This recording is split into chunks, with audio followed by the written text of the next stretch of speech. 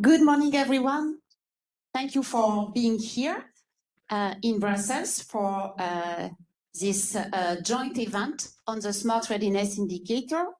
Welcome to those here in the room and also to those online. I hope that you can hear us, you can see us, and please, our apologies for the delay. So as you know, it's the second time that we are organizing such a joint event. So I'm Sophie Dorlance-Caranta from the SRI support team on behalf of the European Commission, DG Energy. And we are co-organizing this time this joint event with the SRI to Market project. So this morning, we have the 5th plenary meeting of the SRI platform. And this afternoon, it will be moderated by SRI to Market. We will have their experts speaking in round tables. So this is the SRI support team, the usual disclaimer. We are in total 200 participants that have registered. So the meeting is recorded. There will be some Q&A slots throughout the meeting.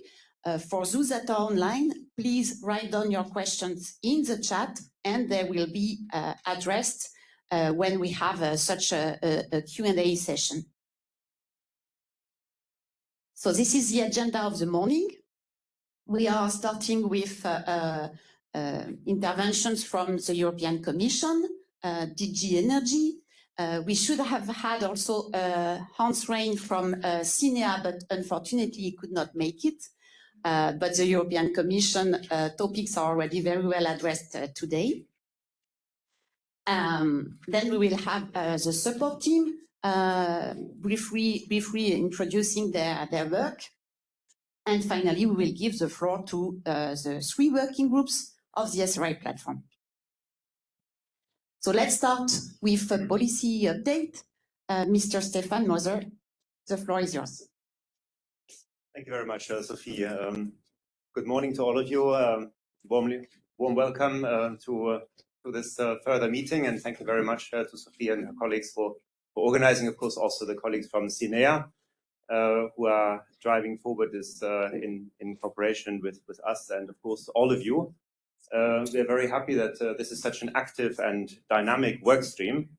It is absolutely crucial, as you know, for the transformation of the energy system, for energy system integration. Without smartness, intelligent systems, interoperability, but basically integrating buildings into the broad energy system, we will not get to I would say, sufficiently quick and successful decarbonization, but also a secure energy system, and also one which remains overall affordable in terms of energy costs, because we do not just look at individual components like energy prices or charges or taxes or individual components, but the overall cost for society. And this can only be reduced to a degree which remains competitive and affordable for overall society if the system is smart and interactive. And for that, we need smart buildings and therefore also the Smart Readiness Indicator.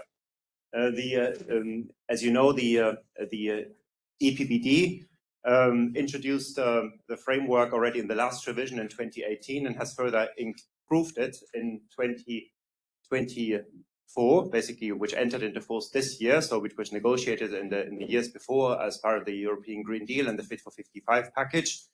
The work stream in which you are actively and very kindly participating has been launched already earlier with very strong contributions also from Sylvain, who is in the room from CINEA, already at the time as policy officer, and Buntan, having taken over from Brigitte, will further elaborate today. He has taken over this file now in unit B3 of DG Energy.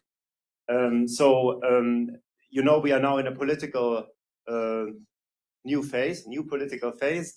In the next few weeks, there will be the hearings, or next month, the hearings in the European Parliament for the new commissioners, for the new college to basically enter office as soon as possible thereafter, either in December or in January.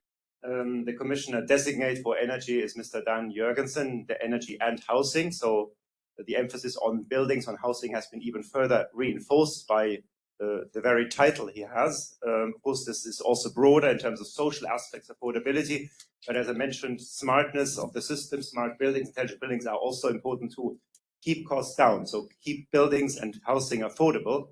And of course, not only housing, but also non-residential commercial buildings also, which are important for companies. There will also be a very strong involvement of Teresa Rivera as the vice president, executive vice president designate for basically the industrial deal, the Green Deal, smart, basically the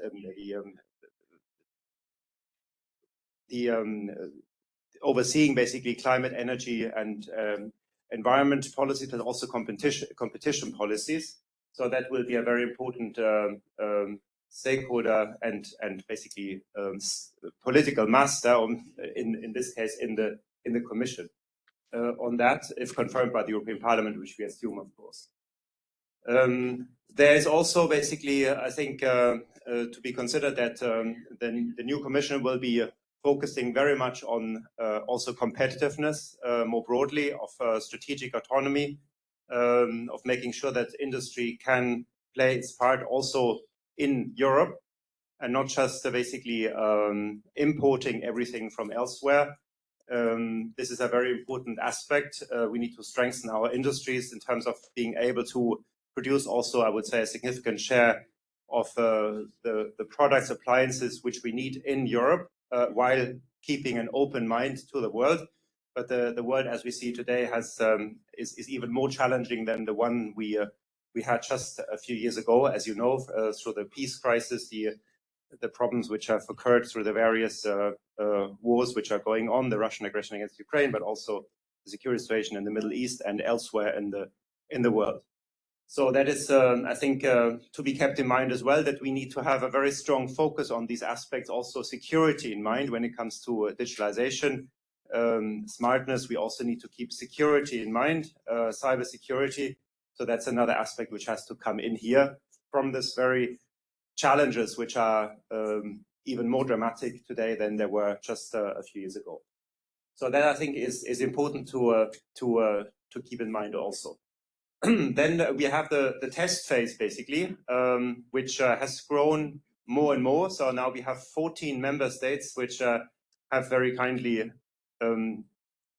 participated in an active manner in this project to see how the Smart Readiness Indicator can be implemented in various ways across the European Union. So there are lots of important insights are being generated in terms of what works where, under which circumstances, and that we can mutually learn from each other. So I think this is very encouraging that it's now more than half of the member states, of course, divided up with different focus areas basically in the member states, but it allows us to draw the lessons and learn from each other, and will therefore also then be able to digest that and draw the conclusions in a report, which will have to come in 2026, but also then in the updated legal acts, delegated and implementing acts, which exist already, which will be upgraded based on the new EPBD. For that, we need to make sure that the substance is right, so we cannot go too quickly. We need to be sure that we really draw the right conclusions. And that, I think, is absolutely important to take some time. So, and then also make sure that we can properly implement it afterwards. So to have possibly a certain learning period in order to get into it. But by the end of the decade, if possible earlier, this should be up and running more comprehensively, more thoroughly than so far. Of course, then because we are still in the learning phase now. So with that, I would like to thank you again very, very warmly for investing so much in this. I think this community is crucial, and I think it's also a very good spirit, a very cooperative spirit across the consortium, but also CINEA, DG Energy, and the community of stakeholders and contributors, which is present in the room, but also virtually. So, and I'm very glad that also so many participants are connected online. So with that, then as Hans is not there, I pass back to Sophie, and then Buntan, I think, will be next. Thank you very much, Sophie. Thank you.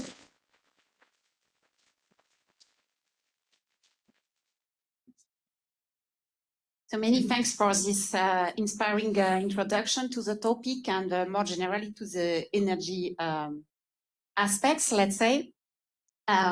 Let's go maybe a bit more in the details and the technicalities of the PBD. So I'm very glad to welcome Buntan Ia. Okay. I was not sure of the pronunciation. Buntan is going to explain us the main provisions of the PBD recast on the SRI. Thank you. Thanks so much, Sophie, and thank you so much, Stefan, for the introductions. Maybe before going to the presentations, a quick words about myself, since I'm very new to the communities. My name is Buntan. I'm just joining the DG NRS quite recently, replacing Bridget, which many of you might have already known, and have the opportunity to taking over this very interesting topics, which is very interesting, but also very new for me. Anyhow, I'm very happy to be here in front of you today and hoping to learn more and hopefully a lot more today after the presentations of the colleagues that are going to come. Sorry. Oh, I'm going to. Okay, thank you so much. So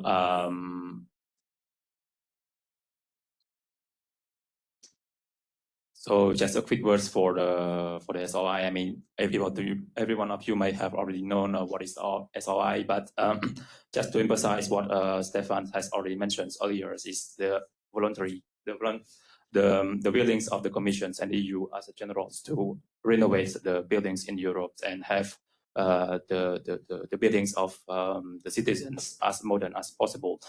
SOIs as an instrument tool can measure and help us to go forwards for a buildings which is healthier, more efficient in energy consumption, which as a consequence can reduce the carbon emissions of the buildings, while at the same time looking at the user, whether it is healthier or more comfortable in their living environment. The EPBDs a bit strange. Okay, not the EPBD has been introduced in as an official EU instrument since 2018.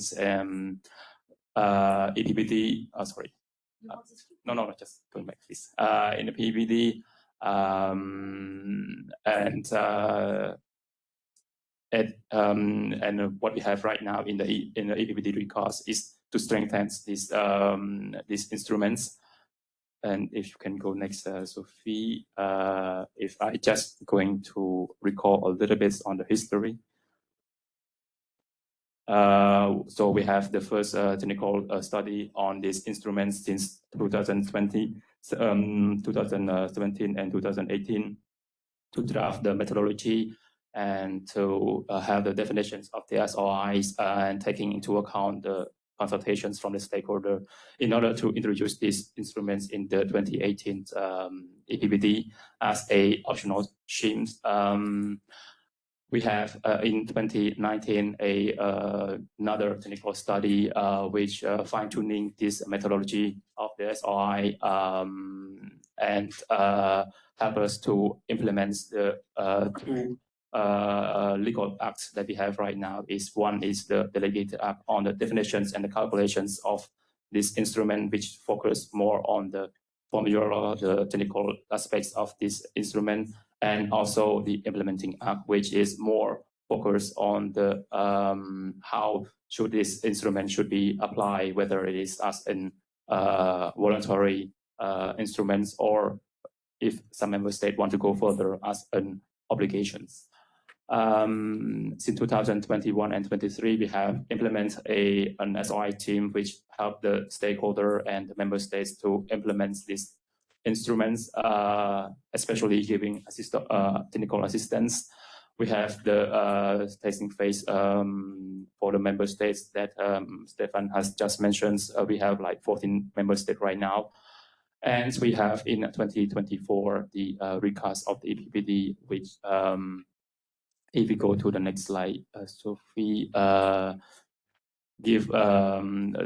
reinforce the provisions on this SRI, which basically open the opportunity to have a mandatory applications one day based on the study that we have right now. So the legal text that we have right now, one enforce and this is the delegate acts for the calculations, the implementing acts for the implementations, and the review of the EPBD, which can give opportunity to the mandatory applications one day. So in the EPBD recast, I just want to highlight these two provisions. One is by June 2026, the commissions will submit a report to the parliaments and the council on the result of the testing of the member state, as well as of the other relevant projects. What and how should this instrument should evolve in the future to shoot us as much as possible. And the second main provisions is by taking into account this outcome of the report, the commissions shall by June 2027 adopt a delegated act and implementing act, which basically going to change what have been already written for the two legal acts that have already been published by taking into account the outcome of this report, whether will it be an mandatory applications for the non-residential large building. And so just go to that right now, we have 14 member states that have joined this testing phases, thanks to all the member states that have been done, and also all the other relevant projects, especially those in the LIFE project. What we are doing right now and what we are achieving right now will give a result that going to shape the decisions in the future, and I'm hoping that many of us can join more, and I hope to learn also the result that we have until now in the following presentations. Thank you so much.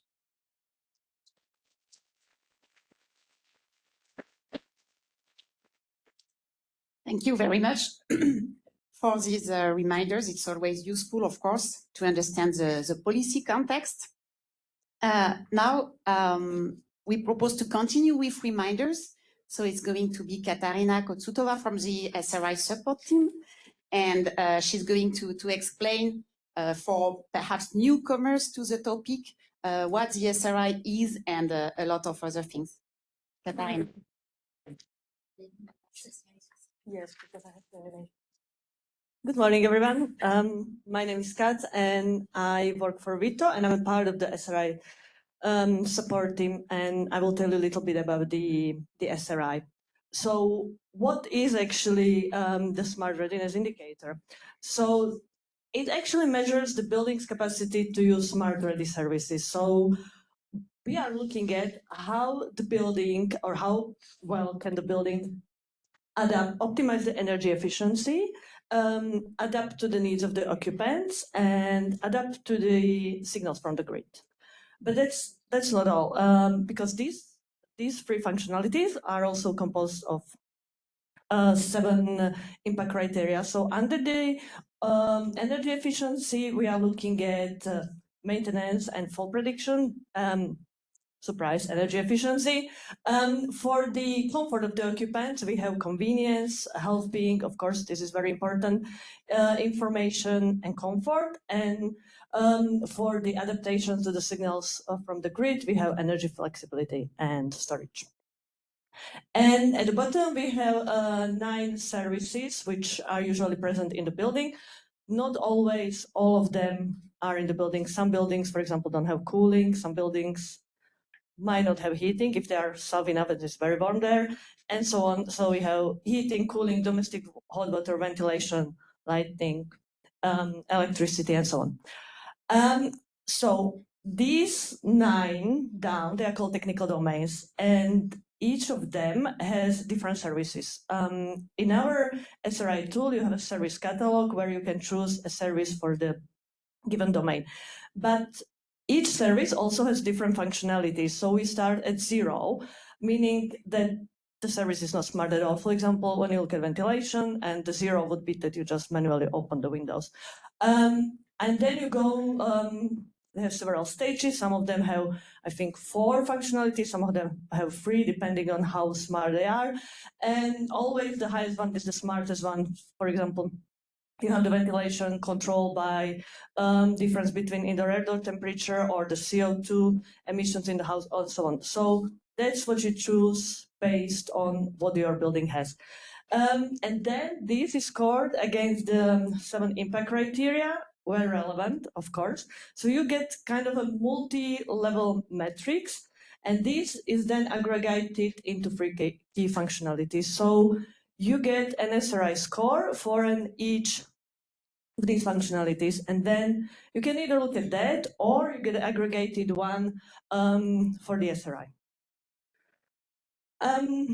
The Smart Readiness Indicator Framework has 2 parts. We have a legal framework, which is set, and the core methodology is described in a delegated regulation, and that defines the 3 key functionalities, the impact criteria, and the technical domain, and also the SRI classes. Then we have the technical framework, which can be decided by the member state. So you can decide the weighing factors, for example, because again, in different countries, different things are important. For example, if you are in the Northern Europe, then I can imagine cooling is not as important as heating. But again, if you are very south, on the south of Spain, then I can imagine that cooling will be a bit more important than heating. So you can define these things. And then you can also define the service catalog and so on. So this can be decided by each member state. As Sophie mentioned, we have a SRI support team, and our main activities, we provide support to the member states. So if any member states would like to launch a test phase and they are not a part of the live project, or maybe even if they are, they can always contact us with any questions they have. We are always here to help. We also have a help desk, so if there is any question about the SRI, again, you can simply write to us and we will get back to you with an answer. We, of course, do a stakeholder engagement. We have events such as this one. We have a SRI platform where we have different working groups. We also work on strategy of implementation and improvement of the SRI. And also, mostly our colleague Regis, he's doing the awareness raising and dissemination. If you would like to get in touch with us, here at the bottom, it's our email address. As I mentioned, we also have a SRI platform, which is mostly composed of the horizontal working groups, and we have 3. The working group 1 is the working group of member states. So each member state would like to be a part of the working group. They can, not only those who are having test phases.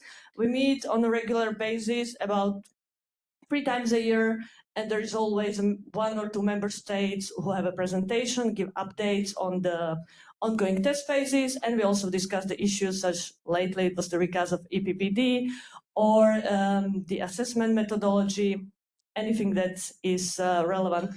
Then we have a working group 2, which is led by Silvan, and that one is from the live project cluster. And then we have a working group 3, which has the stakeholders from industry, academia, and so on.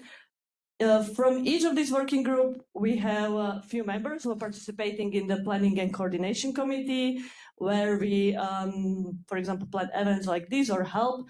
And of course, since these groups didn't have very much of interaction, and there were topics which needed to be discussed across all these groups, then we came up with vertical task forces. You can see the orange ones. And now, currently, we have 4 on calculation, monitoring, strategy, implementation, and communication. And then we also have the SRI support team, which is me, Sophie, and some of my other colleagues. If you need any information about the SRI, you can always have a look at the website, and there you can find the information about all ongoing test phases with the links. You can also look at the implementation tools. So we will have guides, training materials, slide decks, links to calculations tool, really anything. In the communication kit, you have some introduction to SRI if you want to need more. We have some case studies, fact sheets. Then, of course, we have a tab for the news and the newsletter, events, and so on. There's some information about the live projects. And of course, we have the Q&A where you can have a look if there is a question, maybe before you ask or want to see more. So I put a QR code on our website and also QR code for our newsletter if you would like to subscribe. Thank you.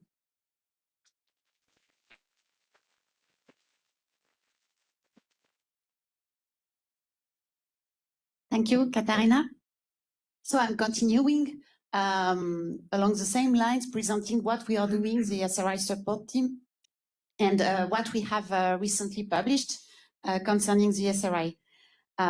So as Katarina presented, there's a lot of material available on the SRI website. There are some videos, there are some case studies, some fact sheets, etc. Information about member state test phases, also very important. So all of this is available on the website, but we have also decided to kind of centralize all the relevant information for 3 different target audiences in one place. So the 3 target audiences that we have identified are the assessors, the future SRI assessors or the current SRI assessors. They are the practitioner of the scheme. A second target audience are the member states, in particular those who haven't launched a test phase. So as it was explained, 14 test phases have been launched. So we are very glad with this achievement, but there are still 13 member states that haven't launched a test phase. And we know that some of them are interested in doing so. They are interested in the scheme, but maybe they don't know how to do. So we can help them. We provide support to them, but also to clarify a bit what can be expected with a test phase, how to launch a test phase. We have also designed a training slide deck for these member states. And finally, a third target audience are the building owners, because they are in some ways the end users of the SRI. For those that are interested in the topic, they are certainly willing to understand the link between the SRI, the SRI score, and the value of their building. They may also use the SRI in order to better communicate with their building managers and possibly with their occupants in terms of for what concerns the comfort, the health, etc.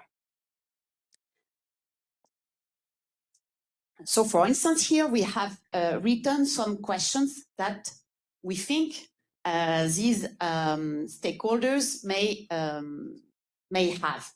So, what's the purpose of the SRI? How does the SRI methodology work? Here we have replicated the contents for the 3 audiences. But then assessors, they may wonder what are the prerequisites before conducting an SRI assessment. What is the level of expertise that is needed? How to conduct an SRI assessment? Which tool to use? Because as you may know, there is available an assessment package. It's an Excel-based tool that is distributed by the SRI support team on behalf of the Commission. But there are also other tools, online tools, that are developed by the LIFE projects that are also going to be presented later, or by other research projects. There are a lot of tools. So an assessor will wonder, but which tool should I use? So we are explaining this in this training slide deck, and there are different answers according to the country where the assessor or the buildings to be assessed is located. Concerning member states, they may wonder why launching a test phase. So we explain, of course, the policy context. What are the parameters of the SRI methodology to be decided at national level? Here we give some examples. Since we have already 14 test phases, we provide some examples of what the other member states, those that have launched a test phase in 2022, for instance, they have already some, well, preliminary results. Or so what have they decided? How to launch a test phase, how to get support, etc.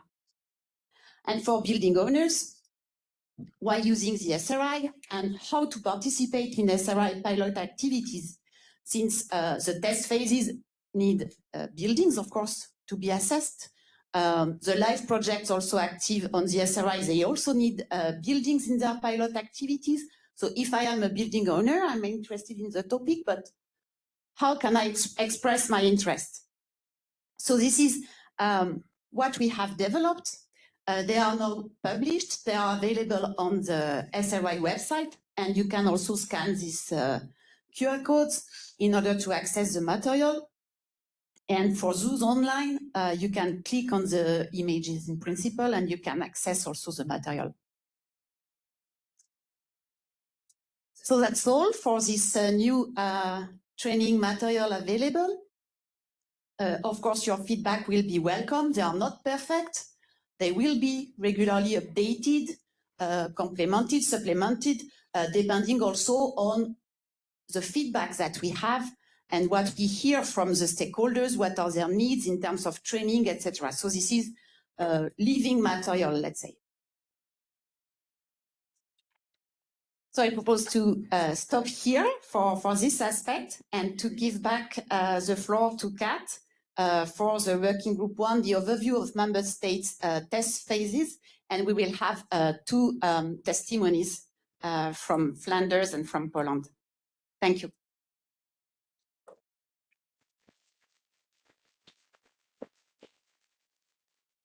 Thank you, Sophie. I'm back again to tell you something about the member state test phases. So the test phases started in 2021, and the first 4 countries that joined, as you could have seen also in Bhutan's presentation, were Austria, Czech Republic, Denmark, and France. And then slowly but steadily, we had more and more countries joining the test phase. So far, the 2024 was the most successful in that regards because we had 6 countries. As you can see the map, it's getting fuller and fuller, but of course we would like to see as many member states as possible joining the test phase. It's great. So as has been mentioned a couple of times today, there is already 14 of the test phases which are either running or have been recently concluded. I had a look at the data and the rollout of the member states' test phases. So I asked the member states' representatives for their data, and 11 of them kindly provided them. So thank you very much to those who did. It was really very helpful, and it really provided some insights. As I promised, I anonymized the results. So as you can see, over 290 buildings which were assessed, which is really great. At least 27 assessors were trained, and at least 129 certificates were issued during these test phases. As you can see from those almost 300 buildings, almost 3/4 were non-residential, and just about slightly more than 1/4 were the residential buildings. And you can see that for the, as I mentioned, that the SRI score has 3 key functionalities: the energy efficiency or the energy savings, user needs, on-grid flexibility, and this is the overall SRI score. So as you can see, what came out from the test phases is that the non-residential buildings had slightly higher scores. On the energy savings and user needs, they were quite similar, just about 40%. But the residential buildings weren't doing that bad either. They were just around 35. And when you look at the grid flexibility, it's slightly lower, which is not bad, which just means that the building stock is probably not yet that ready for it, and there is some work that needs to be done. Overall, the scores are fairly close. For the non-residential, it's just about 35%, and for the residential, just below a little bit. Then we of course had a look at the renovation state of the building. So for the residential buildings, as you can see, again, almost 3/4 of the buildings were in the original state, and only one quarter was renovated. While for the non-residential building, it's quite different. Just over more than a half were in the original state, and the rest, just a little bit less, were renovated. In the graph, you can see how the buildings did based on the renovation state. So the NR means non-renovated, the R means renovated, of course. You can see that the non-renovated non-residential have higher score than the renovated residential. When it comes to SRI, for the energy savings and a little bit for the user needs, and the overall score is slightly different. The fact is that those buildings which are non-renovated, non-residential, are mostly buildings which are fairly new. So that explains the counterintuitive slightly results, because if you have buildings which is very new, they are likely to be equipped with a lot of smart services, maybe more than those that are renovated. When you look at the residential building, the story is different. Of course, the renovated buildings perform better than the non-renovated, and that is again because for the residential one, you have, well, you can see that you have higher percentage of the original building, but they are not that recently constructed. So again, there's quite possible that there's not so many smart services in the residential ones. We are also looking at the year of construction. So in both cases, you can see that the most of the buildings that were assessed were between 1960s and 1990, with a close second of fairly new buildings, which are younger than 2010. And then again, we are looking at residential and non-residential buildings, and we are just looking at the overall SRI score, where the new ones from about 1990, there is quite a bit of a difference between non-residential and residential. Interestingly enough, those from the 1960s for the residential one are performing have quite a bit higher score than the non-residential ones. Again, this might be also due to the fact that part of those buildings have been renovated, hence the score. When we are looking at the total area, as you can see that most of the buildings were quite large, which were between 100 and 1,000 square meters. For the residential ones, there is, interestingly enough, only a small percent of the buildings which are lower than 200 square meters. So quite big houses. And as you can see that the high score, of course, have the residential, which is higher than 25,000. This again must seem strange, but there was a dormitory, which I think we considered residential, and it was quite newly constructed. So I think that's where the score comes from. And this is all from me. This was just a short overview, and as the test phases are progressing, we are expecting or hoping to have more data and more insights. Thank you.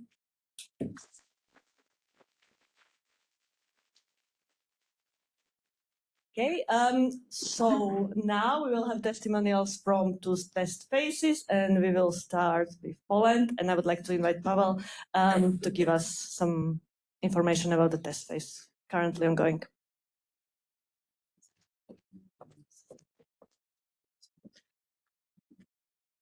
Thank you, Katarina. Good morning. I would like to start with special thanks to Katarina, because Poland was, it is a newcomer in test phase. We started this year, and thanks to Katarina and her activity, we fixed the entering into test phase in 2 weeks. So the most important was decision of our government than to fix all formalities. Thank you very much again that I can say something about our test phase, how it works. But we have it here. Does it work? No. Aha. So you have to... Okay.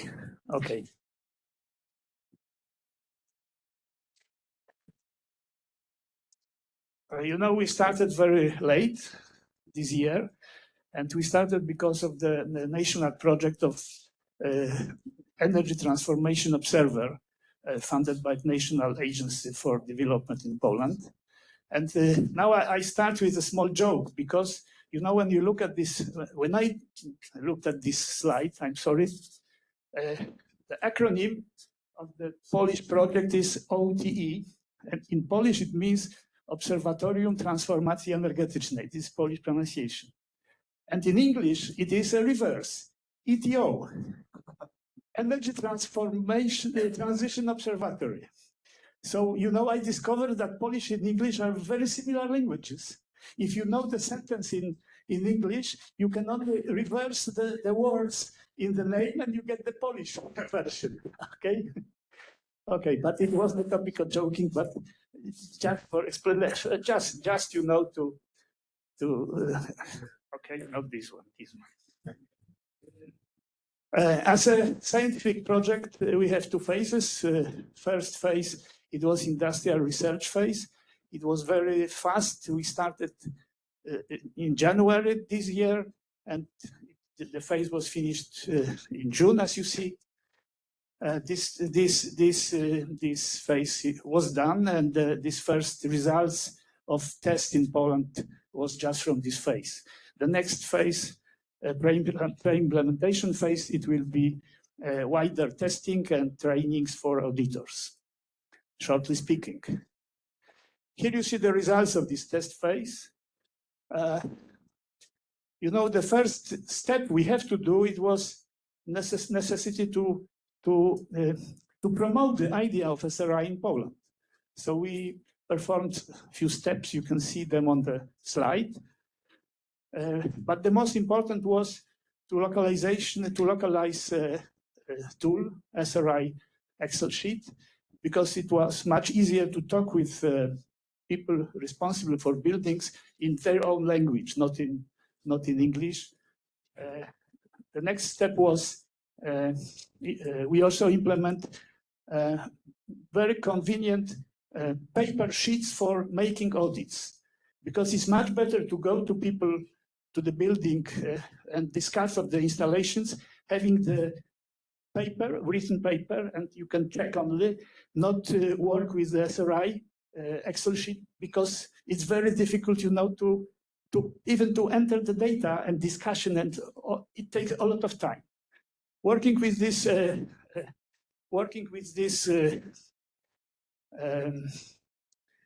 forms, it takes about 1.5 hours to discuss about the installations, and the next 20 minutes or maybe half an hour to input data to Excel sheet.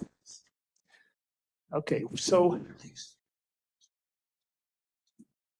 we developed also several documents in Polish as a report of our test phase, as a report of our first phase of the project. In the next phase, we will conduct trainings and prepare people to work with, prepare auditors to work with audits. Here you see the results of our. That's the pointer. Pointer also don't work. No. Okay, so I try to look at this slide. You see, there are 12 buildings altogether. 2 of them were theoretical. First one, 0, I call it 0. It's a typical multi-flat building built in Poland, let's say, in the between 60s and 90s last century. So this is the building which has nothing except of central heating with thermostats. and maybe a little bit control of the lighting, especially in the corridors. So you see the result, not good. But anyway, I can say that in Poland, we have probably 80% of buildings, or even more, in this class. And the last one, okay, it is theoretical 100%. All services, all domains, services on the highest level, of course, it must be 100%. Another, I see, after Katerina's presentation, I see that another buildings just are in the data Katerina got from another countries, between 14, 15. But we have also interesting things, building, for example, this one, I would like to pay your attention, building built exactly in year 2000. And it got, not, which one it is? Not bad result. I would say that it is quite not bad result. And this one, the 10th, this was experimental building built on the Krakow Polytechnic, especially to test the new technologies in heating and in all building installations. So it's nothing surprising that it got such range. All buildings which have better score, like for example, even this building, have had implemented the individual room supply of based on the presence, and it was, now it's confirmed also by the law that this is required in new buildings. Okay, I would like to show you interesting, I hope interesting picture or method which allow you to answer the question of the building owners, what is wrong with my building? Because when they get the result, oh, why so bad?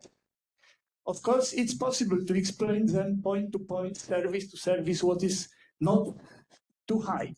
But look at this idea. We have a matrix, we have a domains as columns, and we have services as rows. And we have colors. And by these colors, in this small picture, we can show all features of the building, full installation. Please have a look at this. This is this poor building, 7.2 or something like this. No domains, no services, and you know everything about this building. You can tell the owner, oh, you see, you can do it better, something like this. You can renovate and so on and so on. The next building, you also see the full characteristic of this building. You don't need even to discuss. Show the picture. The next, this one with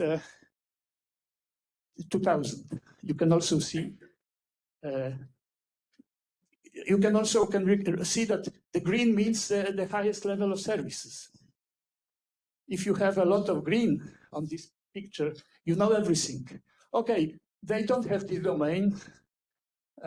This is only reporting, so it's nothing when we speak about electricity.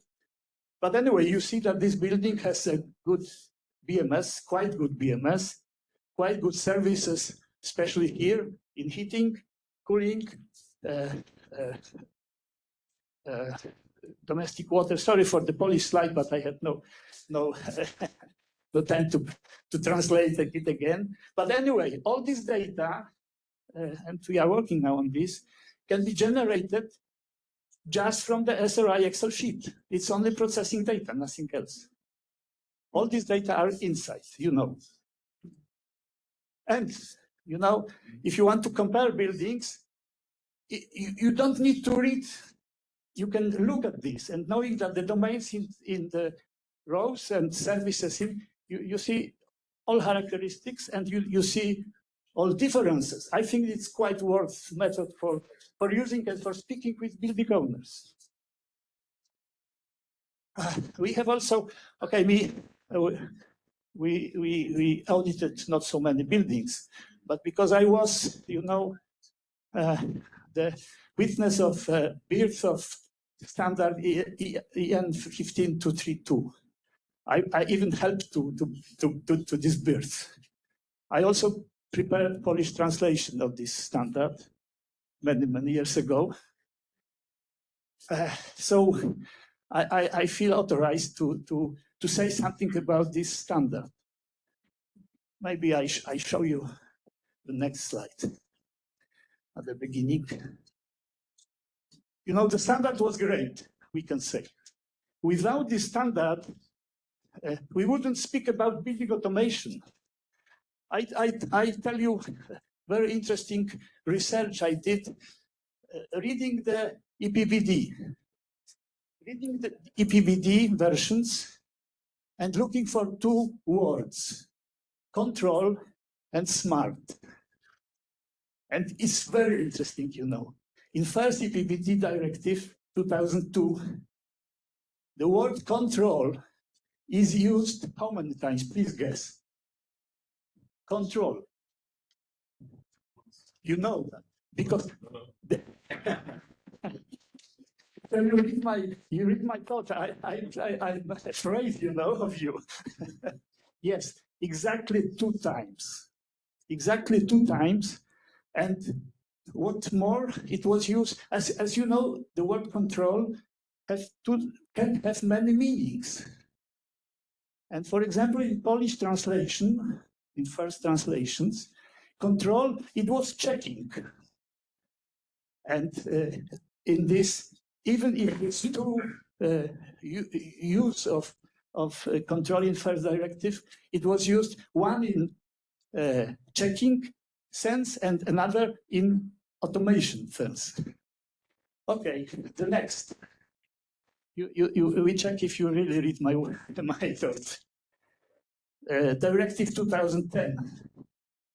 Control, how many times?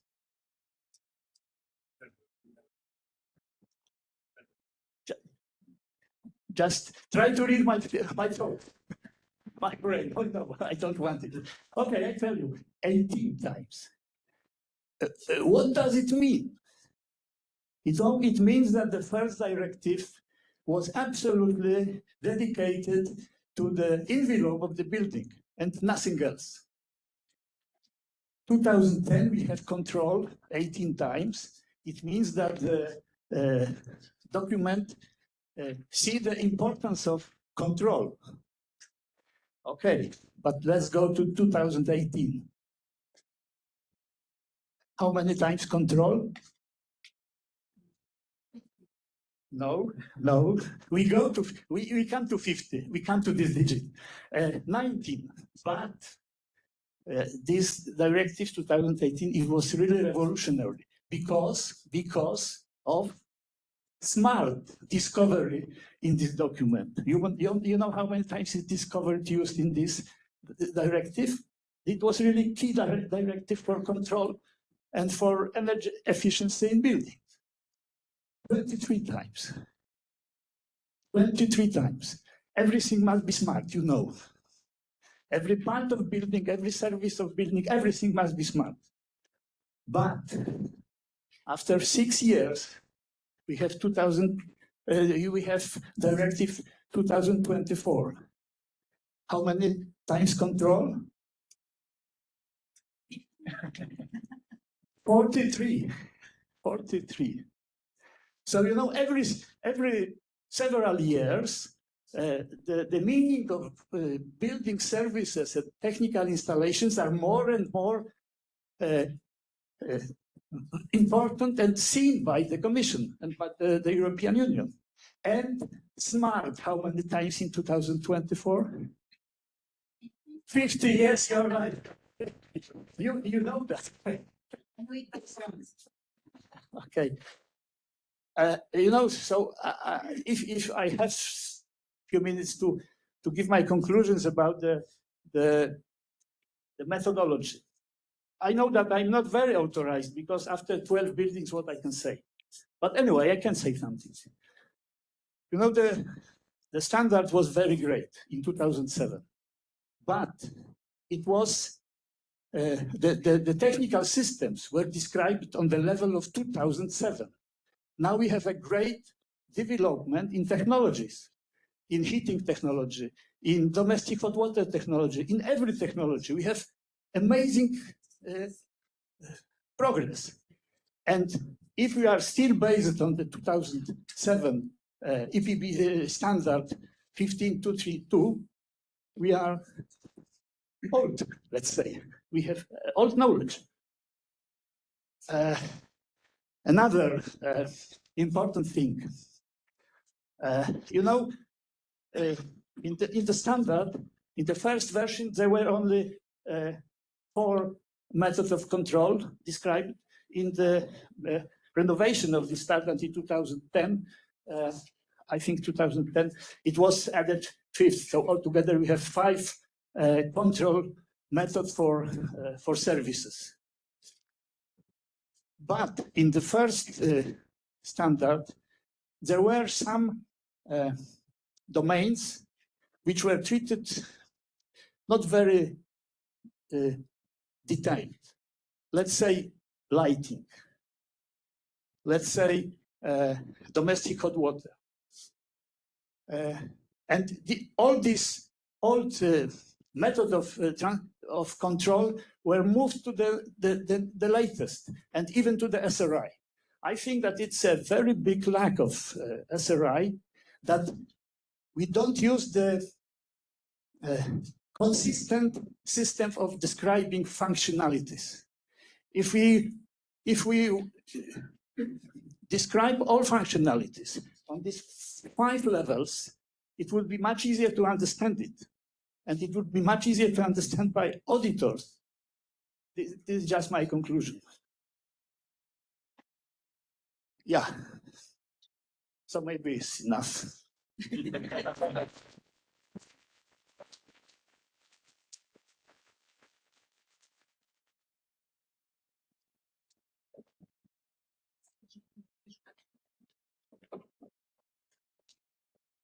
Thank you very much for this very interesting presentation.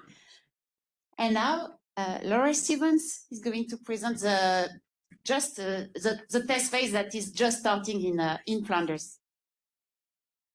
Thank you. Good morning, everyone.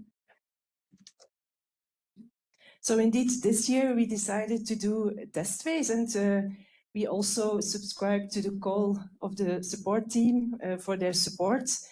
And we haven't started yet, but we have ideas, and I want this to share with you today.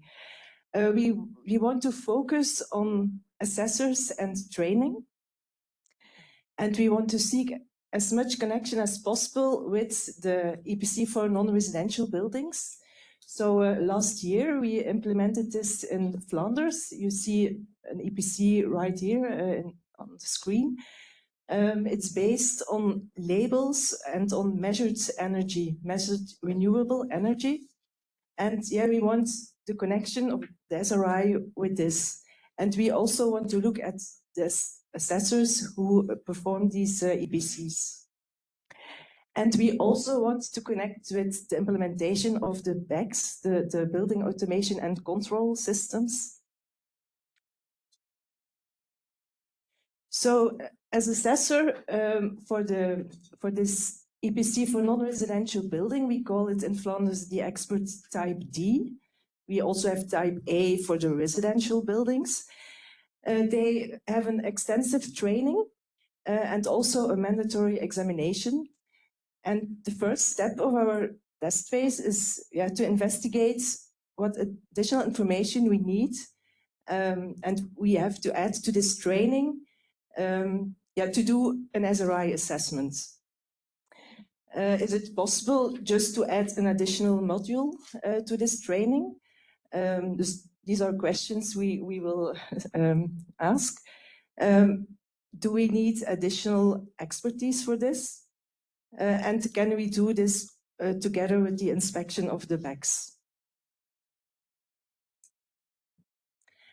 And as a second step, we also want to look at the calculation. We want to look at the different tools, developed by the LIFE projects, for instance. We also want to look at weighting factors and to look at the service catalog.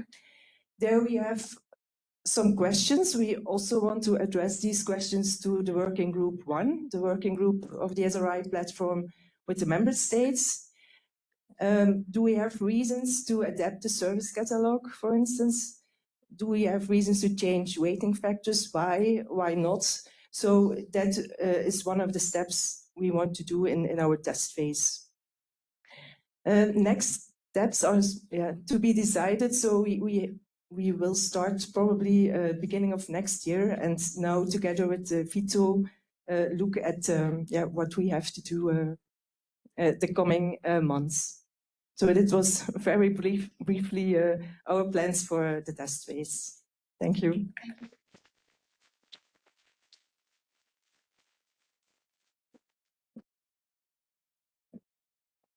Thank you for this presentation. So we have 2 very good examples of test phases, and we can see that some have already started. They have already some results, some quite, let's say, detailed thinking on the services, on the results, etc. And some are just being started. And this is also the purpose of this working group 1 with member states. So member states can share also their experience, and the newcomers can benefit from the experience of those who have already done some tests for several months or years.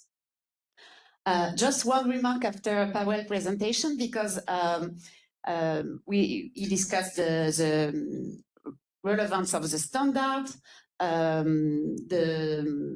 the detailed results, the services, the functionality levels, etc. But as you may know, all this, the contents of this service catalog is not written in stone.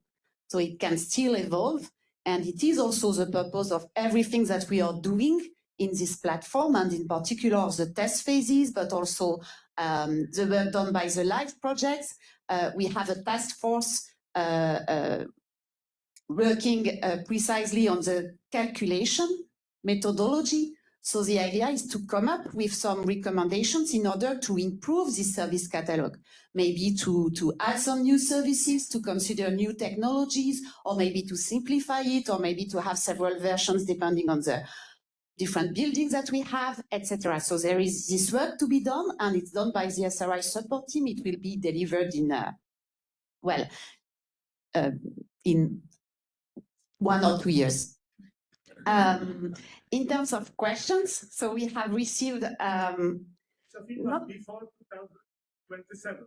Yes, but we are in 2024, so we still have some time.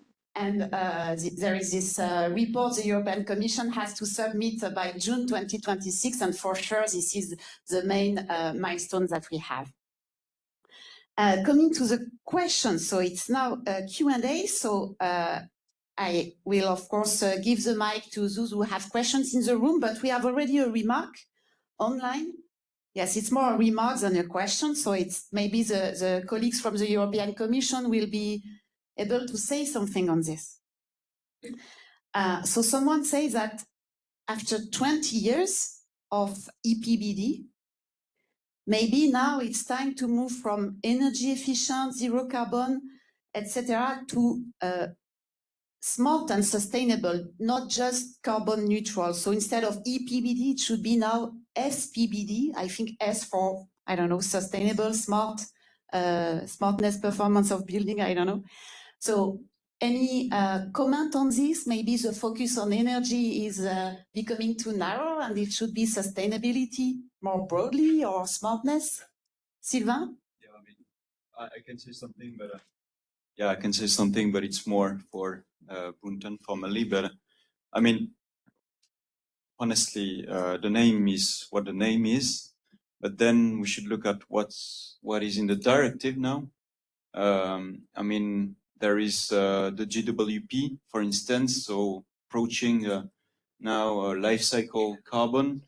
There are environmental externalities considered in the calculation of energy performance, if I'm not wrong. So, I mean, it's already happening. Well, the name could change, but honestly, it's marginal, I think. Montan, do you want to add anything? Not much. It's just to second what Sylvain has already mentioned. In the contents, we have seen that many more topics and thematics has already added to the directive. And personally, I would be happy to like change name, but I think it's one of the ideas that like the continuations of the directives and not to get everybody lost in the same time. But I think in the future, if you have like another revisions, maybe. Thank you, and maybe you can keep the mic because there is another question about the importance of cybersecurity, which was mentioned by Stefan Moser in the introductory talk. What are the current thoughts on supporting so let me just read, sorry. So the Smart Readiness Indicator should include additional information on inclusiveness, connectivity of the building, interoperability, and cyber security of systems. So this is this sentence indeed that is included in the in one of the regulations on the SRI. So any thoughts on how to consider these aspects? Well, I mean, this kind of question has been around for years now, basically, because well, when there are smart systems, there are smart technologies, meaning software, meaning the kind of threats that you can imagine in relation to cybersecurity, and of course also the consideration of the communication between systems, interoperability, and so on.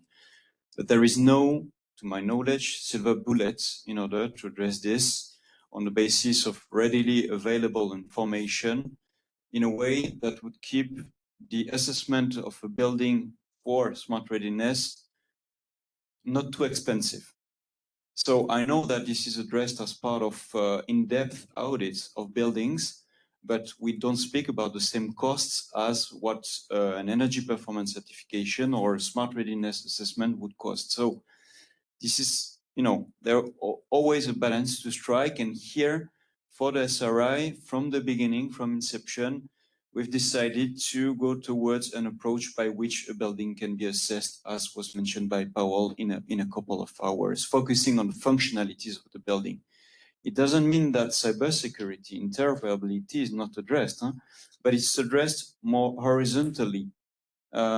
Typically, when you speak about interoperability, there is this big piece of legislation called the Data Act, and the Data Act regulates connected products. And well, essentially, systems in buildings are connected products. So we're speaking about the sectoral application of a regulation that is horizontal, cross-cutting. And I guess this is the way to go when it comes to cybersecurity, when it comes to interoperability, because these issues are not specific to buildings and software, to software and systems in buildings, right? I agree with you 100%. Cybersecurity is great. Powell, you need to speak in the microphone, other people online are not going to hear you. I agree with Sylvain in 100%.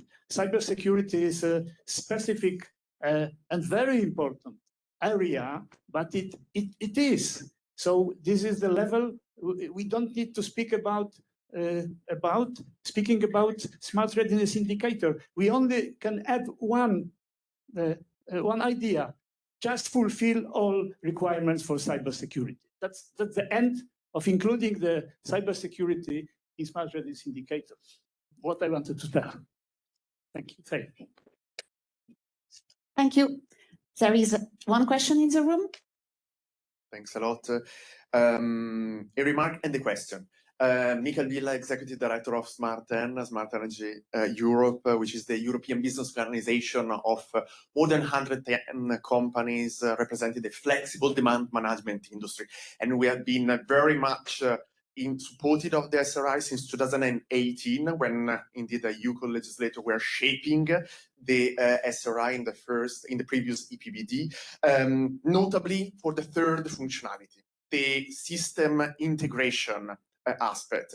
So my remark is to be correct in the terminology, because terminology is so important. And in your presentation, you have used energy flexibility, grid flexibility, which are not correct terminology. This is about demand side flexibility. It's definitely not grid flexibility, because grid flexibility is something else. So we need to really have the correct terminology, because this is going to be extremely important also in the training for assessors. We know that is the functionality where there is more lack of understanding, lack of knowledge. So we need to use and be very much accurate also in the terminology to describe that. Second, well, this was a remark. My question instead, indeed, continuing the training aspect, which is extremely important. You did 3 trainings for 3 different target audiences. Why should, or is there a possibility to expand that and also have trainings for system operators? So distribution system operators, transmission system operators, and eventually also for aggregators of flexible demand. Because if they are aware that buildings have a certain capability, is still in qualitative terms, not in quantitative terms, but this is extremely important information for them to define long-term network planning developments, which will then use and procure the flexibility of connected consumers, which will then improve the total system cost. So that's a suggestions and a possible evolutions. Thanks.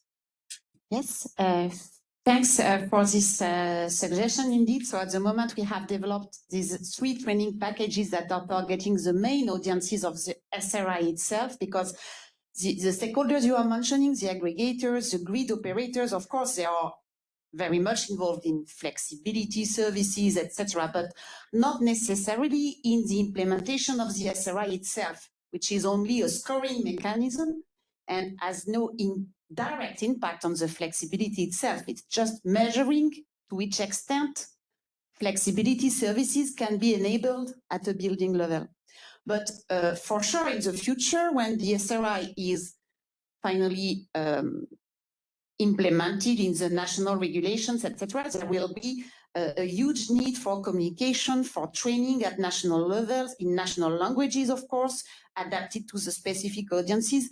So there's a lot of work in front of us, indeed. I have first a question here, and then there. Yes, good morning to you all. Philippe Garret from GRDF. I want to support what the previous speaker just mentioned. I think grid is one of the main services which are there, but to come back on what Mr. Moser said at the beginning, we want to keep the system costs low. I think it's very important to get the input of what the grid operators, system aggregators require to be sure that we create value, and so that all this optimization can result in better energy costs, lower bills for smart buildings owners and tenants. So I think that's it's there, but I think a focus on how to make that result in lower bills is something that have to be shared. I think would be as well useful for grid operators to have a better understanding what SRI can bring to optimize the full energy system. Thank you. Yeah, yes, indeed. So maybe I can answer, and of course, Commission representatives are free to answer as well. Yeah, indeed, the SRI has a strong, an important focus, let's say, on flexibility services. That's true. And then how these services are really implemented and can help the electricity system to be operated in a cost-efficient manner, etc. This is a really an aspect that has to be treated also at national level, because the grid constraints are the same in every country. The sensitivity to temperature, so the impact of heating on the peak consumption in winter is not the same from one country to another, depending on a lot of parameters. So indeed, so there are a lot of considerations, and a personal opinion. We must accept that what we are doing is far from being perfect. We are in a kind of incremental process. So at the moment we are testing the scheme. Thanks to this test, it's going to be improved. Then a first version will be implemented. Then it won't be perfect. It will be improved. It will be a second version, etc. I don't think we can come up with the perfect scheme at once. But this is my a personal opinion, not on behalf of anyone. You want to say something? I'm one of the representatives in Austria, and as you know, we have a very long test phase now and a very long row of different activities. And I want to make a comment from my side in the direction of grid suppliers, aggregators, this target group. It's very nice that we have now these 3 activities on other targets group, and it would also be interesting for me, this target group, energy suppliers, but we have the problem in Austria that we approach them many times and nearly no reaction. So that's the daily life. For example, when we are talking about SRI in Austria and wanting to approach different target groups, the one of energy suppliers, grid operators is not interested yet. And that's the other side of the story. So very welcome to deliver something or deliver ideas from this side, but we don't have them yet.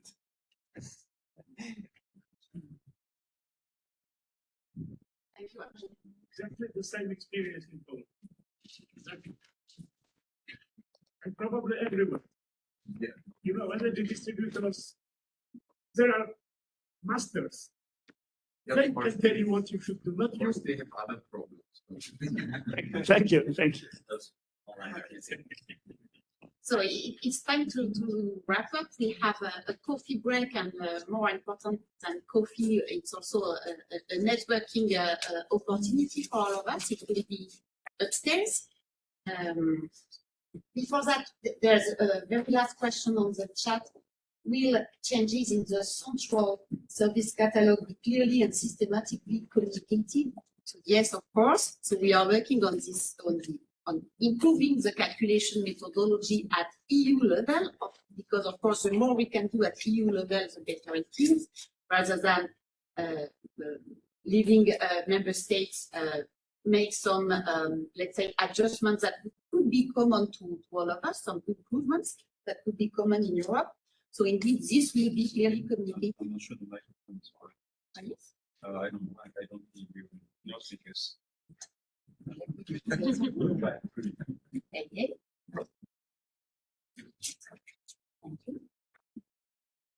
Okay, so once again, shorter. So the question was, will changes in the central service catalog be clearly and systematically communicated? The short answer is yes. And if you want to be sure to receive this information, you have to subscribe to the SRI newsletter, of course. And this will be announced.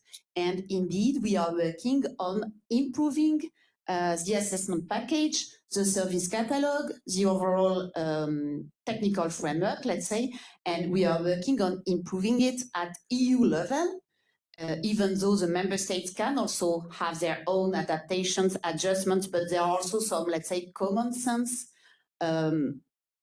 improvements that can be done and generally accepted probably, and we can do that at EU level, and hopefully we will make available an improved calculation framework in the upcoming months and years, and this is the work of the task force on the calculation methodology. So after working group 1, with the member states. We are now going to have an overview of the activities of the working group 2, the live project clusters. So for this, I'm giving the floor to Sylvain Robert from CINEA. Thank you, Sophie. It works? No. Okay, great. Thank you. So, well, before starting this presentation, well, I would wish to thank Paweł because thanks to him, I learned Polish on a fast-track process. So I know how to say Smart Readiness Indicator. It's Indicator Readiness Smart in Polish. Perfect. So you see, voila. You want to say it in Polish now? Okay. The real Polish. Indicator readiness smart, but no, unfortunately not. Wskaźnik inteligencji budynków. Wskaźnik gotowości inteligencji. Okay, yeah, actually translations of EU texts are sometimes a bit surprising. Like in French, it's indicateur du potentiel d'intelligence des bâtiments. Voilà, no comment. And also, Paweł, one other point, you stressed, how the occurrences of a smart and control increased through the successive versions of the PBD. And well, we could think it reflects the evolution of the building stock or of buildings, but no, the building stock is not evolving that fast, I would assume. But actually, I think it reflects the way we see buildings. And it's true that in the beginning, 2002 PBD, and still in the minds of many people, buildings are brick and mortar. And so we are now gradually moving to a different perspective on this, which I think is quite positive.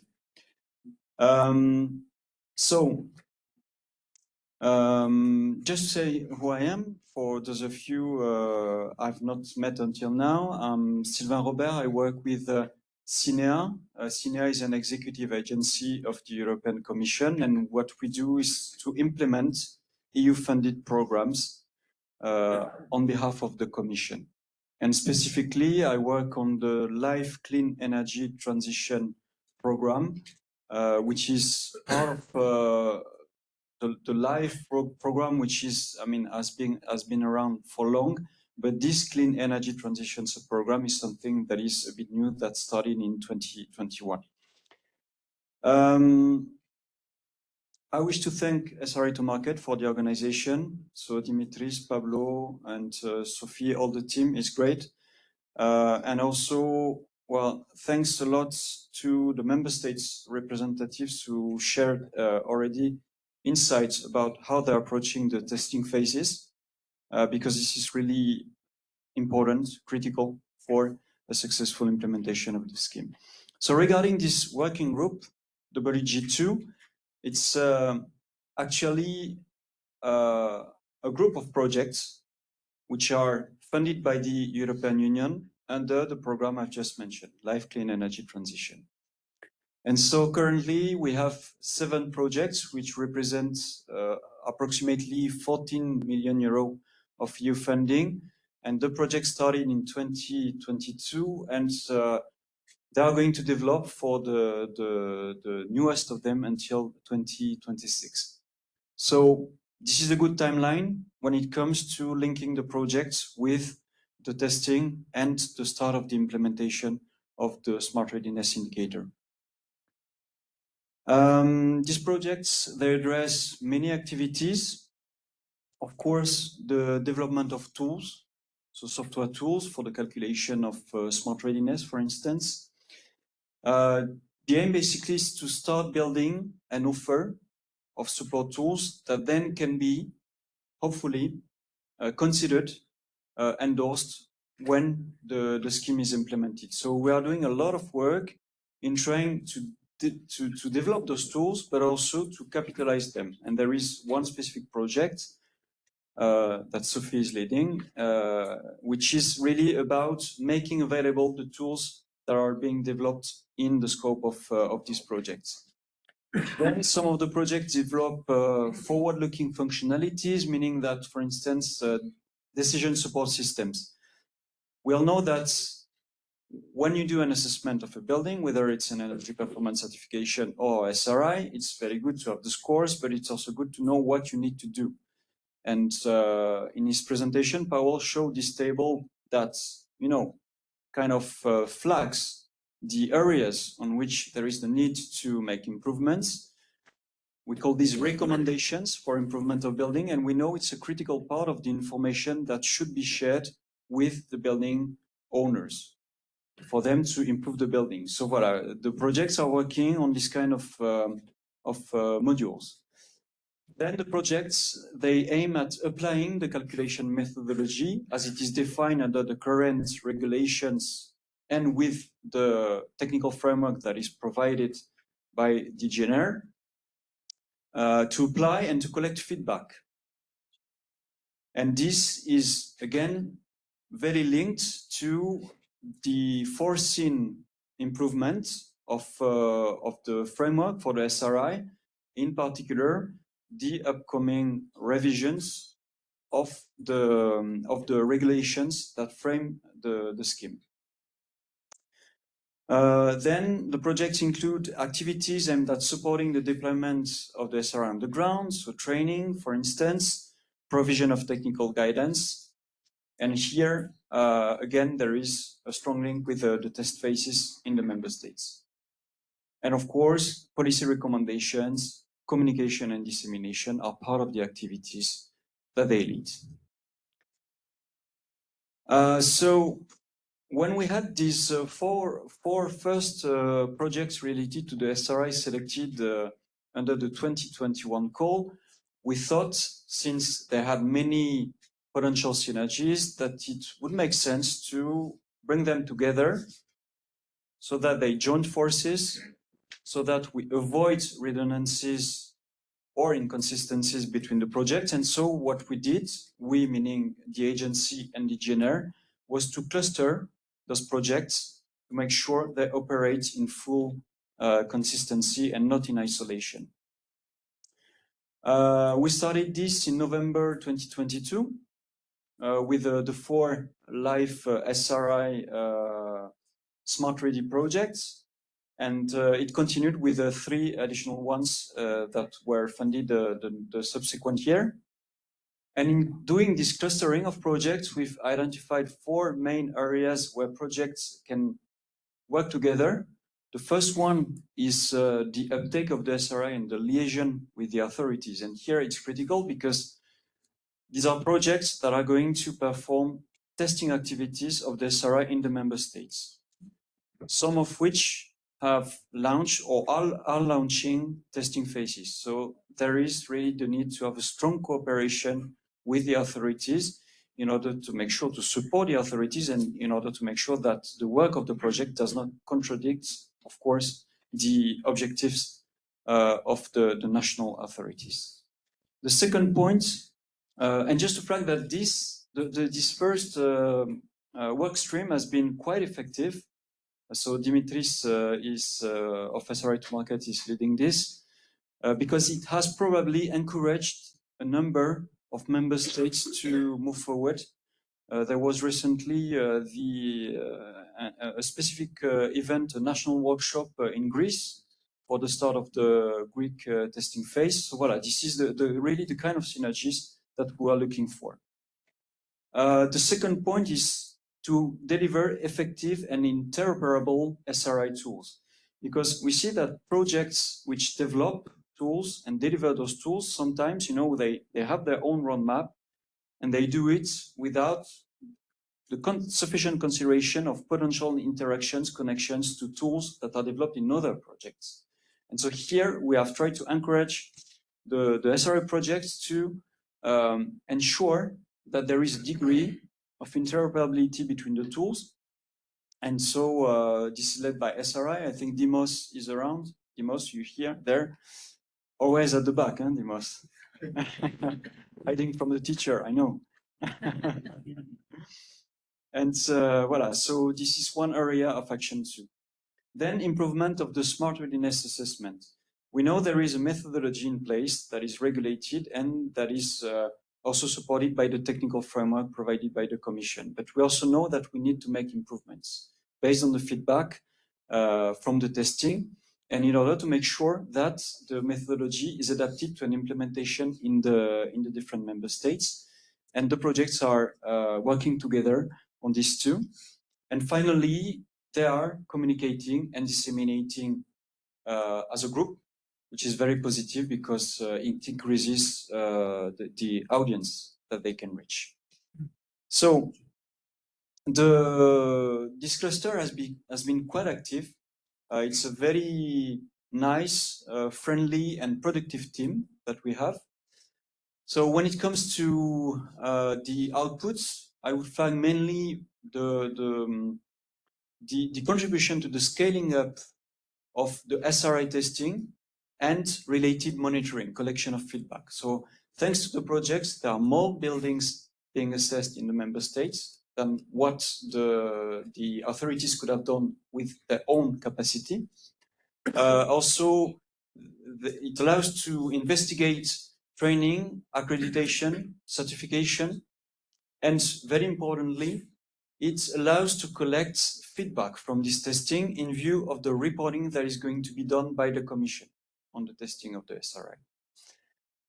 Then the second point, as I mentioned, was to investigate the interoperability between the tools. EasySRI is investigating an SRI calculation engine OpenNPI that is planned to be tested across the project, meaning to see how the tools could connect to this OpenNPI calculation engine, regardless of which project is developing them. Then there is a cross-project cooperation on the design of decision support systems. So voilà, these are examples. Other ones are related to the assessment, the assessment of smart readiness. There is some work ongoing that is led by Smart Square, but that involves the other projects regarding standardizing on-site SRI building audits. It's based on a SEN workshop agreement, and it's progressed very well. And finally, joint dissemination communication. Basically, the projects are going to different events as a group, as I mentioned, and in big ones like NLEAD Europe, MIPIM, which is a very big real estate conference, Sustainable Places, which is a conference where they link to the innovation actions. And also I mentioned some national events like the SRI Day in Greece. And there is a report that is delivered every year on the cluster activities. The 2023 version is available, and the version of this year is being developed. So voila, this is basically, I think, what I wanted to say. Before closing, I just wish to come back to some elements of the presentations that were made before the break. Just to flag that the approach taken in Poland regarding the selection of buildings, I mean, this is not a big number of buildings, but the way you selected the buildings in order to be a representative of the building stock is really clever. And because indeed we have feedback that says that scoring tends to be low for most buildings. And so when it comes to adapting the way the calculation of the smart readiness is done, it's useful to know how typical buildings from the building stocks would be rated under the methodology. And in order to tune it, in order to make sure that the scores are fair, reasonable, and well, do not make the building owners too sad, so to say. Then it's really interesting in Flanders. I see that you are taking an approach that is more oriented to implementation. I mean, of course, you are also assessing the methodology, but in terms of implementation, the link to the EPC for non-residential buildings and to the inspections, of course, since the threshold is the same, is really an interesting one. So I wanted to flag this, and I hope we'll get positive feedback on this. And well, just to flag, more globally that here we have a very nice ecosystem with the SRI platform, because we have everyone. We have the stakeholders, we have the member states representatives, we have projects that are doing testing activities on the ground and beyond. And so we really have the setup that could make the SRI a really successful tool. So I wanted to thank all of you for this, and I hope really it's going to be a great instrument. Voila, that would be all. Thank you.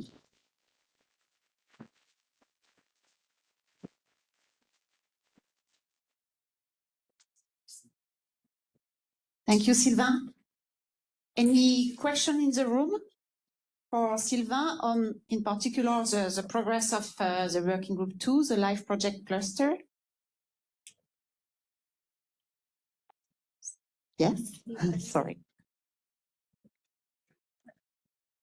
So I think it was Marta from Lighting Europe, so the Lighting Manufacturers Association. I think it was a very interesting presentation. I think those projects are key, and harmonized, which is what we need. So I don't know if you have in mind for the next goals or the projects, something on pilots. So I think it will be interesting to have something on really pilots, but in buildings, but across member states.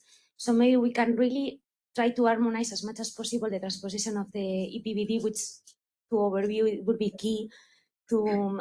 So even if every member state will need to adapt depending on the needs of the country, the light, the climate, and everything, I think harmonization is key. So I think pilots or something that could set a common framework or baseline will be super, super interesting. I don't know if you foresee any actions in the upcoming course or things like that. Well, I hope I understand correctly the question. If you are speaking about pilots like testing the SRI on real buildings, well, it's really happening. And I don't know, Dimitris, you're not listening to me, but I think the number of buildings that is tested across the project is beginning to be quite impressive, right? It depends on the countries, but actually, it is only now that the projects have developed their assessment tools. So in the beginning, the first 2 years of the projects, the idea was to discuss, to try to set up, let's say, the framework. And now all of the projects have already developed the tools. For SRI to market, it has only started, but we have a big plan to come up with 1,200 buildings. Let's see. I know for SRI and ACT, this is they have already assessed something like 100 buildings. We can also check with other colleagues if there are some other developments. But yes, I think it's only now that we actually started to operate it. So the first years were about designing. The second year was about implementation. I mean, development of the tools. It is only now that we have actually started to making assessments. We also want to work again with SRI platform, because I know that, I mean, out of all these assessments, the idea is to extract the best cases and to present it in the Commission's webpage as well. So yes, the numbers are getting bigger, and hopefully soon we're gonna have some results as well. Later we can present some of the results of SRI to market. Thanks, Dimitris. And regarding your remark on harmonization, I mean, it's something that basically I think the stakeholder community has been repeatedly flagging as an important point. Just to underline, though, that the implementation of the scheme is under the responsibility of the national authorities. So this is why also the SRI testing phases are launched and implemented nationally. And well, since the national authorities and the regional authorities in some cases are responsible for the implementation and they have to bear the burdens, say, of the implementation, it's only fair that there is some flexibility in the way they implement the tool. This being said, I hope that in WG1, the question that you highlighted, Lore, regarding the weighting, how to adapt the calculation framework and so on, will be addressed in a cross-country manner, meaning not assuming that these questions should always be addressed only for the national or the regional scale where the scheme is implemented. Because I'm trying to put myself in the shoes of a building owner who lives, I don't know, in the north of France, for instance. I'm unsure that this building owner would understand that across the border, you know, there would be a different instrument. The calculation would be different, while in the end, you know, in terms of climate, in terms of the characteristics of the building and so on, the north of France would be more different than the south of France than it is from parts of Belgium. So I guess there is the need to see in WG1 how this flexibility on the adaptation of the methodology could be designed more taking an EU perspective, a cross-country perspective, than making the assumption directly that it would be at a national or regional level. Thank you, Sylvain. There are a couple of questions online, but maybe we are taking one more in the room, and then we will take those online. Thank you. André Litiu, EPB Center. I just want to commend Sylvain and his colleagues because they are really making this work in a coordinated manner, a coherent manner. But I was just wondering, Sylvain, you have, let's say, the policy-oriented SRI project, but also your colleagues in Horizon Europe have elements more on innovation technology. And I was just curious if you see this expanding because you have all the technology, I would say, advances going higher in TRLs on that side. And that's helpful also for the policy uptake activities. Do you foresee any additional, projects that would join this working group, or for now it will stay as is? Well, I mean, as far as I'm concerned, I'm very keen on making connections between the innovation community and the policy-oriented actions. This is why, for instance, I thought it was super good to have sessions on the energy performance certificates and the Smart Readiness Indicator in the Sustainable Places Conference, which originally is more oriented to the innovation community. Well, that being said, my personal feeling is that innovation actions tend really to focus on technology developments. This is not surprising. And, well, the policy framework tends sometimes to be a bit decorative in the way they, implement the work. I'm not criticizing because I was myself working in these kind of actions some years ago. But I really think there could be, we could strengthen, and Eleftherios is here. So I'm going to give him the microphone because I've spoken too much. Well, on your last part, I would say that we have provisions and encouraging, including SRI development and technologies in the work program of 24-25. So I think I'm optimistic that we will have more projects in the coming years that can join these events and have this interaction between more technology-oriented projects with more policy-oriented. So we already, I think, have built the synergy, and I think it can grow even stronger. Voilà. Thank you.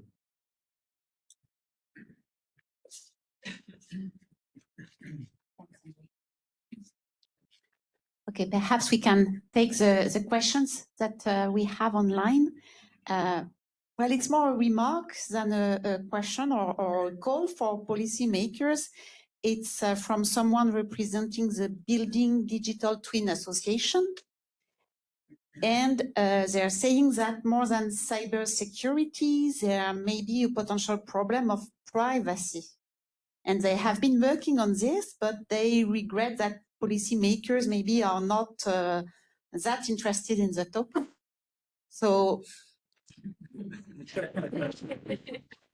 maybe privacy indeed could be better addressed by the SRI, or I don't know. I'm not sure to get the question, to be honest, because I mean, privacy, the data protection is addressed by a regulation that we all know. Everybody knows the acronym, so the GDPR. It's basically a regulation, so it applies across the EU. There are delegated competent authorities in the member states. There is a setup for the enforcement of this regulation, and the regulation applies in connection to any provisions in any piece of law that is linked to data. For instance, it applies to, I mean, in Article 16 of the PBD on data exchange, there is a clear link. Also on the databases under Article 22. So I'm not sure to understand how specifically the SRI could address data protection beyond the current framework we have in the EU. Thank you, Sylvain. And maybe I can invite the person who asked this question on the chat, maybe to send an email to the email address support Smart Readiness Indicator, and we will do our best to address the question. Another question that we have online: do you think that the SRI score is negatively influenced by the lack of grid response? Well, demand-side flexibility services that are not yet provided in most national regulatory frameworks. So who wants to answer this? Absolutely true. Well. Two words only. Absolutely true. I have nothing else to say. Absolutely true. Any other comment on this? Yeah, so yes, I agree. It seems to be true from the feedback we have on the scores. I'll give you the microphone just after. And yeah, and actually, I mean, it's kind of good that we have these low scores on flexibility. I'm not saying it's good that the buildings are doing poorly in terms of demand-side flexibility. But what I'm saying is that the SRI allows to see it, right? Because this is something that was not obvious. And when we see that we have scores repeatedly on the energy flexibility impact, which are in the range of 10–15%, well, we see clearly where buildings need to improve significantly. Thanks. Maybe indeed to complement. One thing is the capability, is the flex readiness of a building, and then its actual activation. So it's actually the difference between kilowatt and kilowatt hour. So a building can have all the decentralized energy resources behind the meter to be a fully fledged flexible assets, but if there are no price-driven mechanism, if there are no markets where to bid, then it's going to be a sleeping potential. So to activate that flexibility from a building, but the same can be also from electric vehicle or from a large energy-intensive industries, is very much dependent to the market design. At European Union level, the shaping of the electricity market design to activate the flexibility from the demand side is complete. We have 64 legislative provisions. At member state level, not much is done.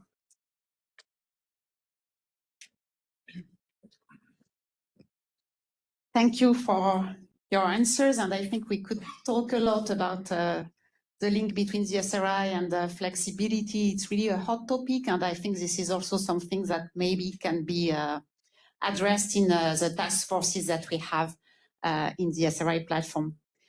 I propose to move because we are a bit late, so let's move to the next presentation. So Bonnie Brook, chairperson of the Working Group 3, and Paul Wade from the SRI support team. They are going to present the progress of Working Group 3, the building sector, research and industry stakeholders. And this is the last presentation before the lunch break. And of course, we will have also some Q&A.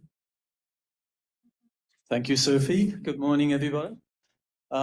So I have very little to say because I'm mostly going to hand this over to Bonnie, who is the excellent chair of Working Group 3. Which is simply to say a few things about the structure of Working Group 3. Working Group 3 represents all the stakeholders who are not covered by the member states working group or by the LIFE project. So it's the rest of the community.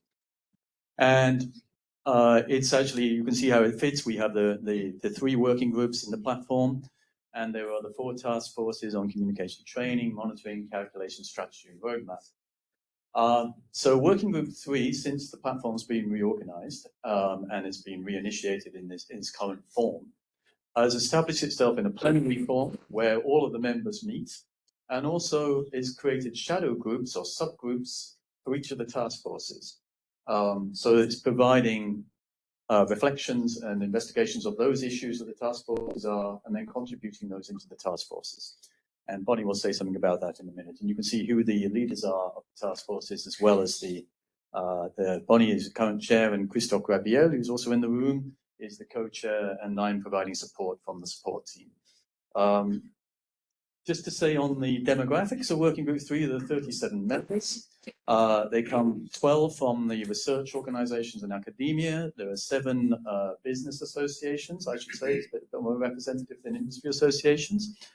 There are 7 equipment manufacturers, installers, there are 4 consulting companies, 4 real estate owners and managers, very importantly, and then other stakeholders, of which you have a utility, a gas DSO, and a national energy agency. And I think it is reflective of what is being discussed, is that it's a pretty good representation of relevant affected communities here. It would always be nice to get more from the demand flexibility community, I would say, because this is the part which the SRI is still in need of having stronger bridging with, I think. But anyway, Bonnie can now give us a quick overview on what the Working Group 3 has been up to. And I have to say, it's been extraordinarily active since relaunch.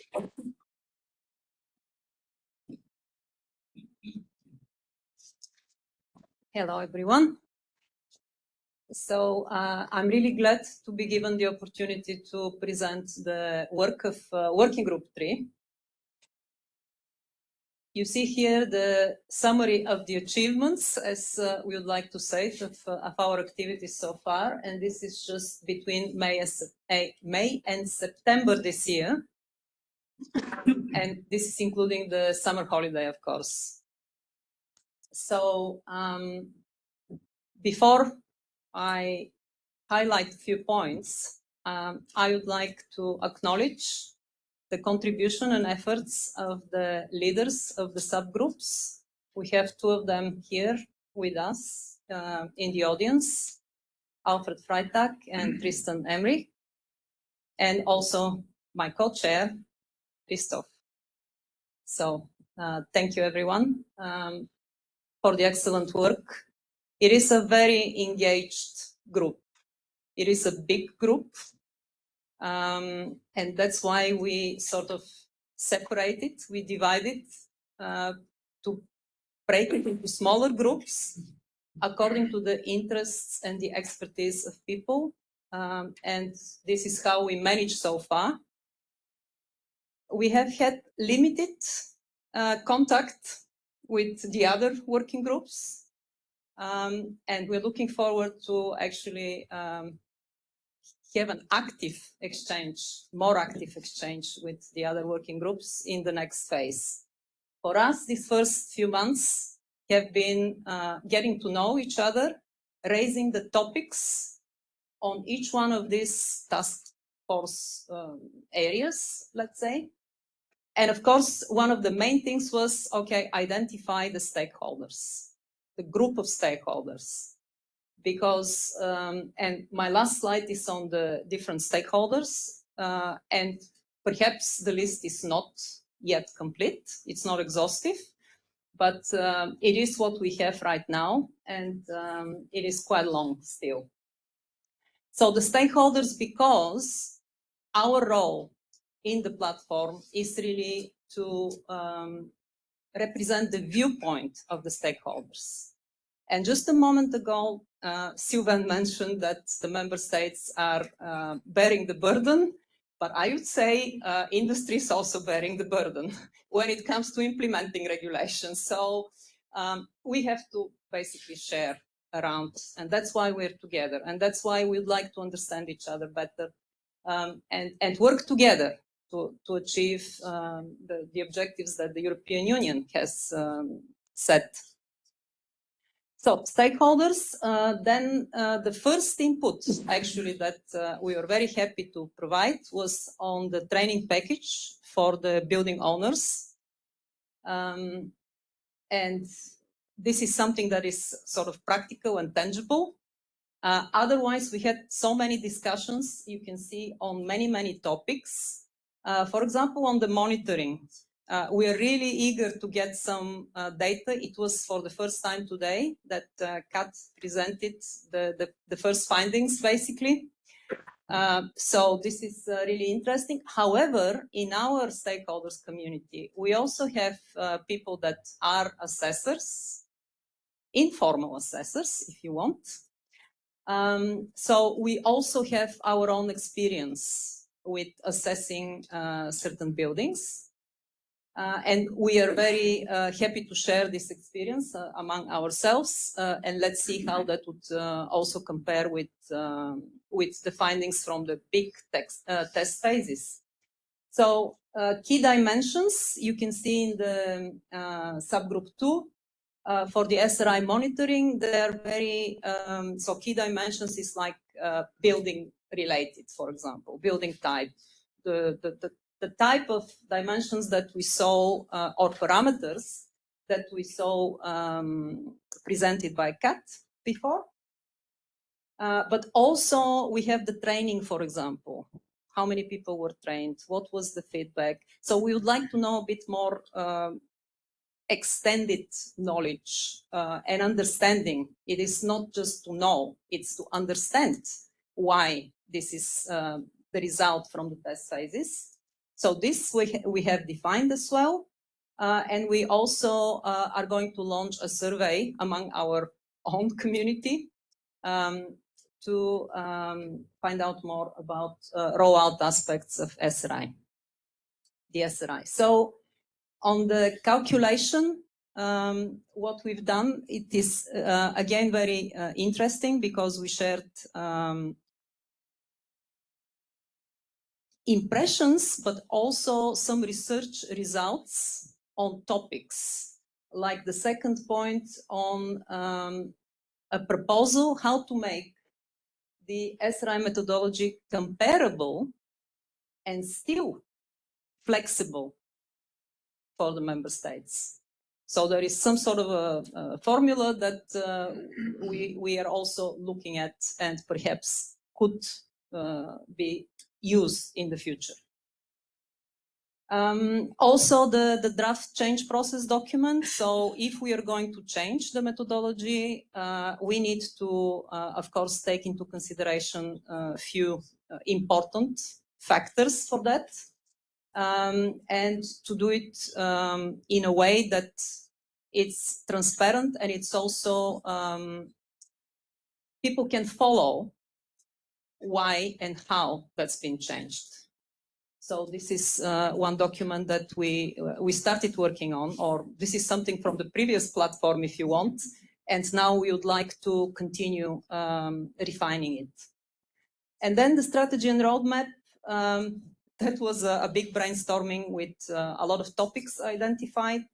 There is even a timeline, provisional timeline for developing the roadmap, and also the exchange between, well, among our own subgroups, because we have separate individual meetings. You can see the number of meetings in brackets for each subgroup.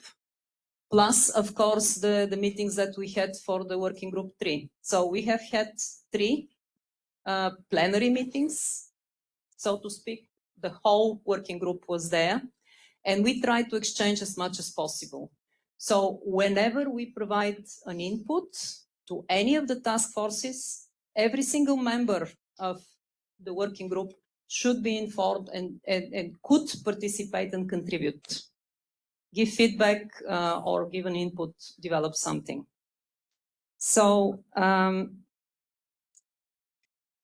emerging topics, this is even more interesting. Excuse me. Because here we would like to see more effort in communicating the SRI value to the different stakeholder groups. So to us, building owners is too limited. For now, it's very good because it's a good beginning, I would say.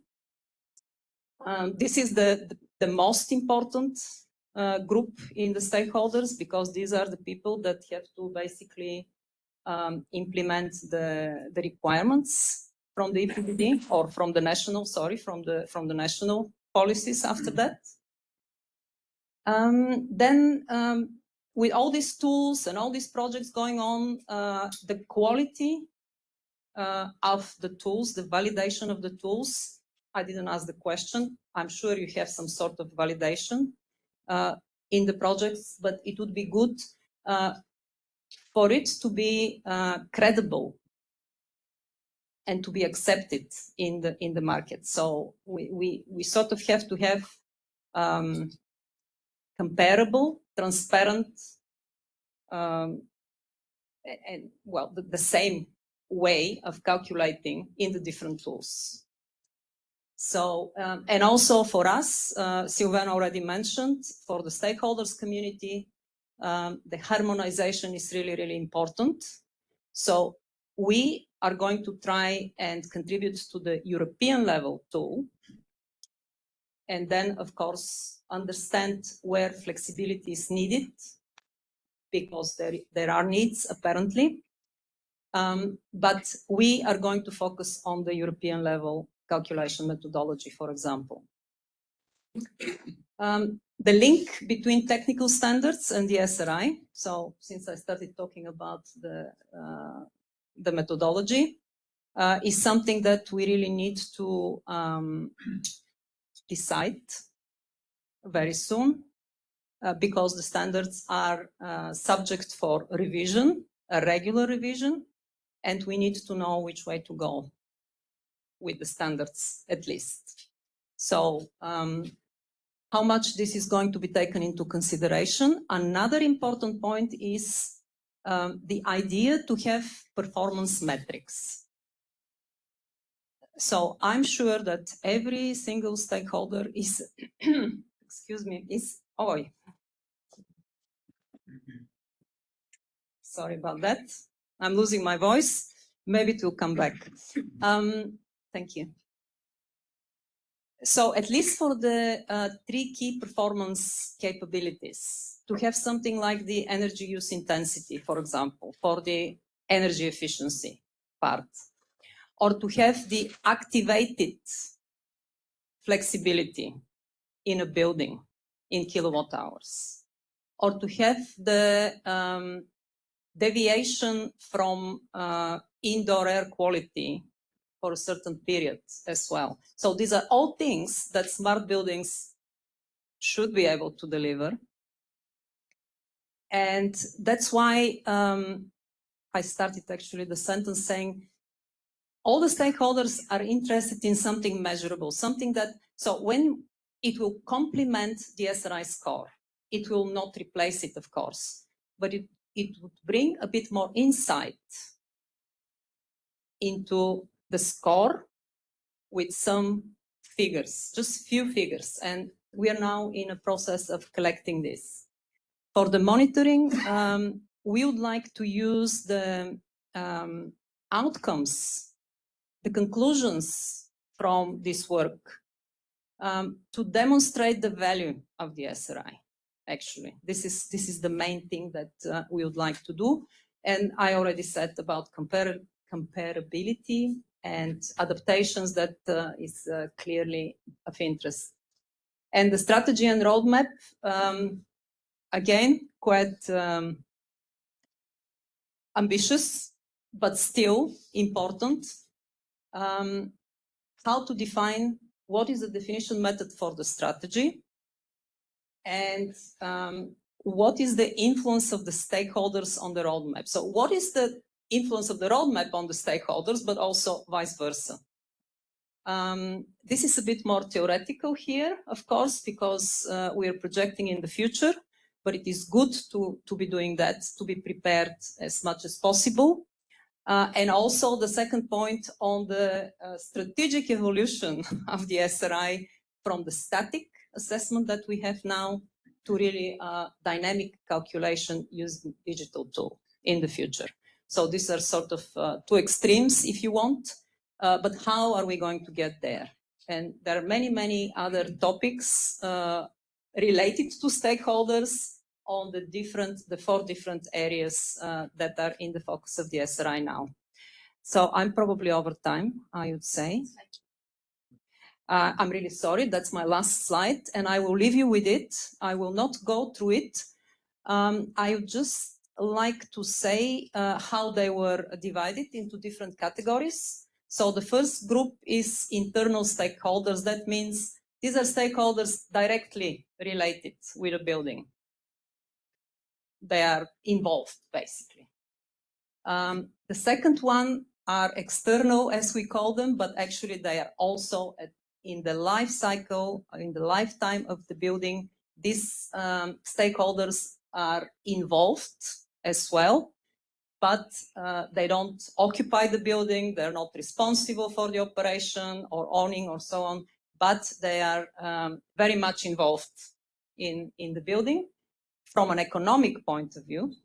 And then we have the non-economic stakeholders who also, of course, are interested in buildings, in the building sector, in the evolution, but so how much non-economic it is, I don't know, because in certain cases when we have public buildings, I suppose it's still economic, but still important stakeholders. And I think we had utilities here somewhere, at least utilities. Maybe we can, yes, energy providers and utilities, but we can put the flexibility services providers. Yeah, that's, but okay. These are just main categories. And as I said, we are not claiming the list is exhaustive, but we would like to show you how many actually players we have in the building sector. And we have very, very interesting discussions, sometimes similar, sometimes diverging, but really a very fruitful and positive exchange. Thank you very much.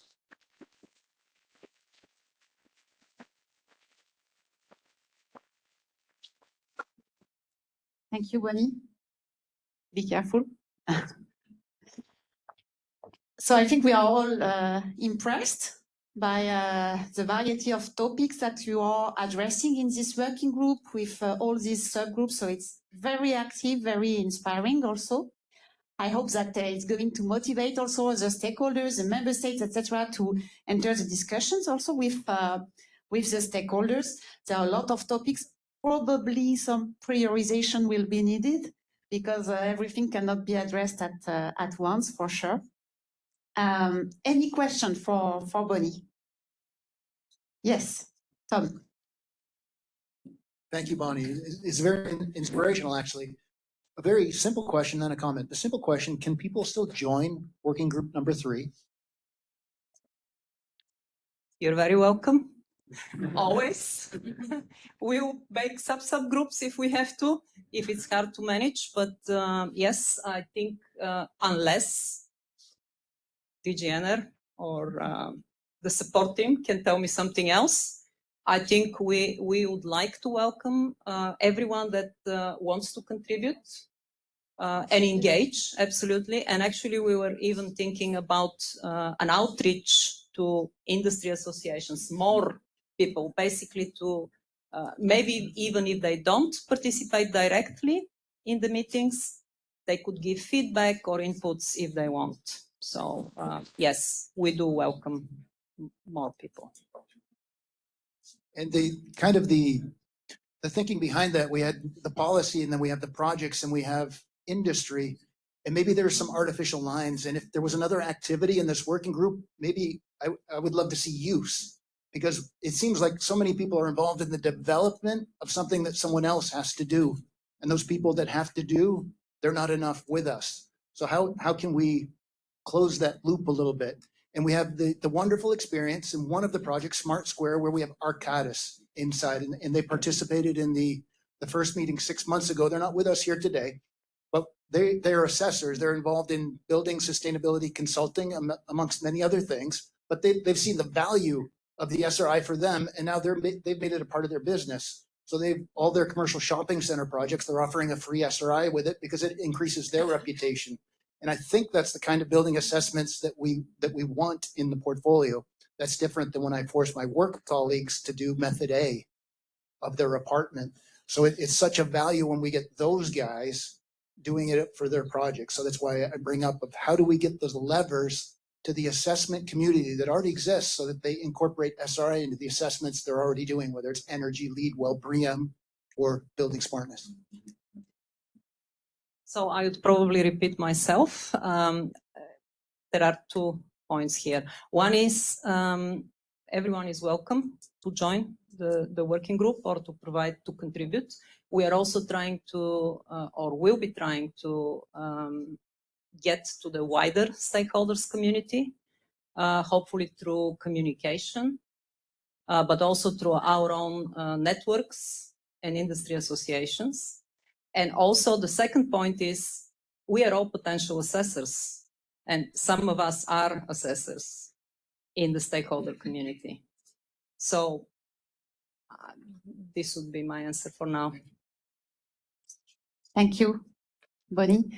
And yes, I can confirm that the working group 3 is open to any stakeholder that want to contribute and to participate in the work, but be ready to be really active when you see the number of topics and the frequency of the meetings, etc. But it's more than welcome, and please use this email address support@smartreadinessindicator.eu to express your interest. It's time to close this morning. Sure. No, yeah, very briefly, just to share my appreciation of all the great work you're doing, because this is indeed very extensive and intensive. So really, I praise this this work, and also the topics are super relevant, especially the ones you mentioned. I mean, all of them, but the ones on the how would you call it? The customizable yet comparable, or yes, the opposite methodology. I guess it would be interesting to share as soon as you have something that is more or less ready, your insights with especially the biology one, but of course the platform at large, because it could, give interesting perspectives. Also the inclusion, the potential inclusion of performance metrics, it's something that has been discussed for some time, but the link you're making to giving value to the information that is brought by the SRI is something interesting, because it could raise interest for the instrument. Yeah, and I know, I think I know that in Austria, Armin, something on flexibility, for instance, quantification. Having performance metrics is something that you are exploring, if I remember correctly. So voilà, there are links to be made, especially with the G1. So as soon as you have something that is more or less ready, make sure to share the information. And regarding the evolution, the longer term evolution of the SRI, it would be interesting to share your suggestions with Eleftherios, my colleague who works in Horizon Europe, because it's something that could be of interest to the innovation actions. Voilà, but thanks a lot for all this work. Thank you, Sylvain. I just want to say, perhaps I have created a lot of attractive points for other stakeholders to want to exchange with us. So, is that it? Thank you. So it's time to close. So before giving the floor to Buntan to say a couple of closing words, just some practicalities. So we have lunch upstairs. We will be back at 1:30. Also for the participants online, it will be the SRI to Market project that's going to moderate the rest of the day. Before you ask, maybe there will be another plenary meeting soon. It's not decided yet. Well, maybe there will be another meeting, probably before summer. As you see, there are a lot of topics that are being started, let's say, or in discussion, and we expect that before the next meeting, we will have also some results. We can have some more technical presentations also about the methodology, about, well, a lot of topics. So we will be preparing this, and please, of course, stay tuned to know the modalities. And so let's now close the 5th plenary meeting. Buntan. Thank you, Sophie. I'm going to be short here, so I think everybody is hungry. I find this first part of the day very rich, very interesting interventions from every experts. I note from Sophie a very comprehensive and very tailored user-based training package. I noted from Katarina the result, a glimpse of result that we have right now from the ongoing test. And in no doubt, we have more richer and more insightful result in the future. I note also good experience, good inputs from member states, Flanders, Poland, but also other state members, those in the working group 2 from Live Project, of course, and also very impressive work from the working group 3 and all the other subjects that are already noted in their perspective, and looking forward to all those efforts and invested, and thank you so much for that. And looking forward to the second part of the day from the Smart to Market, and bon appetit. Welcome, all of us, to the roundtable. So after the intense morning session with the SRI platform plenary meeting, we're having the afternoon that is chaired by the SRI to Market. That is a project we are co-organizing this event. And yeah, well, welcome also to those online. We're back right on time, and hopefully we'll keep that so we don't compromise the second afternoon session. So the idea that brings us here today is to have a roundtable on sharing experiences regarding the SRI testing and implementation. And I will give the floor in a minute to our speakers. But the idea is we have representation from different member states that are in different status regarding the SRI adoption in their country. And the idea is to foster this open exchange so we can learn from the ones that are more innovative, let's say, or that started the process early again, and that we can also motivate maybe those that are a bit, lagging a bit behind, and that those of you that are in the room and also online representing other member states, that you can learn from these experiences and also pose any questions that you may have. So let's start. So I'm Pablo Carnero. I work for RIVA. I'm the Technical EU Project Officer. RIVA is the Federation of European Heating, Ventilation, and Air Conditioning Associations, and we're partners of SRI to Market in the project. And I will be your moderator today. So I have the pleasure to stand by besides a very diverse panel. You see it here. And I will give them the floor in a minute, but just to stress that they represent different status of the SRI adoption in the EU. So we are very happy to have among them also representatives from the ministry, the EPBD implementing bodies, and also other technical experts. So yeah, to make it easier for those online, probably we can keep track of the the list that we have here. So I will give the floor first to Sabine Camille from the Federal Ministry. And yeah, if you could just introduce yourself and, if possible, share a few words about what is the context regarding the SRI in your country, and that goes for the rest of the speakers as well. So everybody can better place you for the roundtable. Well, thank you very much. It's very nice to be here with you. As you maybe know by now, Austria has been the first country which participated in the test phase. So we have been working on the Smart Readiness Indicator since the beginning. We're talking here about 2016 and 17. and together with Armin Knotzer from IEE Intec, as well as Robert Stadler, who represents the federal states of Austria. The reason why we have been so keen and we have been behind the Smart Readiness Indicator has been because, by looking at the building operations and in being able to operate it and regulate it, it is also possible to work on CO2 reductions of it, really.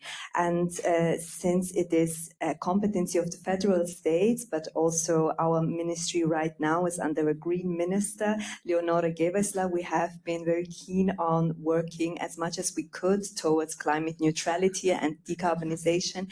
And we think it is possible that the Smart Readiness Indicator indeed contributes in this direction, and that's why we will be working further on it. We have been having very good feedback on our research on it, and we will be doing it further in the future as much as we can to also help some member states who are willing to participate in the test phase and the ones who are simply interested as much as we can.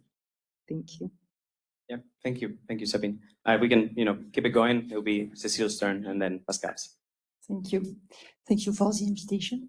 So I'm Cécile Barrère. I'm a EU project manager at R2M Solutions. So you have seen R2M is as well in the consortium in charge of the SRI platform, the support team.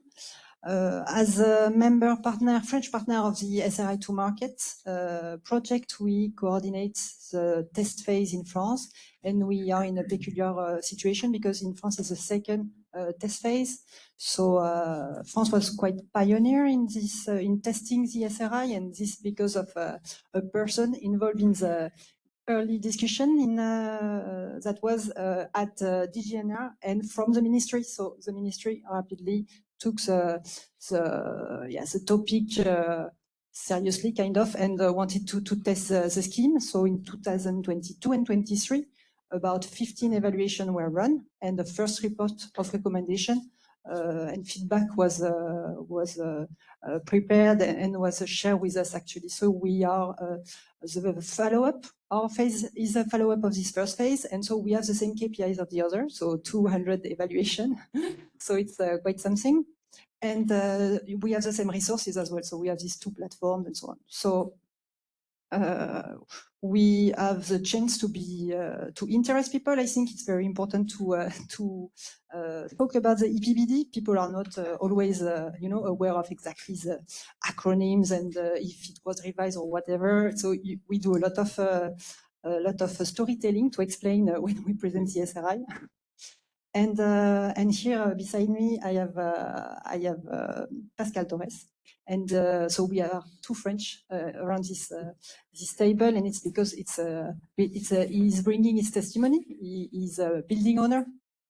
He will introduce himself better, but so we have someone there to a bit share with us. Yes, what do you think when you receive this information that there will be an evaluation of the smartness of the potential smartness of the building? He had to decide if to do or not to do the evaluation. What is really the follow-up of this evaluation is thing and so on. So thank you. Thank you, Cécile. My name is Pascal Torres, so I am the founder and CTO of Osmos, which is a French industrial company. We are working for industrial clients for HVAC specific systems, especially for the perfume and flavor industry. And it seems there are not many people that can do it, but I am a real human living person which has tested SRI diagnostics. So I would be happy to share my experience, and feel free to ask me any question as if I can give you my feedback to improve this tool. Thank you, Pascal. Indeed, that is one of the particularities that we just gave away. We have two representatives of the French context. We have Cécile will be speaking more about the status of the test phase, the first, and also the plans for the second one. But because France is such an innovative, let's say it's a front runner in the SRI adoption, we also had the pleasure to have with us a market testimony that sometimes we've been speaking that's what we are lacking. We are lacking the real life experience of what's the perspective of this from the building owners, facility managers. So thank you, Pascal, for being here. I'll give the floor now to Vesna to make it easier for those online, then to Aitor, then to Sula, and last we'll have Sandro. Thank you. Good afternoon, everyone, and hi, everyone online. My name is Vesna, and I'm coming from Energy Institute Hrvoje Požar in Croatia. We are a public institute, and large part of our work is to support our national authorities, our ministries in this transposition of all that European directives requiring from us, and in designing policies that will actually bring results. So I would really like to say hi to my colleagues from Ministry of Construction, which are supporting us online, and which are also responsible for transposition of EPPD and and are monitoring this whole process of SRI testing. We are also a project partner in SRI to Market. So SRI to Market project is very, very valuable for us because of it we are in the test phase currently. And we are really now in the middle of process, so not much results to share, but experiences from the process we will gladly share today. Yeah, that's for start. Yeah, thank you. Already one great message that without the SRI to Market project, probably the test phase, would have been compromised, or at least wouldn't have happened in the timeline that it did. So that's great. Thank you. Please, Aitor. Good afternoon to everyone, and thank you for having me here. In my case, it's just similar to my Croatian colleagues. I'm from the Spanish Energy Agency, and we are involved in the EPBD transposition, supporting the Ministry of Ecological Transition and Housing also. And from several years ago, we tried to manage and to evaluate the buildings and how they perform. And this SAI is a very useful tool maybe for our buildings, even more when we know that we have a lot of power renewable energy that we should capable of including in the use of the buildings. And several months ago, the project SAI to Market offered us the possibility of starting the Spanish phase of SAI. And from ministries and EI's perspective, it was a very good opportunity of trying to learn how to develop that SAI evaluation. And we are involved in the project, trying to learn and try to take more useful system according with the development of the project. Great, amazing. Thank you. Thank you, Aitor. Sula, now you're up.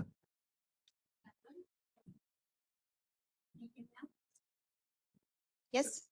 Yes. Okay. Nice. Hello, everyone. I'm from the Cyprus Energy Agency. We're an non-governmental organization.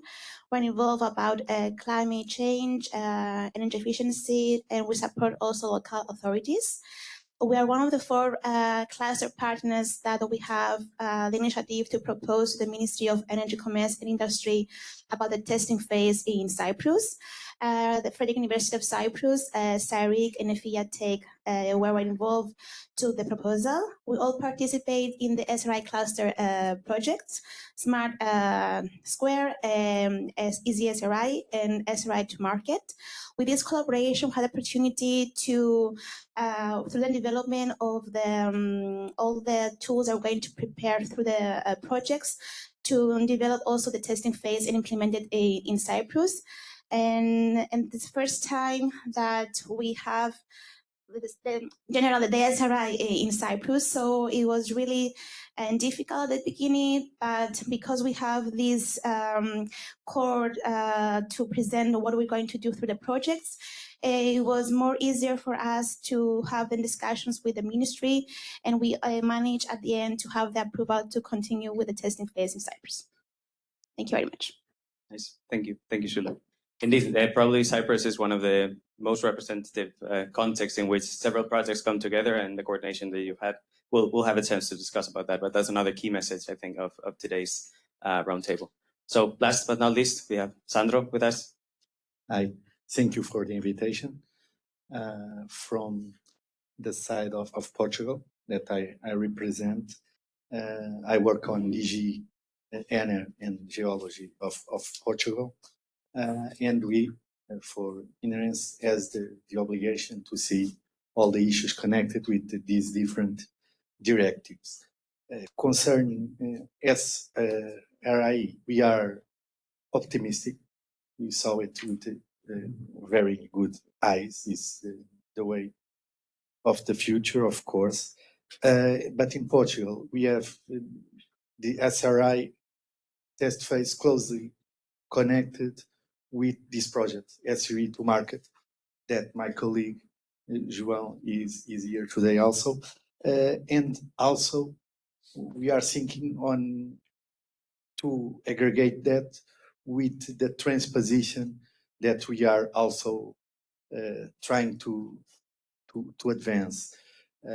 In Portugal, we made a working group that has several entities, of course, the DG Energy, also ADEN, like the two main, let's say, leaders of the different parts of the transposition, but the great leaders of the party. And afterwards, we speak, of course, with a big number of entities, public entities, on a first evaluation that has some connections with EPBD.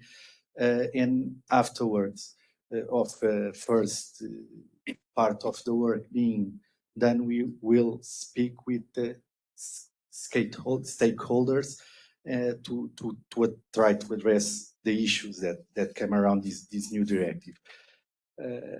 Concerning the test phase, we are still evaluating, but we are optimistic. It's just the formal part that is not still done, but we are thinking on in a quick way to maybe be a part of this test phase officially, because for now we are doing it, but in an official way under the cover of the SRE to market. Hey, I see, people from CINEA nodding, and they quite like that, probably. That's a question that is going to come your way, just as a warning. Okay, so well, thank you all for the introduction. So just to set the scene on the style of the roundtable, so the idea is to have it a conversational style. So I would love for speakers to engage in informal, free-flowing conversations. If possible, if you want to replicate something that somebody else said. If I ask you a question and you would like to give an answer to somebody else's question, that's great. Either make a sign or grab the mic and intervene. We'll do our best to integrate questions from the audience, both in person. So just raise your hand at the end of each block. We will have the chance to hear your questions. And thanks to my colleague Marta, we can also engage those online. We'll do our best on that end, but the timing is a bit tight. So yeah, make sure that you are engaged through the chat, and we'll do our best to keep you engaged. So, all right, the structure of the roundtable, we kind of talked about it a bit, but we thought of structuring in 4 blocks. So the first block is about the SRI test phase per se. Some countries, as we said, did already part of that work. Some even ended and are in a second phase. Some are just starting. And, probably we have another one that is already doing a lot of work, let's say, in the background. And eventually, that test phase will become official, hopefully. We have another block on the adaptation of the SRI calculation methodology. We will discuss about that, but the technical framework of the SRI gives room for member states to make some adaptations. Well, hopefully we can get some insights about how are things going in each of the contexts. We already said something about this with Pascal's introduction, but the market adoption of the SRI is one of our key topics, and it's actually written in the name of the SRI to Market project. That is the one sponsoring this roundtable. So, of course, we will discuss about that. And last but not least, the directive makes a strong emphasis on the SRI needing to be coordinated or complementary with other assessments that, you know, discuss or deal or assess the building performance, notably the EPCs. So hopefully we'll also have a chance to share some ideas on that. So let's, you know, get to business. So in terms of the SRI test phase, a few questions here, and I'm going to address the first one to Sula. She already kind of responded it earlier, but in your particular context, could you further elaborate on what is the role that the SRI projects played? Yeah. As I was already mentioned, we are 4 partners, and we participate in the EASY SRI Smart Square and SRI to Market. Most of the projects that were involved to develop the SRI assessment tool and also training material were responsible for to implement the testing phase in Cyprus, and also for the dissemination and communication with relevant stakeholders, and to support the energy services of the ministry. Now we're going to have basically the testing phase in Cyprus began early of March, and we have the duration of 10 months to complete the whole procedure. And now we're with phase where we're doing the assessment. So because we have the tools from the project, we exploited the tools and use it for the testing phase. And we can use also the training materials in order to start the trainings to the future assessors that we want to have in Cyprus as well. If any of you would like to, you know, share or give your take, that'd be great. And yeah. Yeah, the question was about what the SRI to Market is bringing to the phase. Not only SRI to Market, but what is the support that the projects brought? Were they instrumental?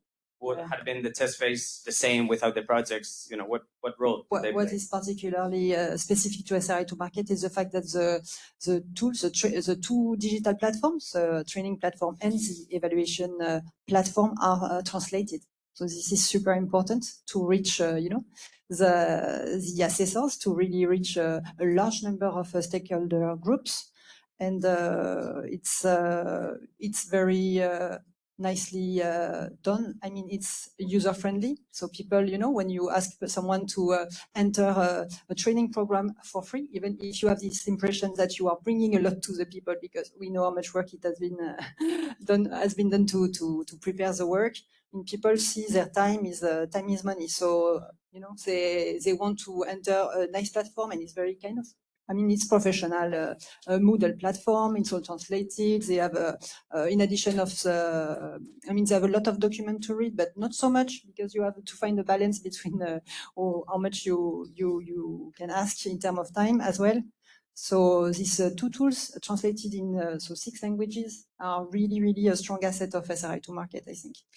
And these tools are coupled with a consultation of experts. So we have time, and you know, it's one of the tasks of the project to animate a group of experts.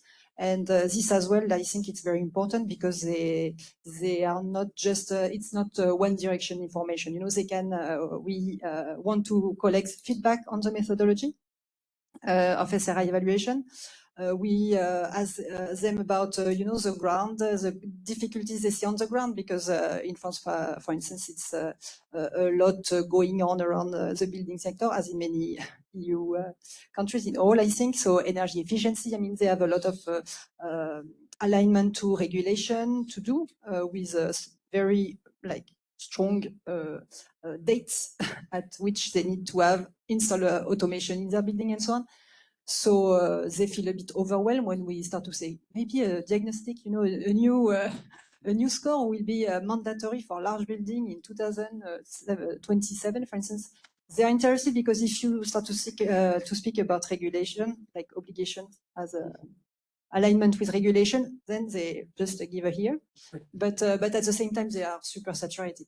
So yeah, SRI to Market as a level of I mean, the tools of the project are at the level needed to catch the attention of people and not lose them from start. Okay, that's, yeah. Sure. Just one for the comment.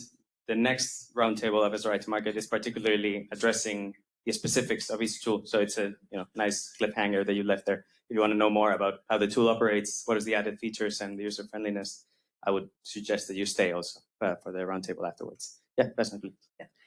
Well, I would just like to confirm what you have said, that tools developed are really useful and important e-learning platform and SRI calculation platform. And well, in my opinion and my impression, the benefit of all this family of projects is that for the first time we have early preparation for future obligation. I don't know if that is also the situation in your countries, but mostly we are reactive to we have obligation and now okay, let's do it. This is actually, and I have 20 years on my shoulders of experience, that this is really the first time that we have that we are starting with something on time.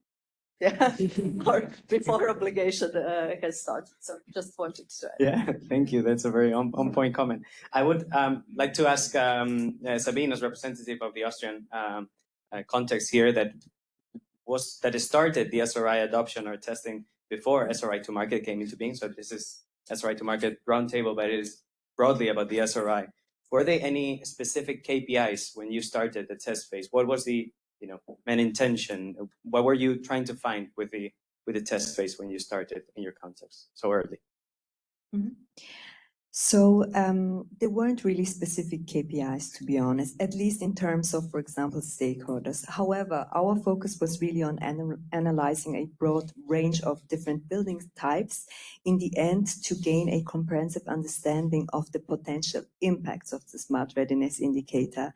So, in 2021, it was possible for the member states to already decide whether they would participate in the test phase, and we were actually the first member state who decided to do so.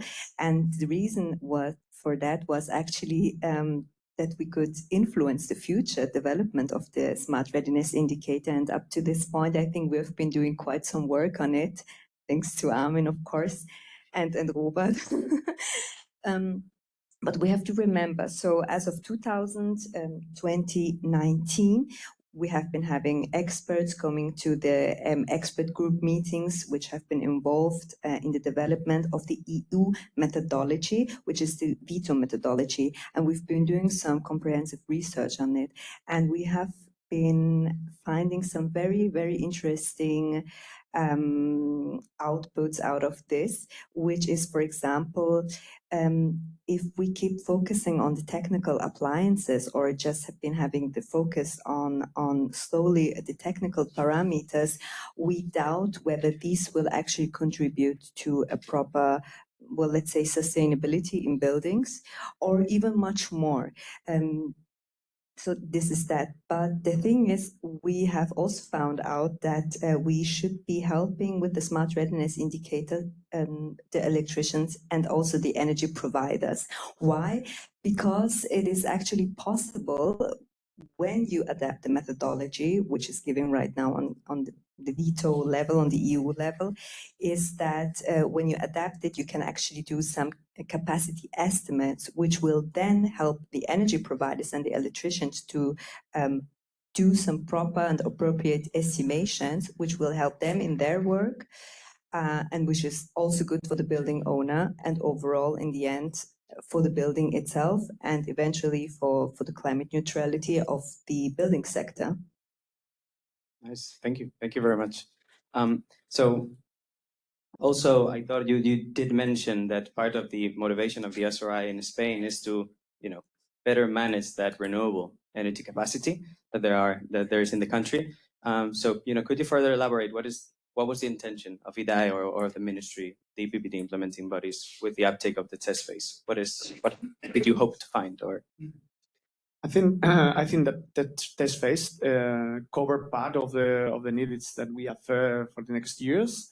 especially for the technical part of the complete scope of the SRI, and in particular the training factor and knowing, first of all, knowing how understand better the methodology, because the first impact, the first decision that we have to take is to choose properly the weighting factors. And if we don't know how to manage the methodology, maybe we are going to fail, and it's not going to be useful for our buildings, nor our stakeholders, or even for the people who is going to use that as AI. So knowing the methodology, choosing correctly the weighting factors, and trying to look for the best way of switching to switch or to decide what are the best buildings for all of that.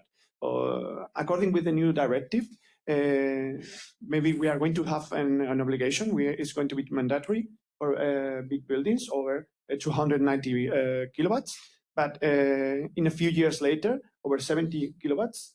So we need to know what is the difference in methodology and the weighting factors for each part of the buildings, less than 70 kilowatts, between 70 and 290, and over 290. Knowing that is very important. And once we know this, the second part, it's very useful for us, is the part of the training assessors.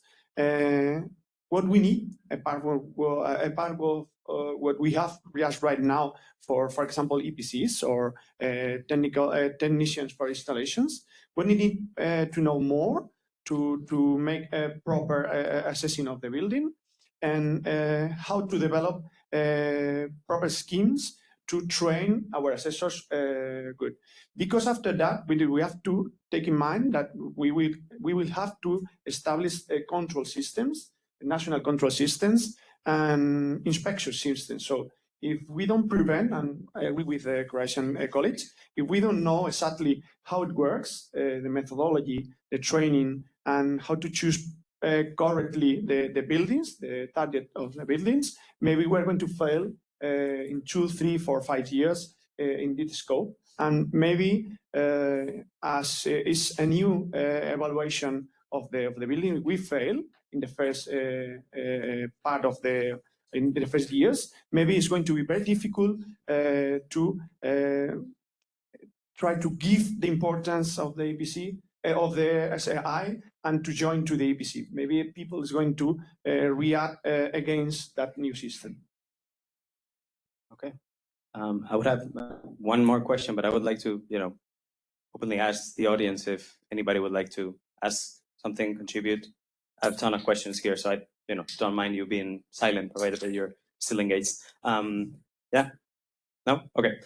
So I would like to end on a positive note, and it's, as I promised, Sandro. Can you share a bit more about the Portuguese test phase? We're eager to know. What do you hope to, find with the test phase? What are your, expectations, or any particular doubt that you may have that you would like to ask our panelists here today? Well, our ambition in this matter will maintain, let's say, the same like the project. The idea is maintain the KPI, is the same approach, try to make the most assessments possible. Till now, we already have 30 assessments made by some technicians. They choose to do it.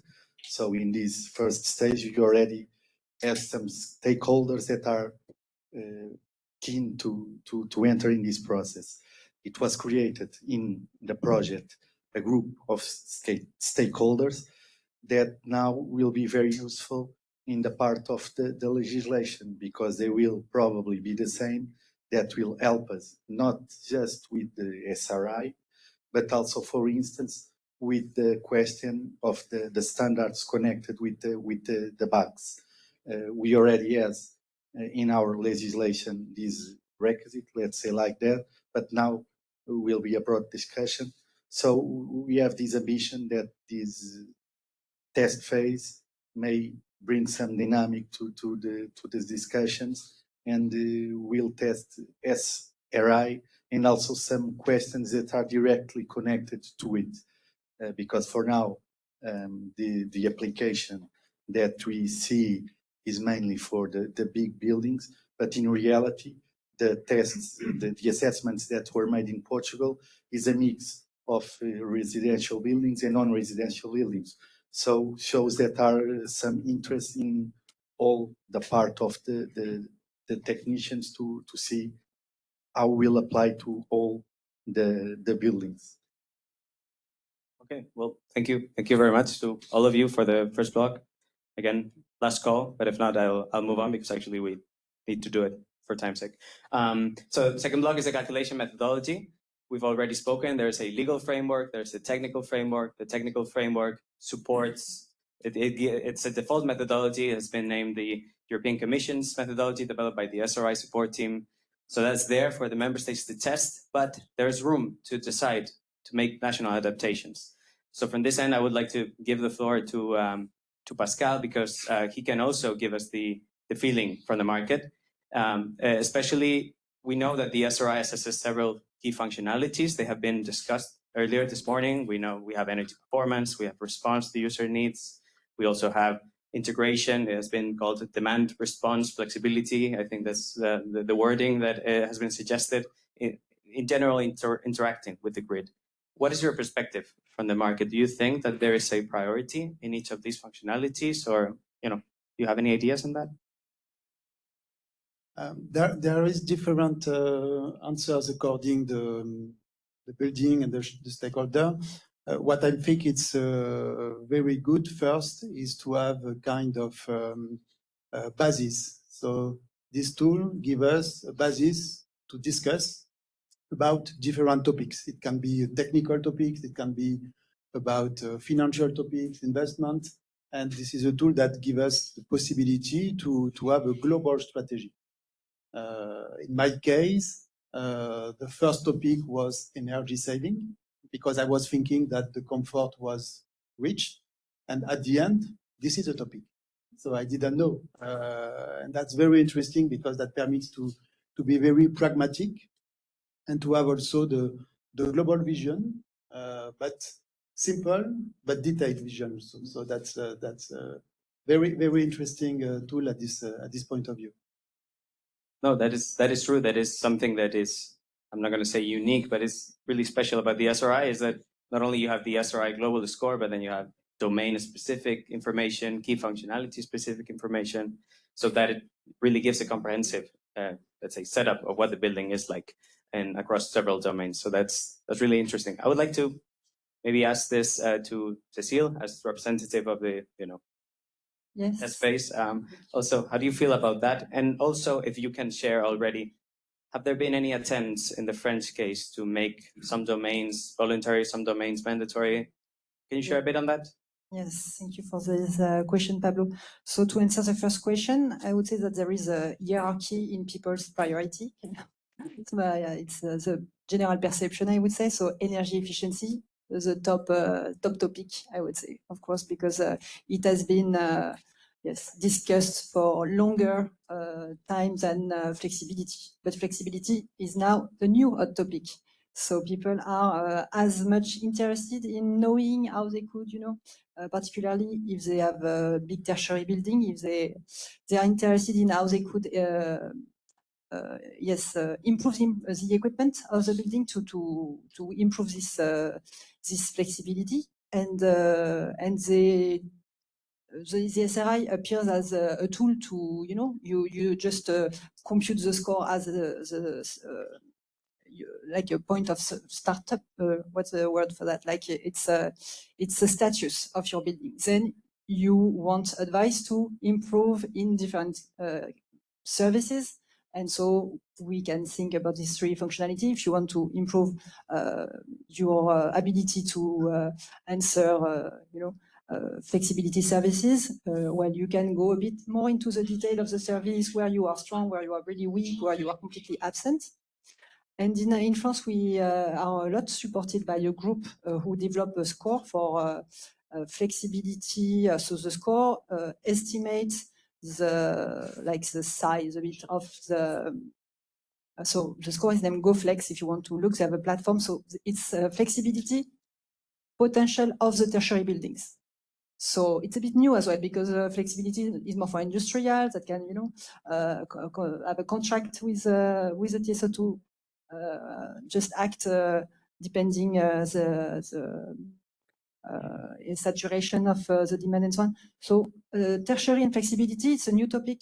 So a lot of people are treating it. So SRI arrive in this environment, and we get a lot of time from these people to look into the SRI. And my colleague Igor is looking at the alignment of SRI with GoFlex Core. And this is part of this consultation of the experts that we are running. So as a second, flexibility. And third, well, service to the occupant. I think this needs to be a lot more link. We need to create more link between the service to the occupant and the value of the building. When we will have the storytelling explaining that service to occupant, it's additional value for the building. I think it will be quite quickly in the light as well of people.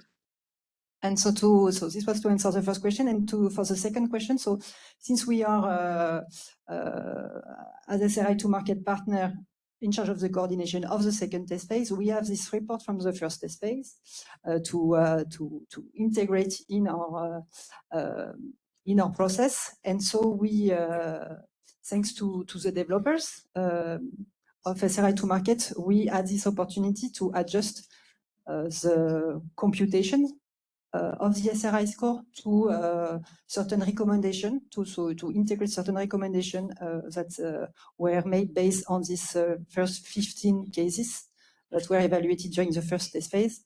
So in terms of technical domain, to particularly discuss this point, so there are 9 technical domains.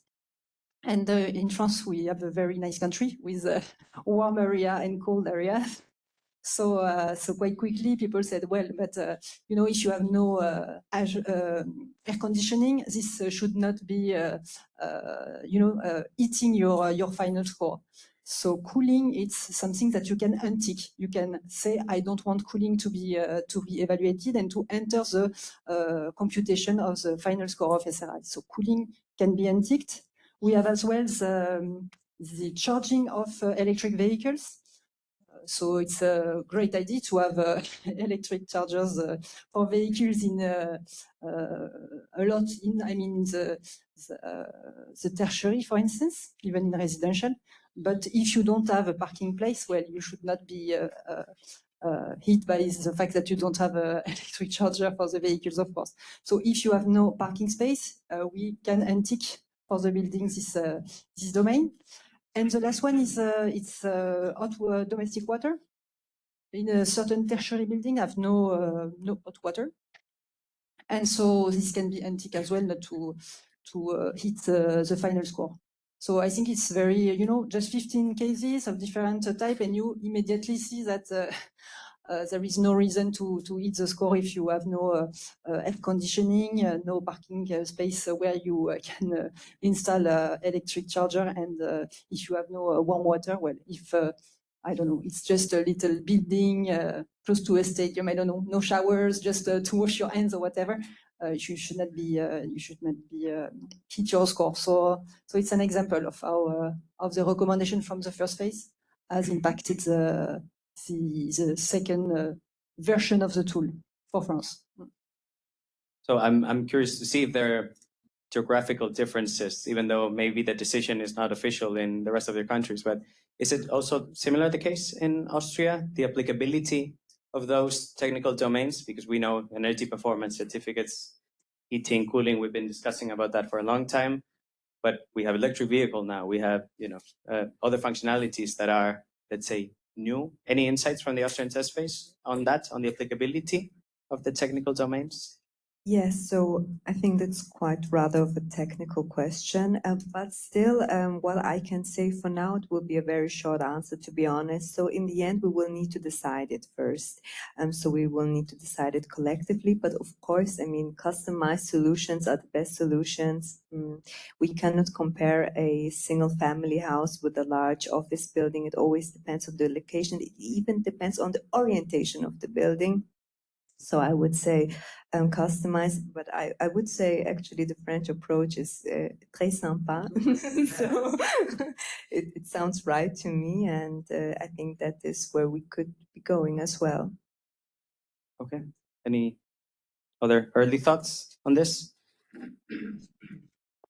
Yeah, early thoughts because no official decision yet, but yeah, we're looking at France. Thank you, thank you for your work in phase one and these recommendations, because especially in countries with different climate zones, this makes perfect sense, and this is what is also shown in Croatia, which has this nice shape, you know, boomerang or whatever you like to call it, with continental and coastal part. It's practically completely different climate, completely different buildings, and of course then the type of building also counts. So yeah, that's it, and we are going into that direction. With disclaimer, no official decision yet on mandatory or not. And I would just also reflect on your information about that flexibility is becoming really important. I think it's finally also put in the agenda also in Croatia, but with not so much importance. And again, I would like to reflect on this morning's session, because some of the participants I think nicely put it that we need to integrate some actors that are not really in this area, like electric utilities, like distribution system operators, like regulatory authorities in this part to grid part to be ready for flexibility, not only building part to be ready for flexibility. I thought you were going to say, yeah. Sure. Yeah, I just only has to remark. I agree with our partners from France and Croatia, and we have more or less the same problem. One of the main decisions that we have in the next year, and we hope to have as much information as possible from the testing phase. And it's that really new is that we are trying to know better how to decide what are the main domains to take into account.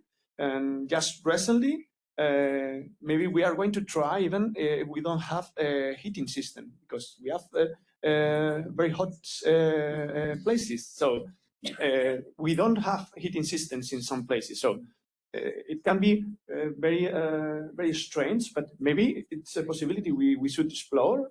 Just this morning, the team was telling me that maybe we are going to try, and I think it's a good idea, and it's maybe the main purpose of the testing phase, because in any other case, it's not the proper way of doing it.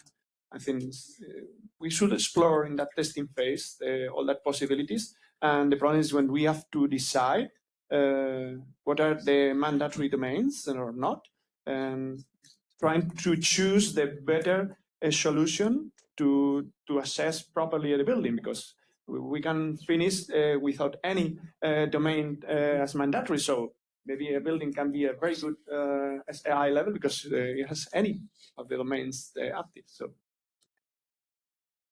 yeah, and not only that, but you did mention that you know, in your first intervention, that the decision is not very straightforward, because you can have the domain applicable, but then some services not applicable, and then the weighting factors can compensate that fact. So indeed, it's a holistic methodology with a bunch of ins and outs. You touch here, then you need to touch it also there, because otherwise it becomes unbalanced. So yeah, Cecile? Yeah, just a comment to jump on what you are saying. This morning I had an exchange with someone who I think so I will not give his name, but he was saying, okay, but if you want to have 100%, so you need the way it is designed at the moment, you need to have quite a lot of equipment, smart equipment, to be 100%.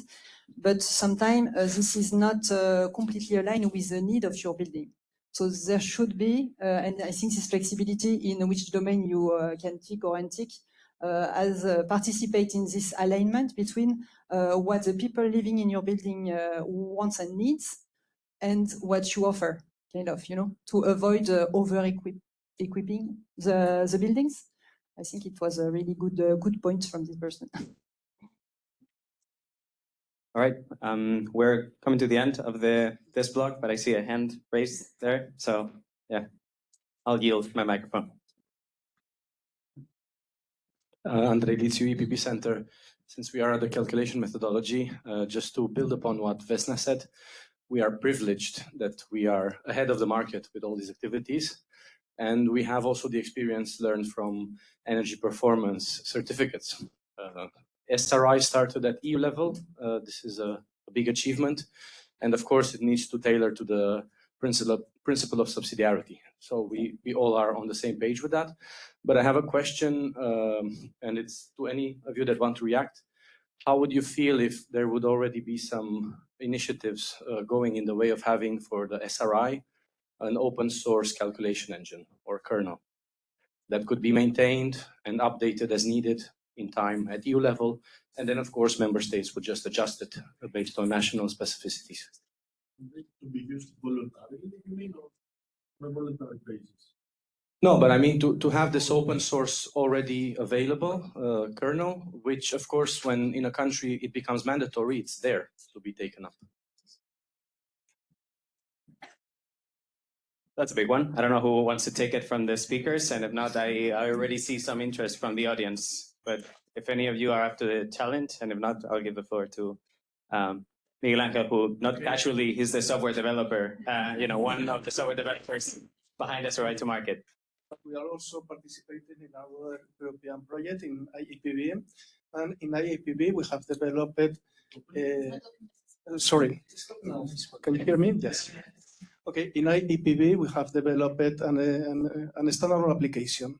It's a command line application that calculates the SRE score and also the functionality, the key functionalities. The only requirement is that it opens an IEPB format.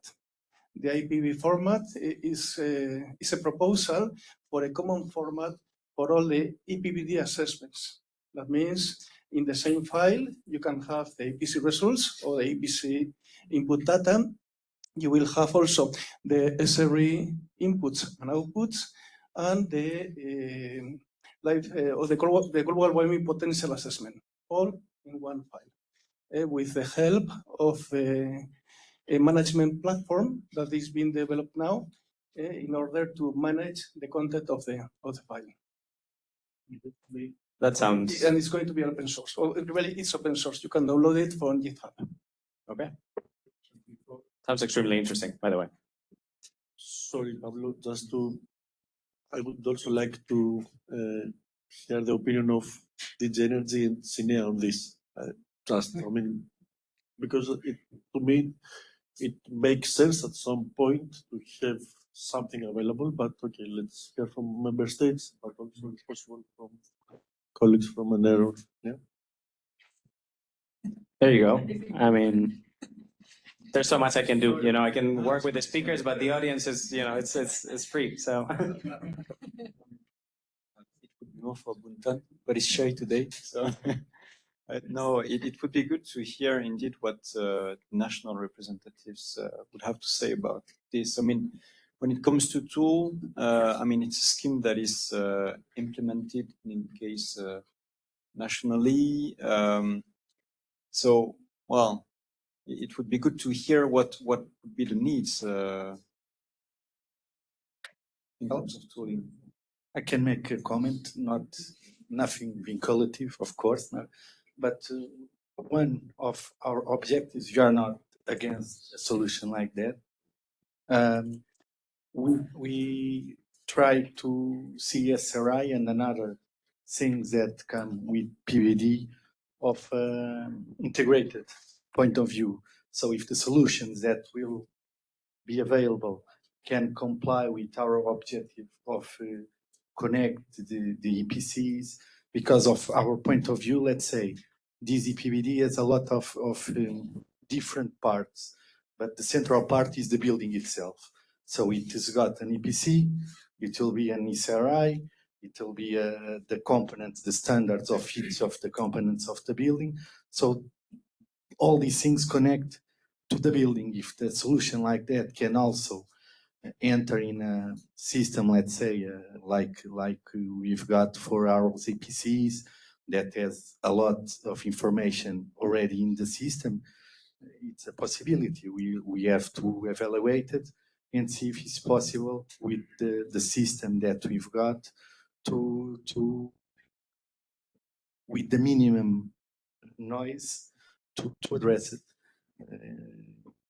It's an idea, just saying that we have already some things in place, and if it's possible to join, better.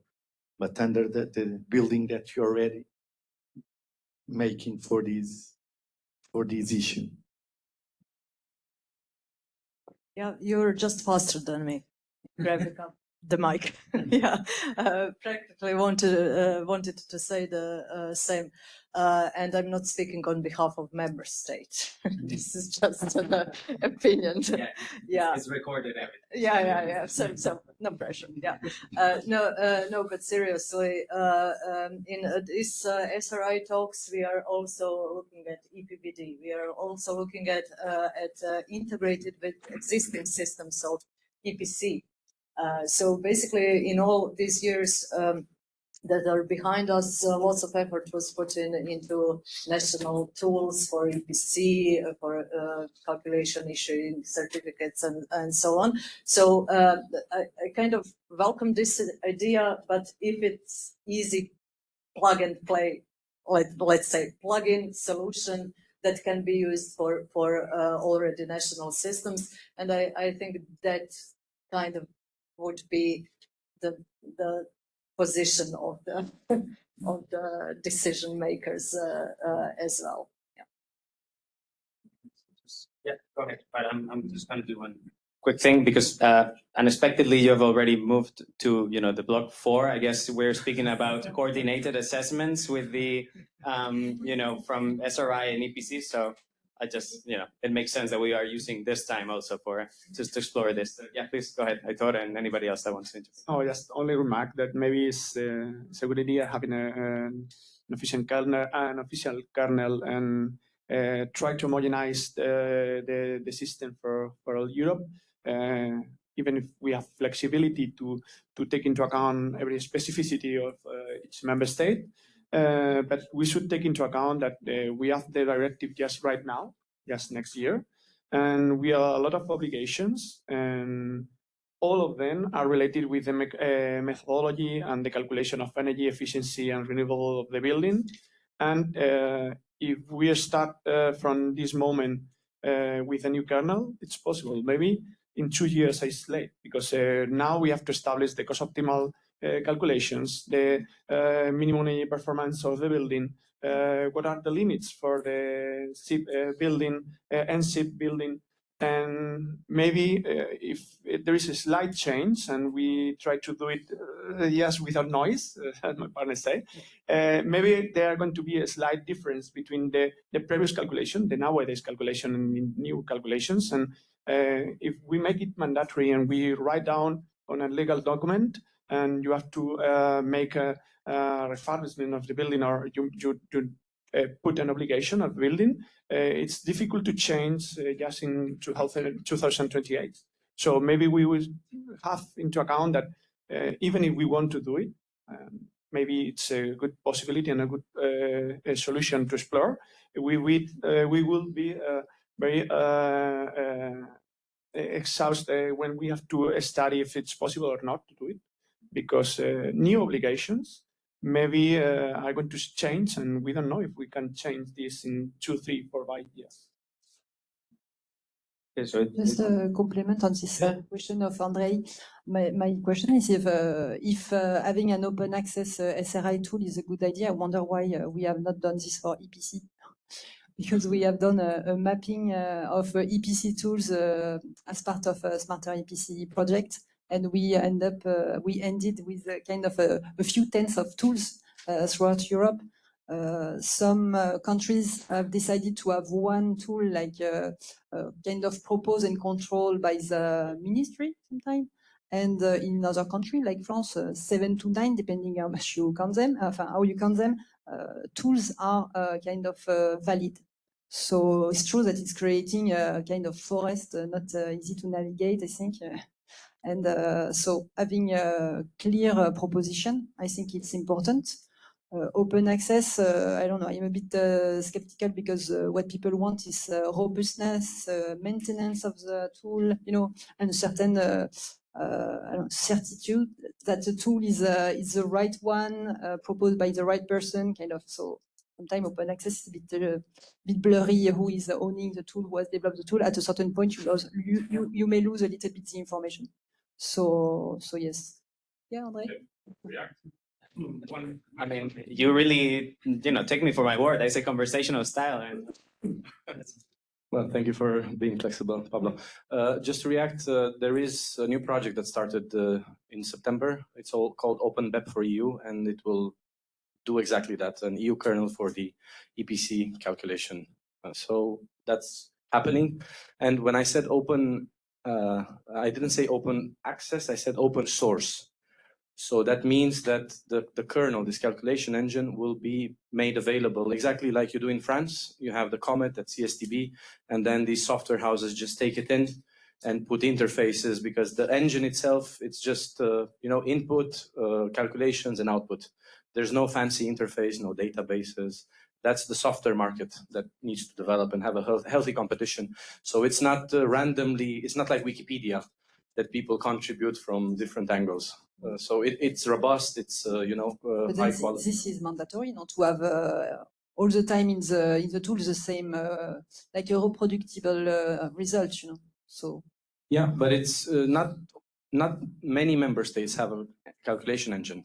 So they do validation checks, but not based on a calculation engine. They have different input and output results, and then they do a few round robin tests and they check that. It's only a few member states, like in France, in Germany, Netherlands, they do have this calculation engine, and the same in Spain, but it's not everywhere. And member states struggle to continuously update it, and we do it 27 times. I mean, we can do it once. Thank you, Andrea. And we got a comment rather from the chat that stated that the EU is such a wide, different climatic zones, different constructive cultures, a lot of differences. But in the end, the physics that govern, what happens in the building when it's hot outside or it's humid, that's physics. Like it's really the same, the way that you model the equations. So I could see that potential, but I also see the point of the speakers representing, let's say, the implementation side, that probably the time is right now. There's a lot of changes that some member states need to adapt to hourly calculation methodology in principle, be based on the EPB standards. So the time probably to make those significant changes, it's either now or then probably is going to be a bit difficult, but I'm not the one to say because I'm not sitting there. So yeah, sure. Just one comment regarding the relevant adaptations to the calculation methodology, just to flag that, well, what I've heard is about climatic conditions, it's about the type of buildings. It's never really about in which member state the building is. So this is just to flag that there is probably the opportunity to agree between the different countries on common guidelines regarding how to adapt depending on such factors, depending on clearly identified factors, the calculation of smart readiness. I'm not touching to EPCs because EPC is a completely different story, and this is related to the history of the instrument, the way it was created and deployed.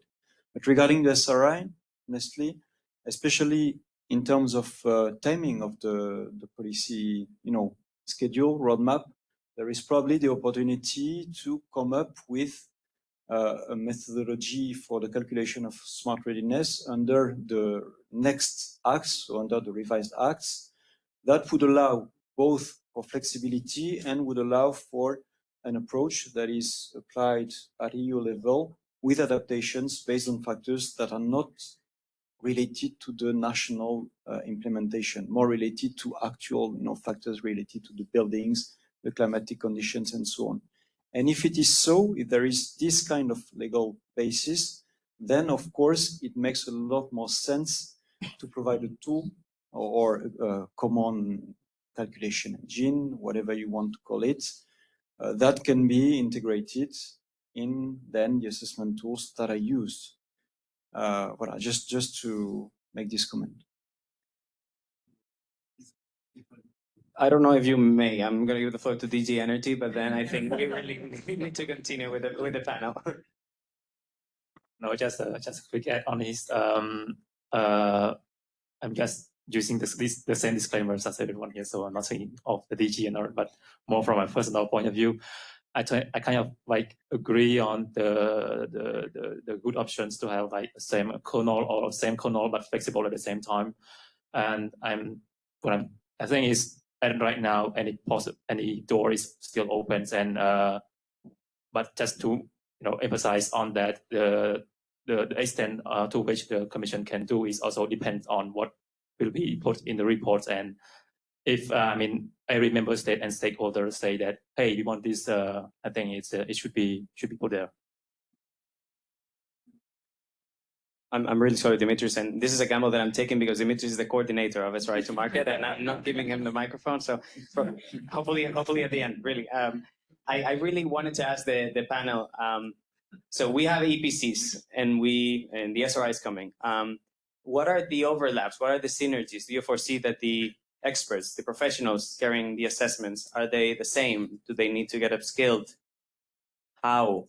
How is that process going? Anybody wants to, say something on that? There is a discussion with the ministry, and after we have also the deliverable from the SRI to Market, that it should be more the energy experts that issue EPC to be also the assessors of the SRI, but it's a suggestion, and I'm going to expect the results from the other projects as well. And also, it's a question if they have to adjust the EPC with the SRI certification or to be separately. So we need to see the needs that we have for the certification and what pictures and what data we want to give to the users regarding the EPC as well and the SRI, if they need to be together or separated as well. But it's in discussion with the ministry. Okay. Anybody else wants to say something? Yeah, just to add on this, we personally in Austria, we think, yes, EPC issuers could be doing that. However, we think that certainly there will be much more training needed for them. Just because, it's about the complexity of the buildings, for example, in Austria, it's even chimney sweeps can issue energy certificates. And then the question is whether they really know a lot about these appliances and so forth and the complexity of this. So what we might be doing in the future is just to come up with new training programs, information trainings and so forth, maybe any kind, not really in the universities, but you know what I mean. I keep putting it on my mouth so closely. Do you hear me? So yes, more training on our side. Also, it's basically going to be the same with the EPC framework. They have the training, the educational material, and then have the examinations. So yes, but what you said about if they are experts and understand the results, so we need to see that they have the background for this. So the energy experts for the EPC or the energy auditors may be more suitable to be SRI assessors. We have a question from the audience, but I don't know if anybody else wants to react on that further. I guess not. Okay. Yeah. Okay. It's not a question, but mostly the comment. First of all, we have to look on the defined knowledge and skills, and then to see if we need something like enhanced training or examination additional or one. but we are talking about if it is assessor or inspector or auditor and so on. Then not what is the content. It means knowledge. That's the point. And then we will have to find out the right person or right position or something like that. That's the other way around.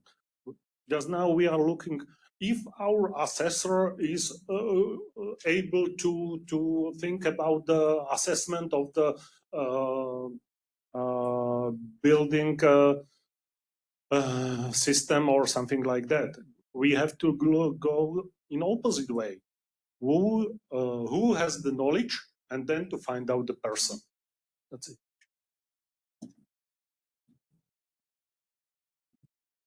Yeah. Hello. Actually, I don't have a question, but a comment, because I would like to bring the example of Smart History project and a European project that I'm coordinating. I'm Matteo from Rina Consulting. And actually, Smart History is a project in which that is not focused exactly on SRI implementation, but is more on energy performance of building, in which renovation is not an option in the sense that heavy renovation on the envelope, for example, are not allowed.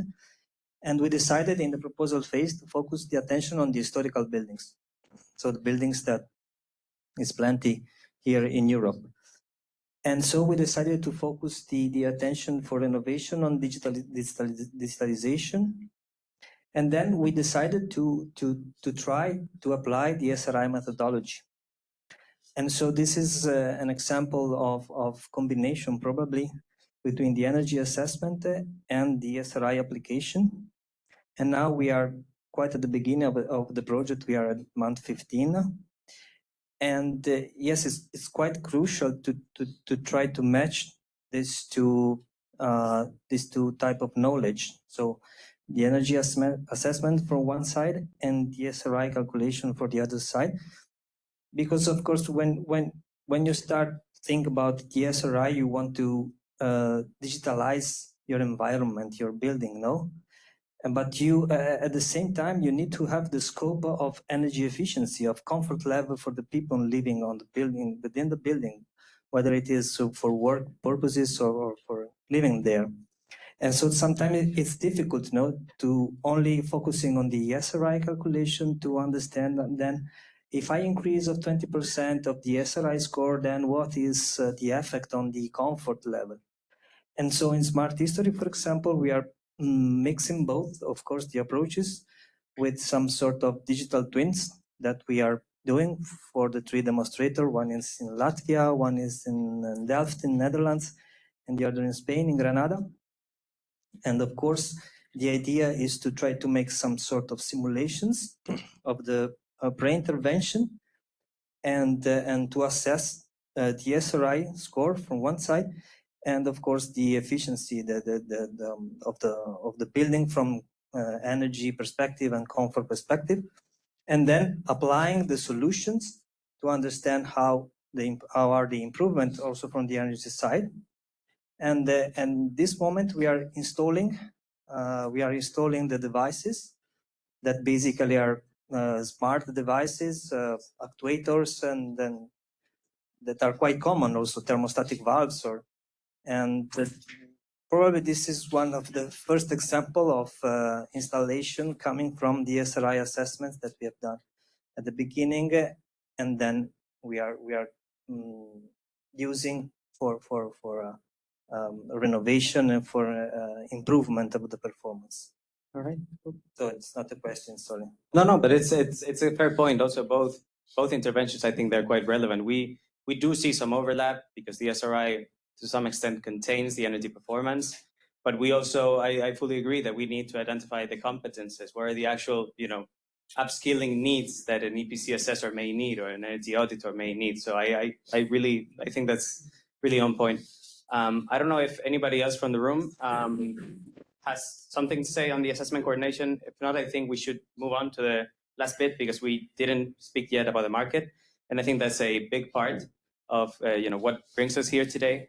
I don't know if any of you, maybe Pascal, if you can share a bit on, if you have any insights, how are the stakeholders, the demand, the building owners reacting to, the idea of this new scheme? Is there an added value on the SRI? How is the perception from the market? If you have some ideas and some insights about, how is this being perceived? I think if the tool can be used as a tool to improve the building and to analyze what is the effect on a new technology on the building by itself, it could be a good vision to have this tool available and useful for the market. Because when you just compare the energy consumption, it's not enough to analyze if the solution was good or not. And also what I get with the SRE evaluation is also proposition and simulation of a new score. So that was very interesting because that permits me to see if I do this, I have this impact on this topic, but we have also side effects which are good or not, usually good, of course, because if you want to improve, it's very interesting to as a basis for this to discuss with the teams, with also the companies. We can do the improvement.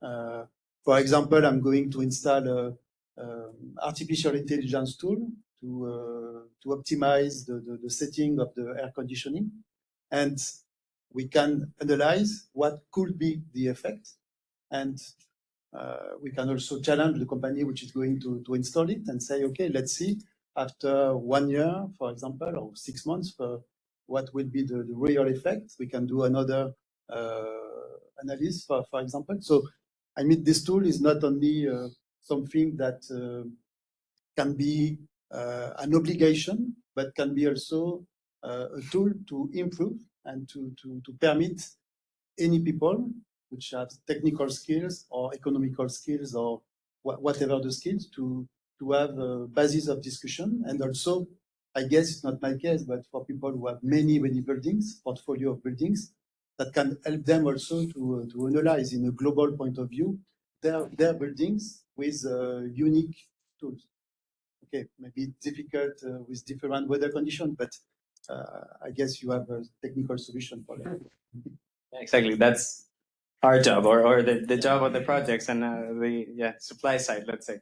Any of the other speakers here, based on the test phase, when you have approached maybe not only building owners, because we already heard a bit there, but what about the EPB assessors?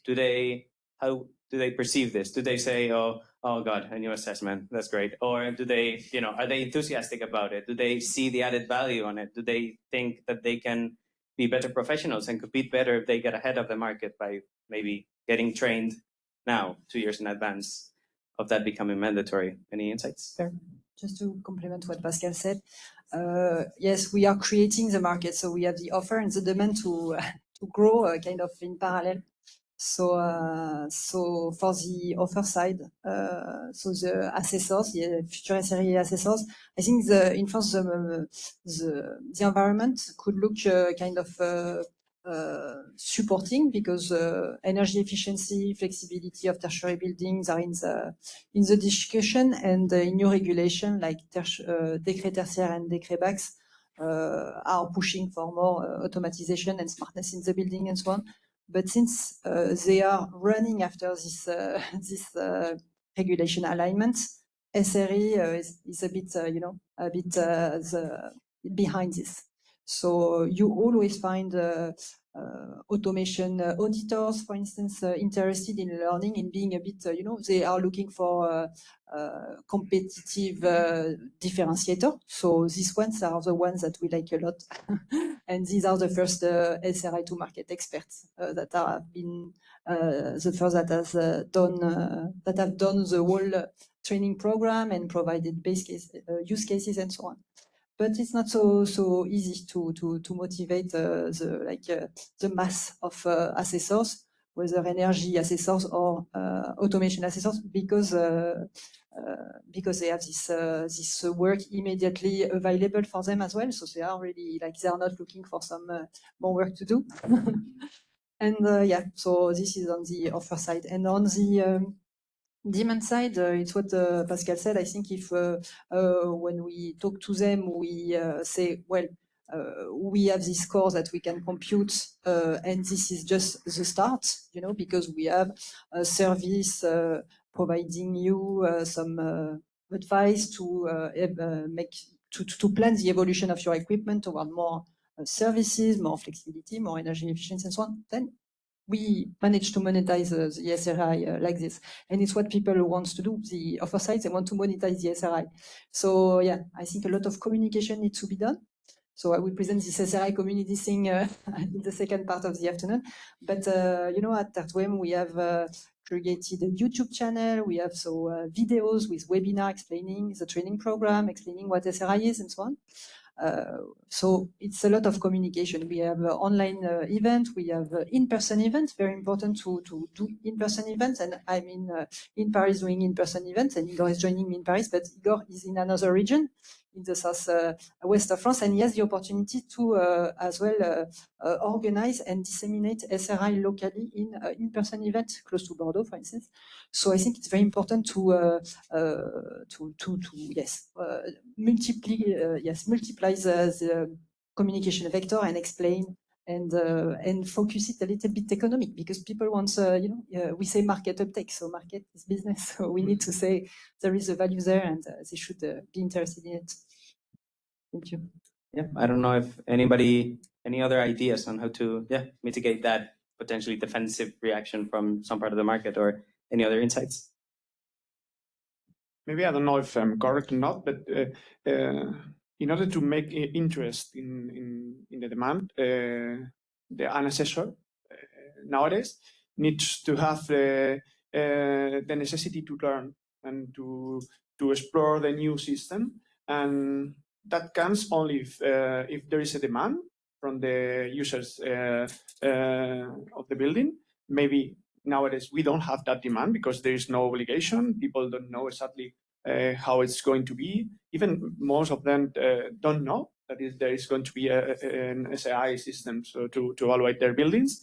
The new directive is going to pull with this, and we have to make an effort as friends to make everyone knows that maybe it's going to come in 2-3 years, but it's going to be mandatory. So nowadays, probably assessors demand that kind of training and that kind of participation, just because they see that it's going to be useful for their audits, or for their, even they don't know if it's going to be just joined with the EPC, so maybe with their own audits. So maybe the stakeholders related with IoT or BACs have interest in learning and participating in that testing phase in order to know how it works. And maybe it's important having a kernel or an official methodology or common methodology homogeneous in all Europe, because in any other case, assessors didn't have interest of learning just, for example, Spanish methodology, because they could think that maybe in 2 years we are going to change and there's going to be another methodology, so therefore it's going to be for nothing. So having a common methodology, having that working groups, then that European projects that are more or less just in the same direction, pulls also to assessors trying to learn and participate in our programs. That one, I didn't have that in mind. So do you think that that's a very good point, that having a common methodology gives also the signal to the market, maybe that this is here to stay, this is robust, you better, learn it because it's going to stay. It's here, but it is going to stay. So that's a new one for me. I think that's a great point. Okay, I have one last question. We know that the SRI is likely going to be mandatory for large non-residential buildings, but do any of you see also value in the SRI in, for instance, residential buildings? Do you think that there's potential there also, or that the market is going to be significantly shifted to non-residential buildings? I can just leave that up there if anybody wants to take it. Because the methodology, we know that it also potentially could have a self-assessment. We have the method A, some, reduce for a building owner, maybe to get insights about, how can I improve my building? Maybe I don't have a thermostat. Maybe with low-level, measures, I can significantly improve my building. But I may be out of the scope of the, mandatory assessments. So I don't know if any of you, have any insights on, is the SRI also useful for residential buildings from your side? Do you have any ideas? If you don't, does anybody in the audience think that it's also fit for them? I do have my opinion, but I'm happy to.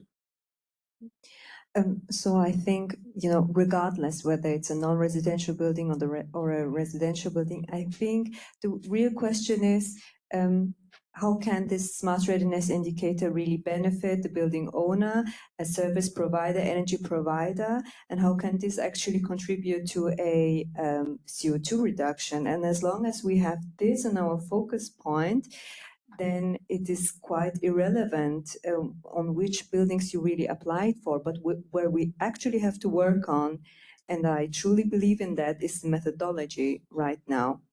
And that's why I think the more member states work on this, the more they will see that there might be some adaptations from their point of view. Our point of view is that for now it's a bit too much on the technological side of it. So if we could maybe work on that and maybe see how we can integrate into methodology a bit of, storage, for example, thermal mass. I always like to say this, the buildings that were built in the ancient Roman times are the most efficient ones, and they're still here. They're just a little bit destroyed if there wouldn't be, natural catastrophes or wars and this kind of stuff, but they're working perfectly fine. So if we could maybe sometimes go back to this approach, then we would see that we might not need that many appliances. But that's just my personal point of view. Right, that's a strong one. Somebody else from the audience? Somebody's pointing at you from the back, and I don't know whether, should I give you the mic?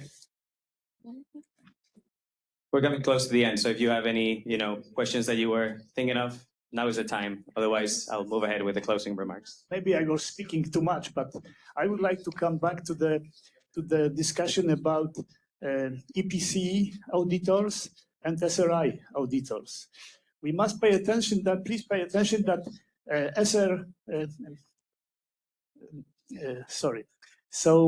EPC auditors has a background of building, civil engineering, and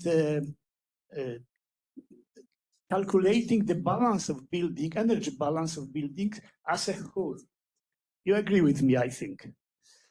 And this is the topic of the EPC idea. And SRI auditor must understand automation. And I tell you that I had a lot of contacts with EPC auditors in Poland. And they are specialists, top specialists in these audits. But if they hear the word automation and control, they say, oh no, not me. But it's very clear because they don't have the background of this. And it is a question, it's possible to teach them the basic, not basis, because they must have a deep knowledge of automation, of levels of services. And it's, I'm very skeptic that it's possible to join together EPC and add SRI as obligation for EPC auditors. We must remember about the background of EPC auditors, and we must think about the background of people who are able to understand technology and control technology, and functionality which coming from the automation technology. And I think that a stronger role for SRI auditors, I would see for electrical engineering, control systems engineering engineers, because they have a really deep knowledge that okay, they should have deep knowledge how it really works. If you don't understand the basis, even basis, so if you try to explain EPC auditors the level of functionality, they say no, not for us.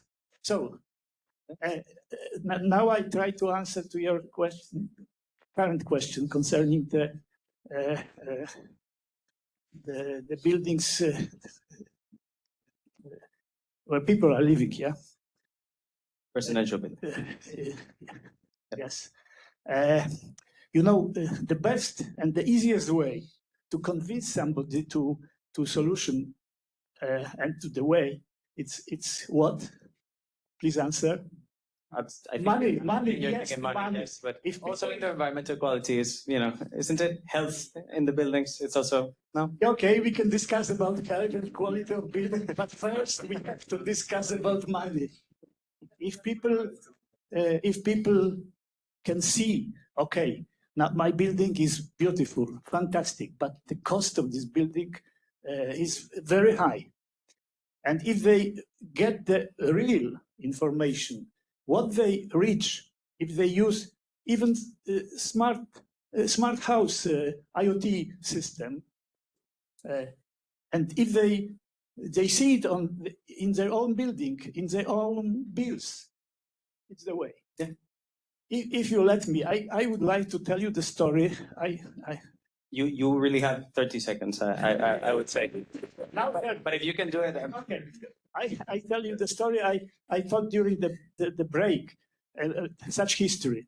You know, in 2001, we designed, we started the building at the university in Kraków, Jagiellonian University, automated on the basis the SRI expect now, 2001. This automation cost about 2 million zloty this time.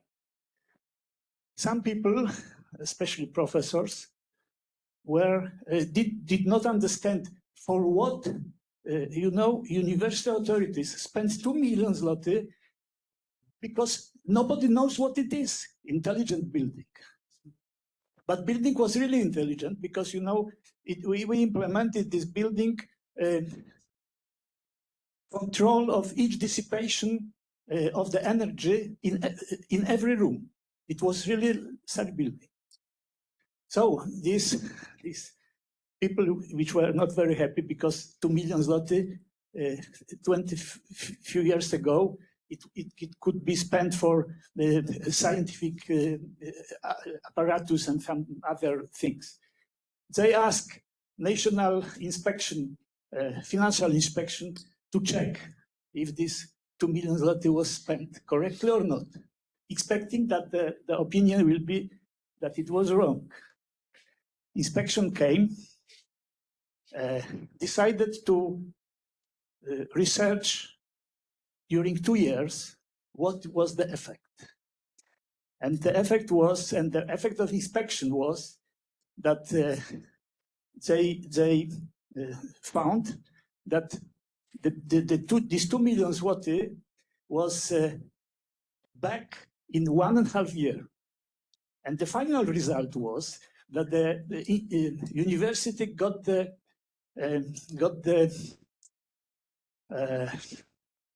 order, let's say, please use this system in every new buildings.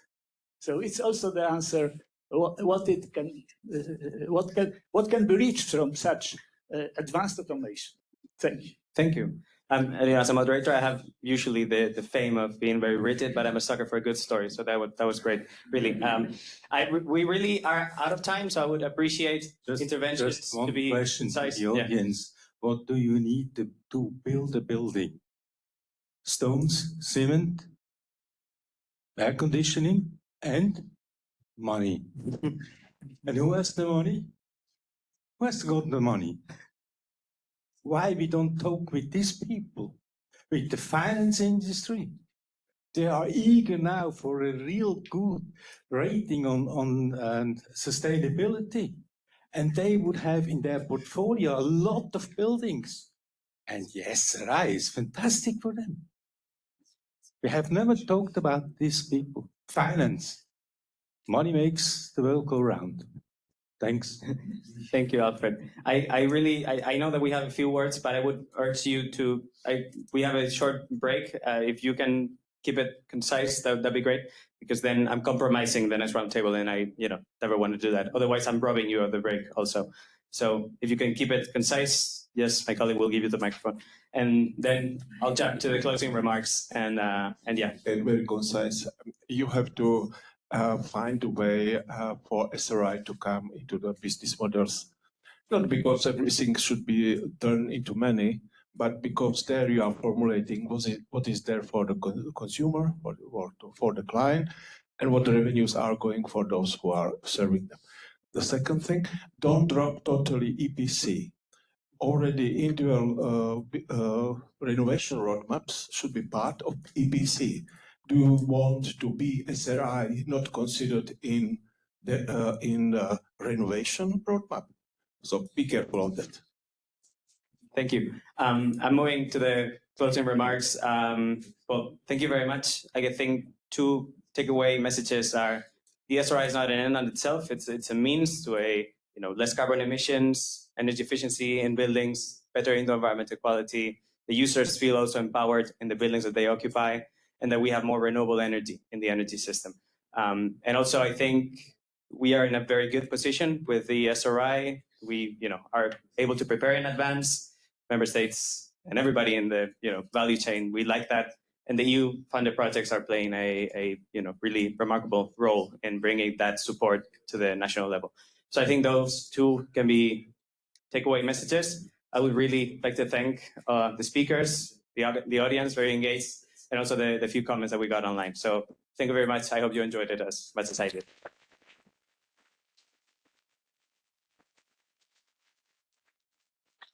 So, okay. This is going to be about the project, about the SRI to market. My name is Dimitris Papanasiou, and I'm the coordinator, but I'm here with all my, with all the partners, all the team is here. I would like to thank again the Commission and CINEA for giving us the opportunity, and of course the SRI platform for giving us the opportunity to organize this joint event. I think it is a very good opportunity, these events, because it brings a bigger audience together and all the projects together, so everybody is here. It's not. I'm not gonna talk long. I just want to present the basic, let's say, objectives and the basic results, or the basic, let's say, tools we are developing in SRI market. We also try to make a link with the previous, let's say, sessions. So we also wanted to bring our experience with regards to the tools, to the trainings, but also with regards to the stakeholder engagement, but also with the pilot phases. Anyway, SRI to market is, in my opinion, the way I see it it has three types of objectives. Now you see three, but we can also see it horizontally, like supporting targeted countries, but also other member states that would like to enter a national test phase. It's also about developing tools like the assessment tool and training to EPC assessors, but also to people that would like to become SRI assessors, and we're gonna elaborate on that later. But we also have many other, let's say, topics, many other deliverables associated with public funding schemes, recommendations to building owners, guidelines to public authorities, and so on. So originally, we are targeting 3 member states. Austria, Croatia, Cyprus, France, Portugal, and Spain. But since we also have partners working in Greece, and since our tools are also translated in Greek, I mean in Cypriot, which is the same language. So we also support Greece, and it is, I think it is a big success from our side, but also together with the other sister projects that we convinced Greeks, the Greek authorities, to launch the pilot phase. So originally, the idea was to focus really on member states. So at the phase of the proposals, that was like 2 years ago, we wanted to start from countries with experience, with ongoing experience, with ongoing test phases, like Austria and France. And then we wanted to expand to other member states, like Portugal and Spain, that they had already expressed interest, but haven't started yet the test phase, and also to see how we can support Croatia and Cyprus, that we managed now to have all of them. We support all these countries together with Greece in their pilot phases. With regards to project outcomes, I think I'm starting with this with the platform, the SRI market platform, which is about an assessment tool and the e-learning platform. But for this, my colleagues Maria and Miguel will elaborate later and will explain. I think my personal opinion is that it's very comprehensive. It covers everything, very professional. It's not because it's our project, but I think it is ready to be implemented in every member state. So maybe we can discuss about this kernel later. But we also have, a variety of topics. As I said, we support public authorities to implement the project results. We're going to create a roadmap about it. We have a lot of synergies with other EU projects and, of course, with the SRI platform. We are very proud and very happy that we are really working with the other projects. And okay, this is mostly because of the SRI cluster developed by DGNR and CINEA. I think this is really a success story, in my opinion. We haven't seen that in other fields. Yes. Just another comment from the online, because that I'm not seeing the slides. Oh. Yes, I want it. Okay, sorry about that. Okay. Yes, we have to fix that because, okay, with my presentation, but it would be a pity not to see the other slides. So yes, as I was explaining, I hope it is okay now. We are creating a lot of outcomes there. We also gonna explore different strategies for introducing the SRI certification, including potential links with the APCs. As I said, guidelines to design public funding schemes. So yes, we are also trying to make a link with the market, with financial institutions. We are also trying to see how to better support public building owners to take over smart, let's say, measures in their buildings and, of course, improve their SRI rating.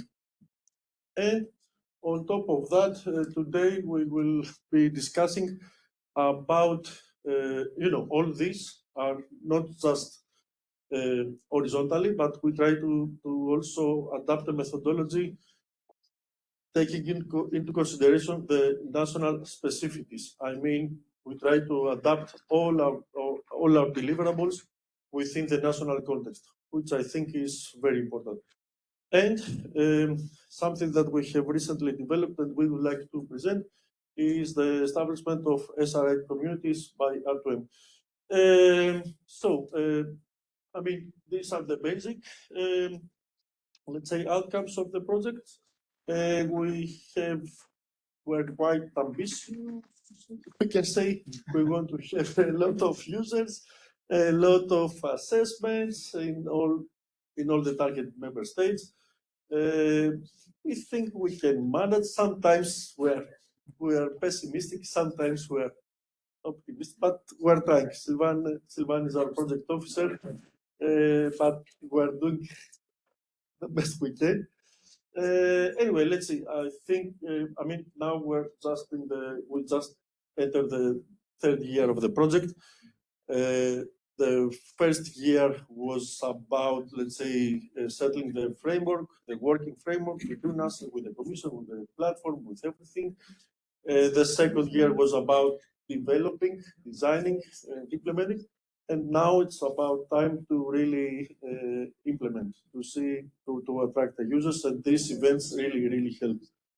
The methodology is about, a lot of integration with national authorities and with stakeholders, and we really want to, on one hand, we want to build on the experience, but also we want to create the demand for the SRI at national level by discussions, by webinars, by 1 million events that we have already done, and we have many more to do. Anyway, as I said, we are almost entering the third and final phase of the project. And it's going to be quite challenging because it is only now that we're really pushing for results. But I think we're going to get there. I don't want to, I know that it is, it's quite late, and I know that we have a couple of presentations. Also, I will directly pass the floor to Maria and Miguel. They will present to us our assessment tool and the e-learning platform, and the initial results, and maybe some lessons learned already. And then we can talk about the SRI communities. And finally, the floor will go to Armin, who will reflect on the national context, which makes a good link with the discussions we had before about the national, let's say, interfaces. Okay. Voila. Only to say, just final remark from my side, that the way I see the SRI to market, it's not the SRI to market, all the framework, I mean, for the SRI, with all these proactive, let's say, actions from Simnea, with the SRI cluster, with the platform, with the contract services, even before the EPPD of 2018, and with the projects, with the Life SRI project, the EPC SRI projects, with the Orion, I think it's a unique opportunity, honestly, that could become a success story. It would be a pity if, we don't use this opportunity. I mean, member states, I'm referring mostly to member states, if they don't, grasp this opportunity to already, let's say, prepare the framework for an early, let's say, implementation, as compared to other fields of the APPD and other legislation. Okay, that's it. So, without any more delay, Maria. Thank you.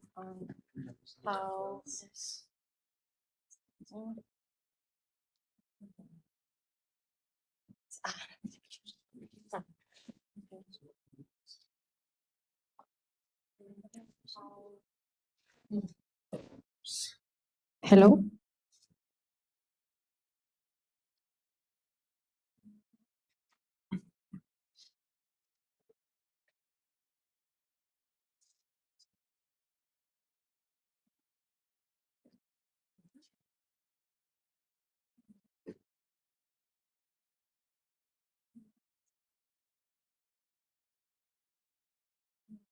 So we are presenting the slides. I'm staying here and then I will. Okay, so we can see them here. Yes, I'm staying here. Okay.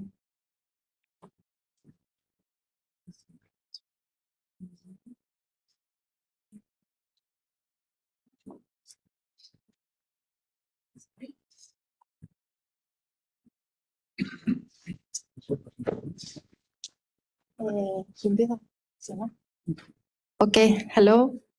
Thank you for the opportunity of presenting the results of the SRE to market. We are mainly focused on the SRE to market tool suite.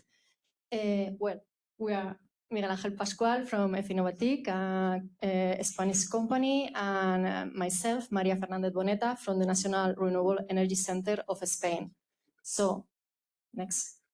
We are going to present then the SRE to market tool suite. This is mainly composed by these two aspects, the e-learning platform and the SRE assessment platform. These two platforms are strongly connected, indeed. Any of them could exist without the other, because for us it's very important that all assessors that can access to our SRE assessment platform have a proper training or have passed a proper training program before that. So next, then something that I would like also to highlight is that with these tools we are providing support to official testing phases. We are able to support and assess different aspects of the official test phase. For instance, the aspect of customization at member state level, which aspects are needed to be adapted at country level. Also training needs, how professionals or EPC assessors can become SRE experts under our suggested program. So for this, we have the learning platform. Also, we provide the SRE assessment tool that provide not just the possibility to create to have a user account, to have a list of projects under your user account, but also provide a detailed monitoring in terms of quantitative data regarding the current official testing phase. We also provide tools or functionalities to control inspection, so to ensure the quality of input data. We will see then how we manage this within the platform. And finally, we will provide data, aggregated data, to report to the European Commission at the end of the official testing phase. So our vision is that implementing an SRE scheme, certification scheme, is a bit more, something more.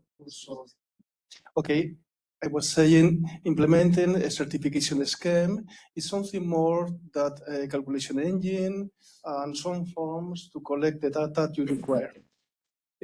Our vision is that we need a complete scheme that comes, okay, let's start training the people who is going to carry out the scheme. Okay, let's gather the data with a web application, but there are also needs from the administration point of view. Okay, you have to control how are those certifications going in your country, and you also have to implement inspection and control for those certifications. And it's also important for us that we have to attend the specific requirements for each country. We think there are many differences within Europe. It's not the same a country that is in the north of Europe that a country that is in the south of Europe. We are going to find different HVAC systems. We are going to find different needs that have to be taken into account in the platform, but without the requirement of programming new capabilities. One of the main important points of our tool is that you can configure instead of programming new capabilities.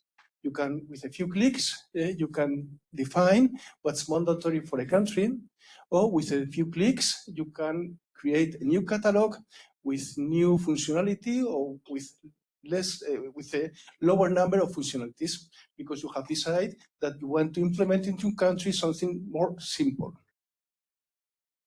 Okay. So this is why we are not presenting a tool, we are presenting a suite. Okay, because it's a complex thing. Okay. Here, okay, we invite you to scan this QR. The first one, yeah, is link to the e-learning platform. So you only need to use a valid Google account to register in any of the course. We have 7 courses available, 1 per language. Okay, we have it in English, Dutch, Croatian, Cypriot, well, Greek, no, French, Portuguese, and Spanish. And the second QR is to access to the SRE to Market platform, the SRE assessment platform, that, as we mentioned, some aspects of the platform are protected by login credentials. So we provide you for today this provisional user account. The user is SRE event and the password SRE to Market. So you could go inside and see how it works. Also, we have uploaded some examples that we could show later. So, and I want to mention that we are open for new countries as long as they provide a translation. Okay, we are working with professional translations. Yeah, so. Okay, we are going to open the platform, the e-learning platform right now.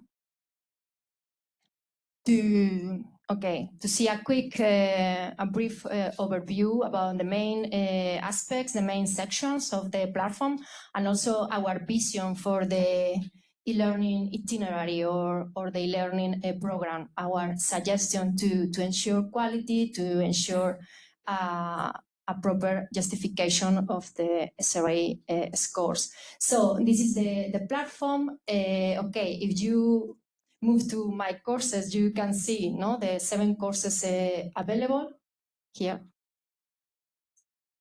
Okay, we have these 7 courses. This is very easy to register in any of them. So now you could go to the English one. So this is a mix of videos, video lessons, also online classes, some pages, documents, and also quizzes or tests for validation of the technicians.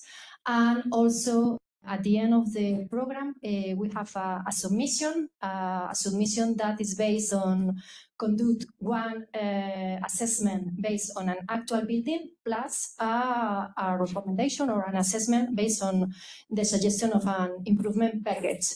Finally, we have a survey, very important to gather conclusions regarding effort, previous background, and so on.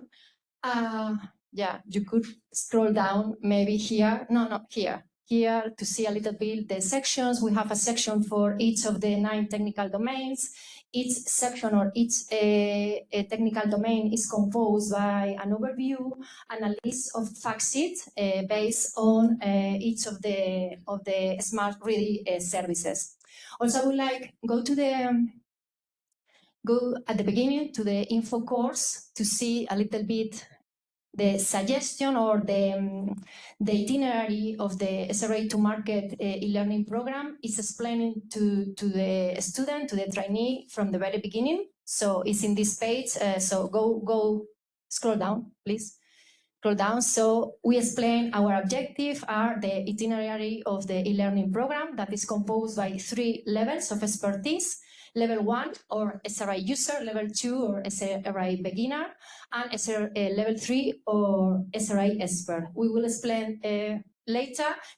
Just a moment. We will explain later how is this connection with our assessment platform and the role of different users. So when the students start the course, okay, they obtain more or less quickly the first batch, the first level regarding the SRE user, but then to be upgraded to the level 2 SRE beginner, they need to conduct an important number of chapters and finish all the tests and pass with a certain, meet a specific grade for that.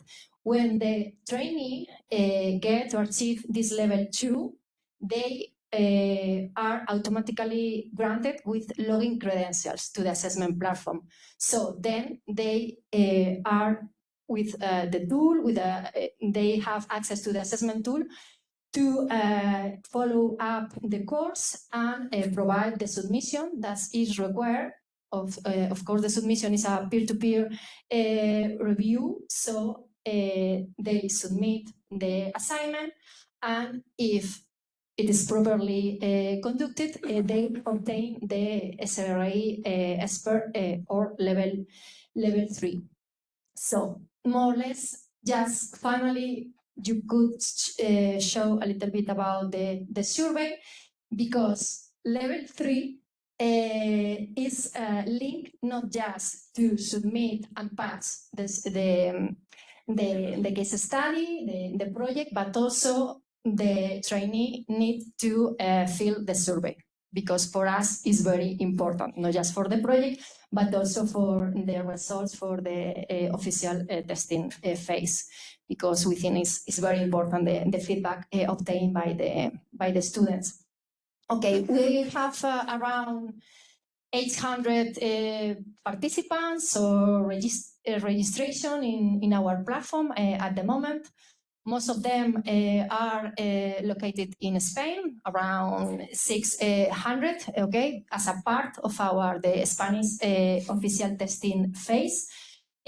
From these 600 students, almost 200 are already SRI users, around 80 SRI beginners, and around 25 SRI experts, okay, more or less. These are the numbers right now for Spain. Okay, we can move, maybe, no, for this. I would like to point that also this is connected to the SRI to market assessment platform, really is training materials for SRI. Because you see those chapters, the heating domain, the cooling domains, domestic hot water domains, all that information is really generic. Okay, this is where we explain, okay, what are the different services and what are the key points in order to distinguish the different functionality levels. So everybody that is interested in SRI, okay, they can enroll, they just need a Google account, so they can enroll into the course and take a look at it. Of course, if you complete the different requirements, you can become also, okay, you get credentials for the assessment platform. But really, it's very, very generic. So before you exit this door, we make sure that we all enroll. Yes. Really, do you have a gun or something in the door? Okay. Also, the material that we provide in the learning platform is also available somehow from the assessment tool. We will see, for instance, for each Smart Readiness service included in the service catalog, we have a fact sheet that can be easily downloaded from the learning platform, but also from the assessment tool as a help material. So scroll down a little bit, not to see. We try to fight diversity in the results. You know, we want to fight that if you give the same building to the two different assessors, they should reach the same score. So these fact sheets express the difference between the different functionality levels. And we think it's very, very important. Because if you start, it's something like the APCs. If you start getting different results depending of the different technical assessors, okay, that gives bad publicity to the certification scheme. Okay. The presentation.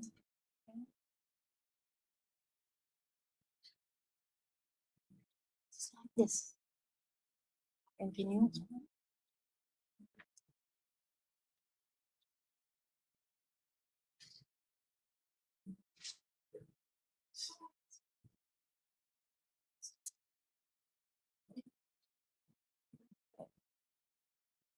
Okay, back to the presentation. Yes. Okay. Yeah. No.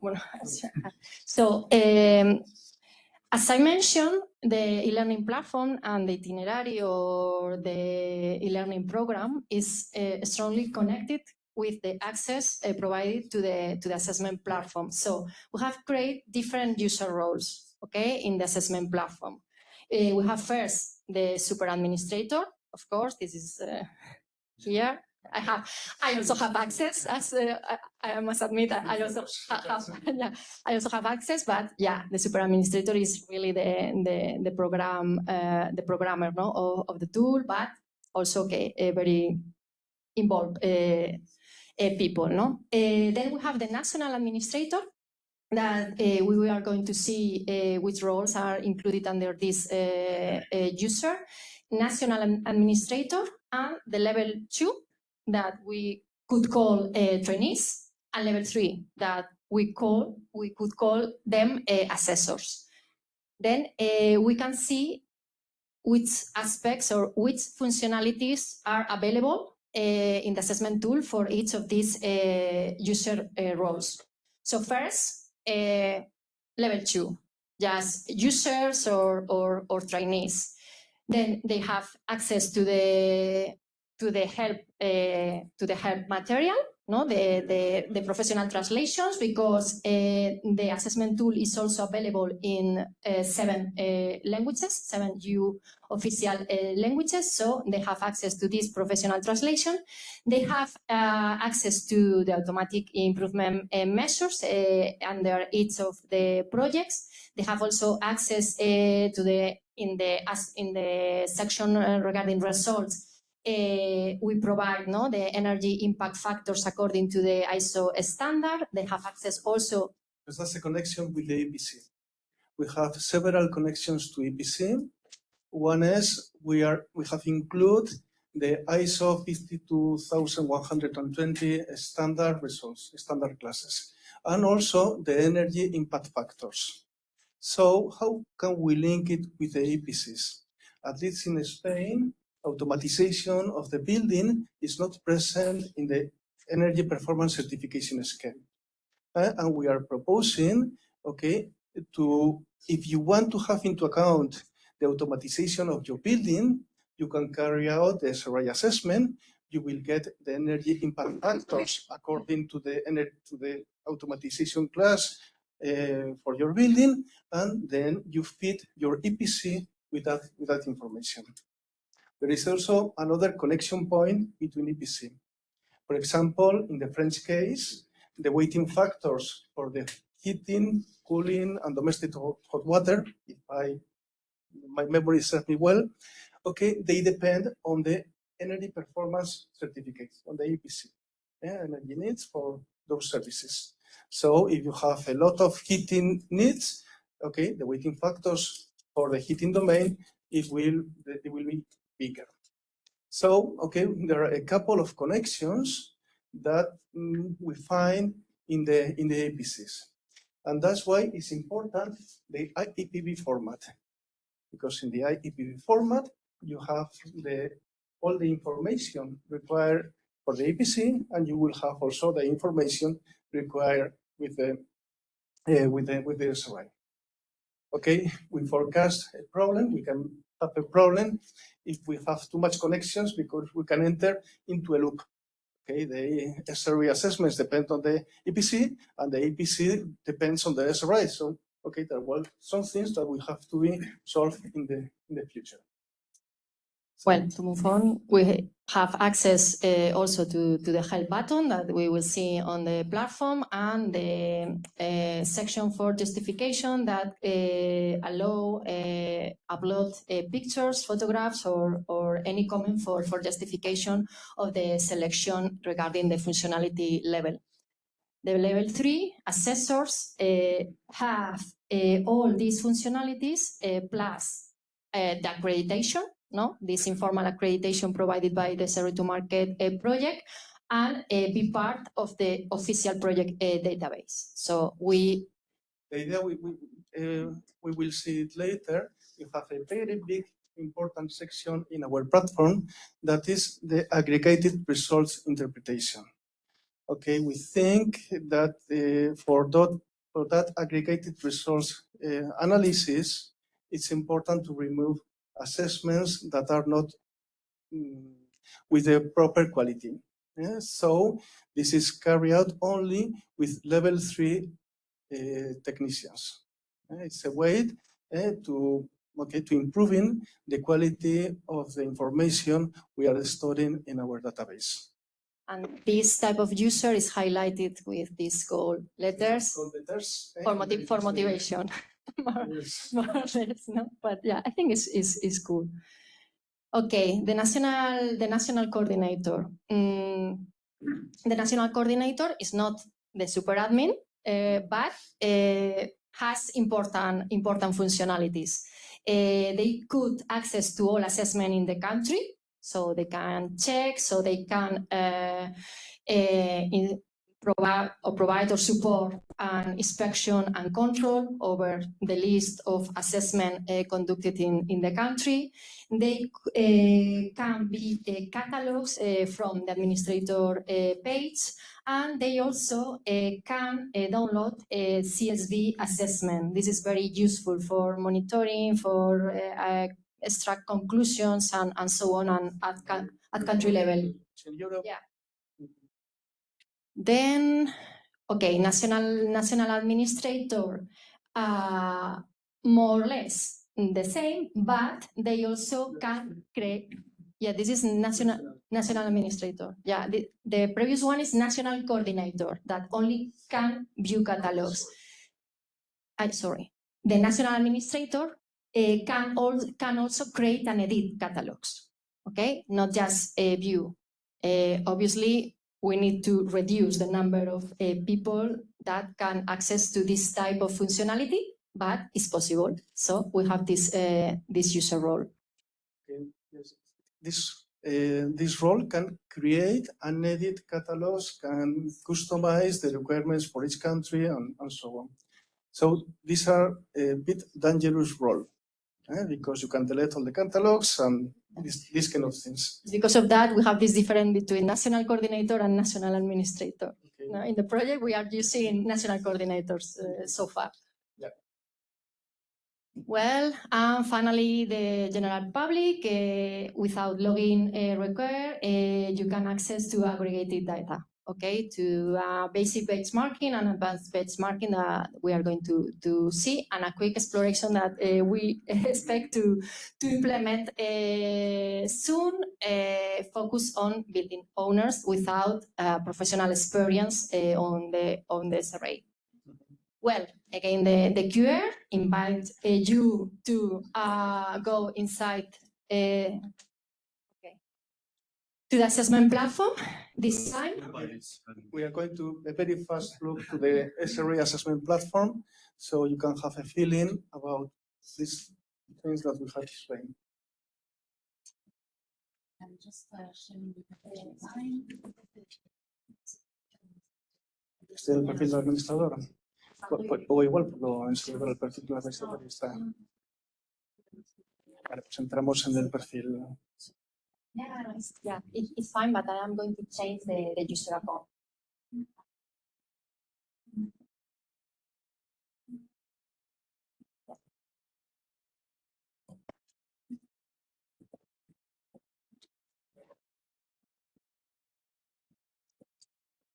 So Maria is entering the credentials for the user we have created for this.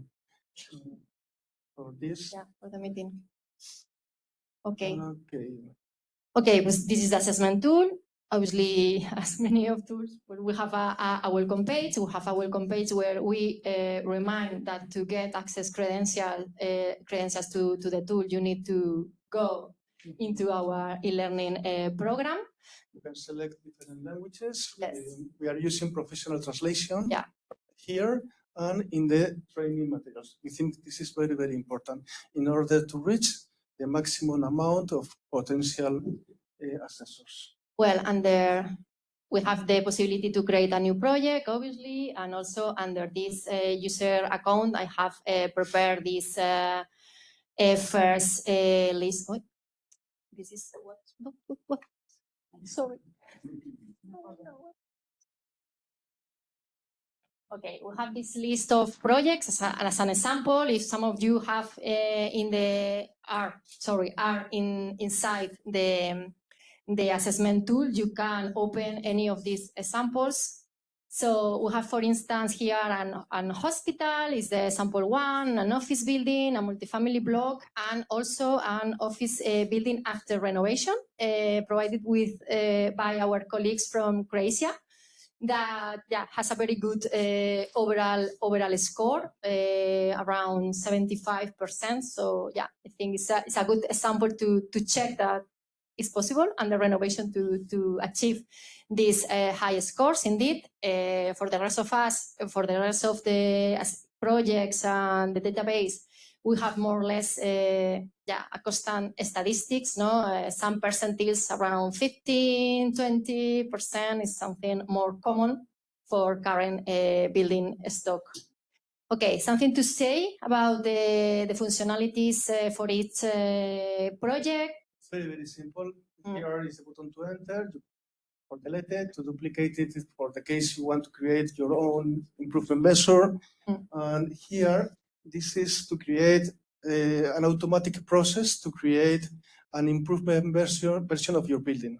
So it will improve all the different services to reach the A level of ISO 52120. And this is the same for creating an improvement version to the B classification level. When you enter here in modify, okay, double click, here we are. Okay, this is what we call general data, administrative data. It's more or less like everything. Here you can select what are the domains that you can use. And now we enter here to, okay, this is a form to collect data. What's important is, that we have mentioned before, you see we have here this button for each services. This is where you justify why you have chosen that functionality level. And you can also write some comments for your reference, for future. Okay, why did I choose that one? Okay, you don't want that information to be part of the official report, okay, but you want to store it. So you can write comments, you can write things that will go to the report.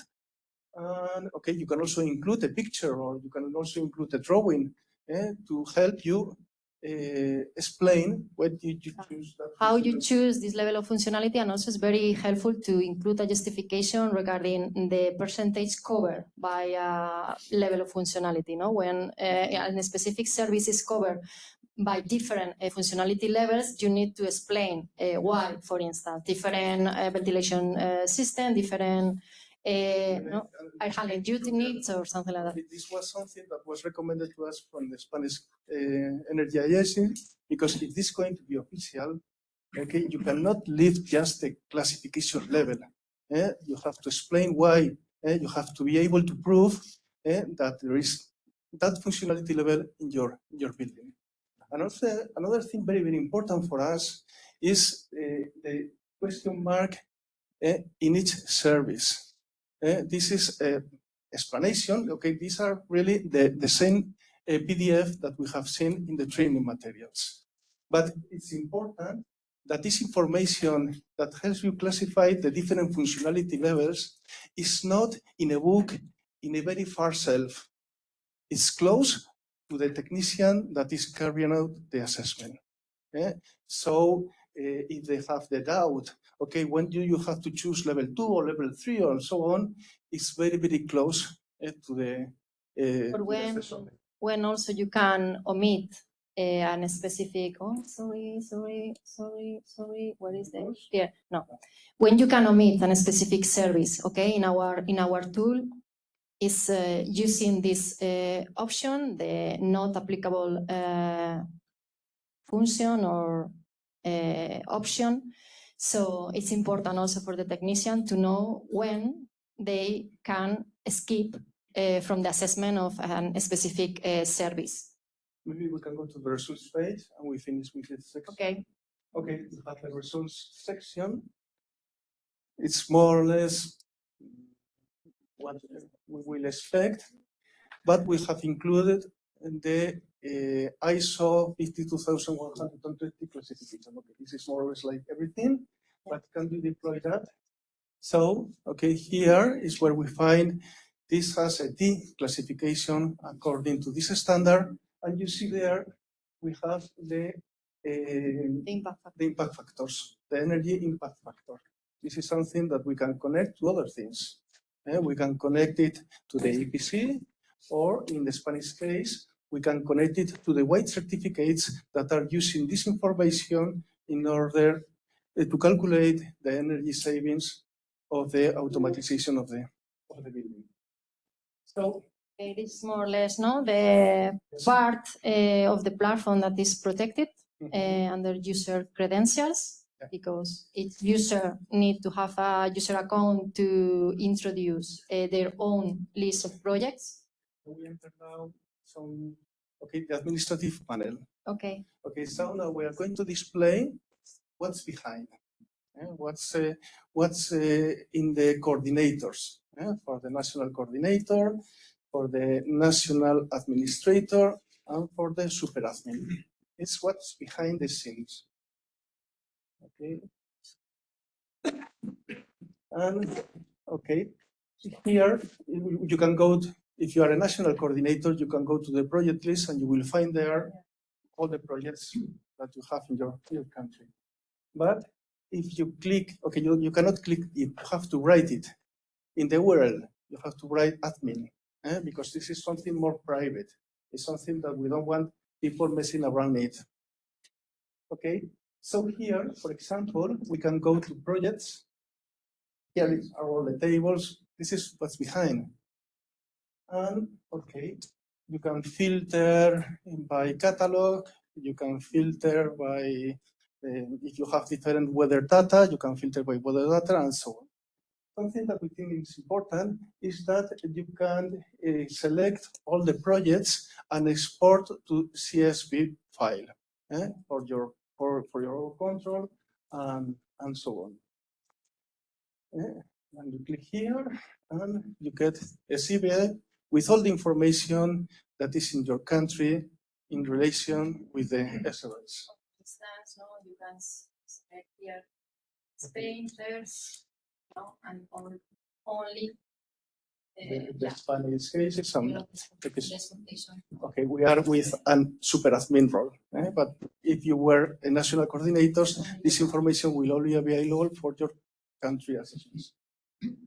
But here, okay, and I think we are almost finishing with this. I think it's important that we have a look at the catalogs. I said, okay, okay, maybe first the countries. Can you click in the country? Can you enter, for example, in Spain? Here we have. Here we can customize easily which technical domains are mandatory to be assessed at country level. So for the case of Spain, we have this for this testing phase. Domestic hot water is mandatory for residential building, lighting is mandatory, dynamic building envelope also, electricity and monitoring and control. And we have remained open the rest of technical domains to be selected by the technician, by the assessor, by the aspirant to SRE expert, to select the properly selection of these technical domains. So, modifying the catalogs is really simple.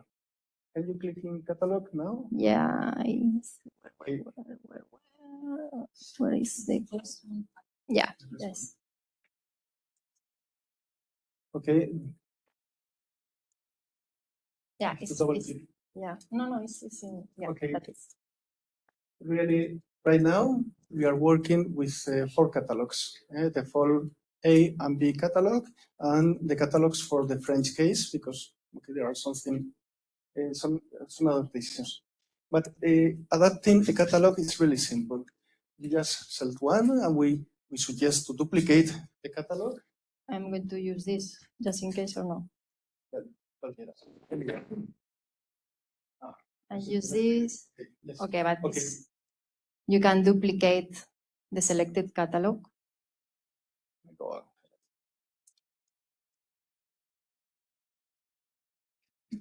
That's it. So now we have duplicated the catalog, and now we can enter in that catalog. We can select. You can assign them to different countries according to your needs. So this catalog is available for the country, or is available for the weather, or is available for. And here we have the different domains. Okay, you can rename the names of the domains in case you want to make something very, very strange, something very strange. You can go to the list of each service. These are the list of the service. We can, for example, delete a service for this catalog. If you click here, we say, okay, or we can add change, edit, new functionality levels, or so. Everything. So summarizing all adaptation, all aspects of the methodology that is not included in the legal framework that are flexible to be adapted by member state can be developed by a national administrator from this page.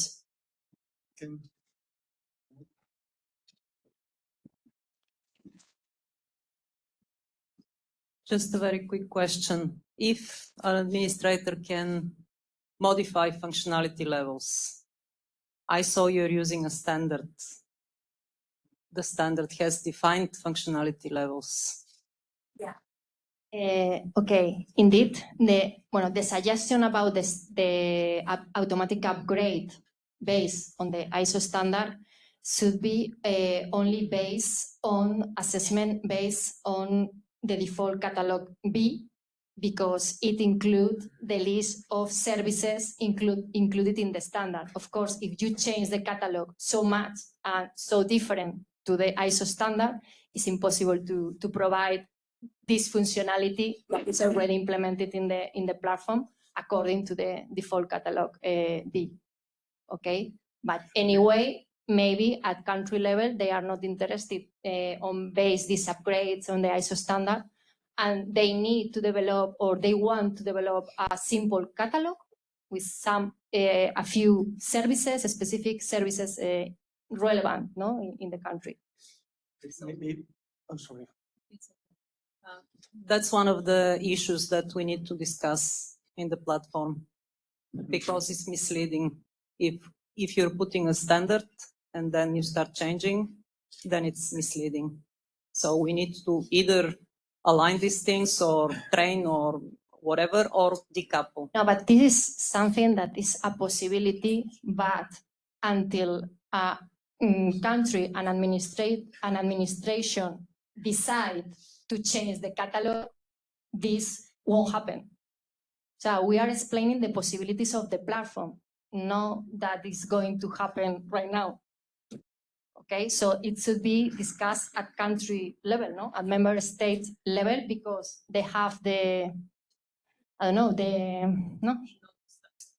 Okay, really, in my opinion, there is a problem with the ISO standard. It should be like many other standards that they have a national annex.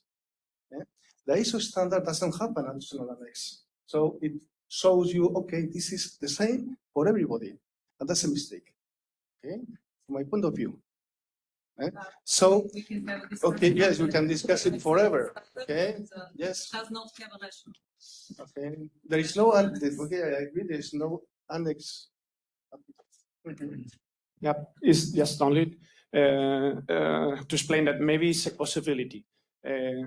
We agree that maybe for the mandatory scheme of the SRI, we should take into account a common methodology, and it's good for every one of us if it is in such way. But in any case, that is for non-residential building with big energy with output of consumption. But maybe we can explore the possibility of doing it, for example, for residential building from 2028, and we need only just a simplified catalog. Maybe we don't need to have another methodology, another system, another way of doing it, because all the sessions learn with this system. So maybe we need to try a simplified method. So it can be added, an added value, because you use the same platform, you use the same training system, and it's not mandatory, it's only just voluntary, and in order to know how to do it, it's like a second test phase for another buildings that we are not covering just nowadays, or we don't need to cover with the mandatory SIM. Just saying that the standard should not be. It's not finished. The Yeah, standard exactly. you can try it. Okay, no, we finish, yeah, I think. No, but, okay, the last thing we want to show you is the advanced benchmarking. Yeah. Okay, this is, it doesn't require credentials. This is public information that we think is very, very interesting. Here, okay, you can filter results by country, you can filter results by building type, you can filter results for By user state, or also the functionality levels. And okay, this is something where you can play and reach your own conclusions. Okay, for example, here you can reach a conclusion. Is there any relation between the energy efficiency and the occupants' well-being? Okay, that means functionality 1 and 2. Okay, this is well known that those are very highly correlated. And it's something that we can see in the assessments. Is there any correlation between the energy efficiency level and the SRA score? Okay, there is a little correlation. We hope that when we increase the number of assessments that we have in the platform, we will have a better understanding on what's here. Can you show? Okay, this is for your own conclusions. Okay. Is there any correlation between the SRI score and the construction year? Is there any correlation between the SRI and the building size? These are things that you can analyze, segmenting by by building by building type or building state or so on. You can also click in the map and get the results for each country. So this is really, really interactive. Some more things that we can see here. Okay, maybe these are, okay, this one. Yeah. So this is for your, you can play with it. Yeah. It's funny. You enter and you start clicking in countries, you can start clicking, segmenting by different parameters that you have collected, and you can reach your own conclusions. But we think also this is also important because if you are a necessary assessor, you have to know how to carry out an assessment, and you have to know also about the reality of the building stock. Okay, 30 points in a score, SRA score, is it much or is it okay? Okay, really 30 points, it's very good result. And if you know the reality of the building stock, you can explain to the owner, okay, don't worry, you're not failing the exam. Okay, so we think this part is very, very important also. Okay, thank you. Yeah, thank you. Thank you very much. Thank you.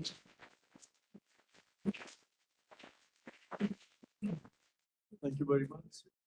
I told you the tool is good.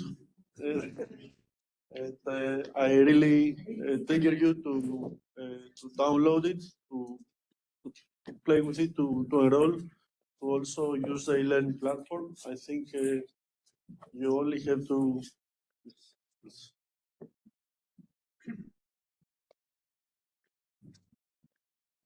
Hi, sorry, I know we're short of time. I'm Amber Woodward from the Centre for Net Zero. Really interesting presentation. It's good to see the tool really bring the SRI to life. We've spoken a few times today about the methodology being an iterative process, and I'm just wondering about the learning platform and whether those resources will be kept up to date as the methodology changes perhaps over time.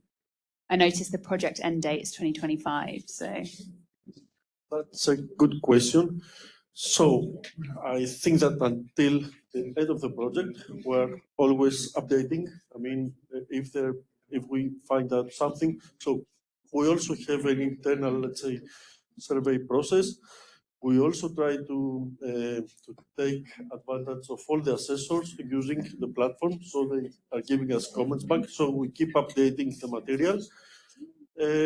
But after the end of the project, I don't know what is going to happen. I mean, officially we're up to that, but then, we will see. Maybe a follow-up, maybe something collaboratively with other projects. It also depends on the SRI cluster. But yes, I agree with you.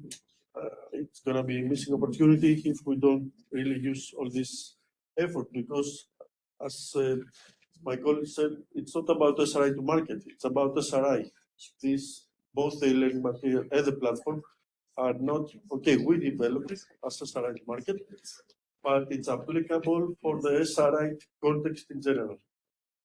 So if something changes until the end of the project, I think we're gonna try to update it, but after that, it's gonna be something else.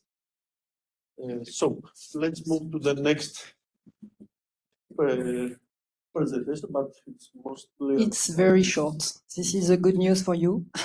It's very straightforward presentation. I like 5 messages you can take away from this. Is very easy presentation compared to the great presentation you did. And congratulations again on the development. It's really amazing.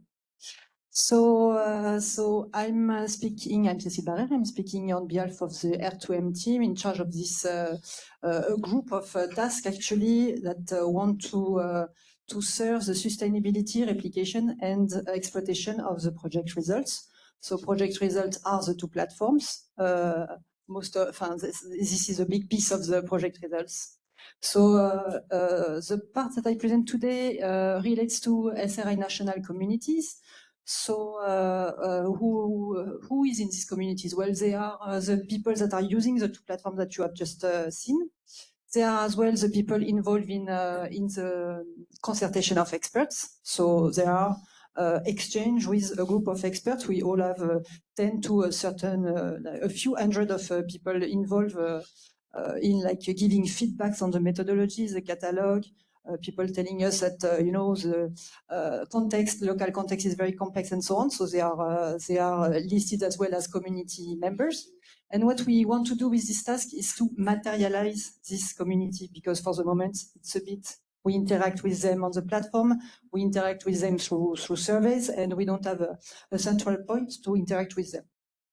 So this is like the first objective of this task is to create, to materialize a national SRI community in each country. And so to make sure that these key market actors, the ones that are involved in evaluation, training, and so on, giving feedback, connect and stay connected after the project. So Dimitri was just introducing this after project. So we work for the project now and for the post project. So the idea as well is to communicate at a certain point the name of these people, to make sure that they are not that they are identified by the European Commission as people that can play a key role in the SRI deployment.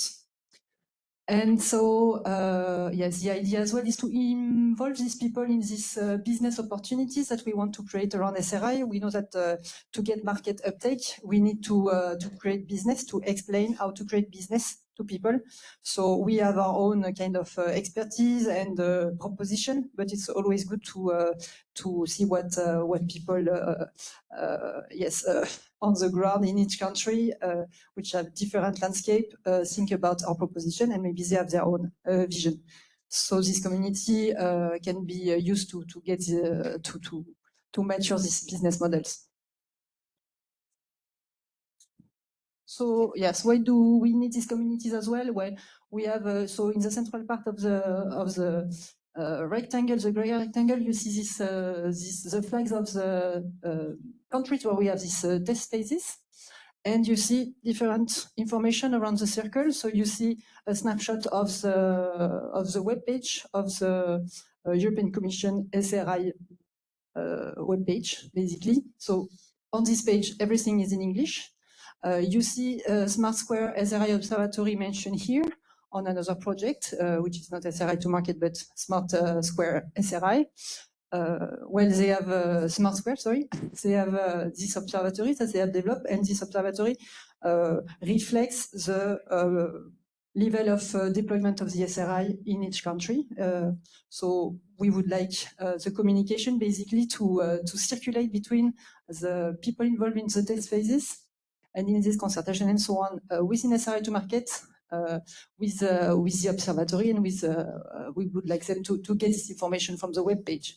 We have as well trainees that are involved. We have meetings online and in person.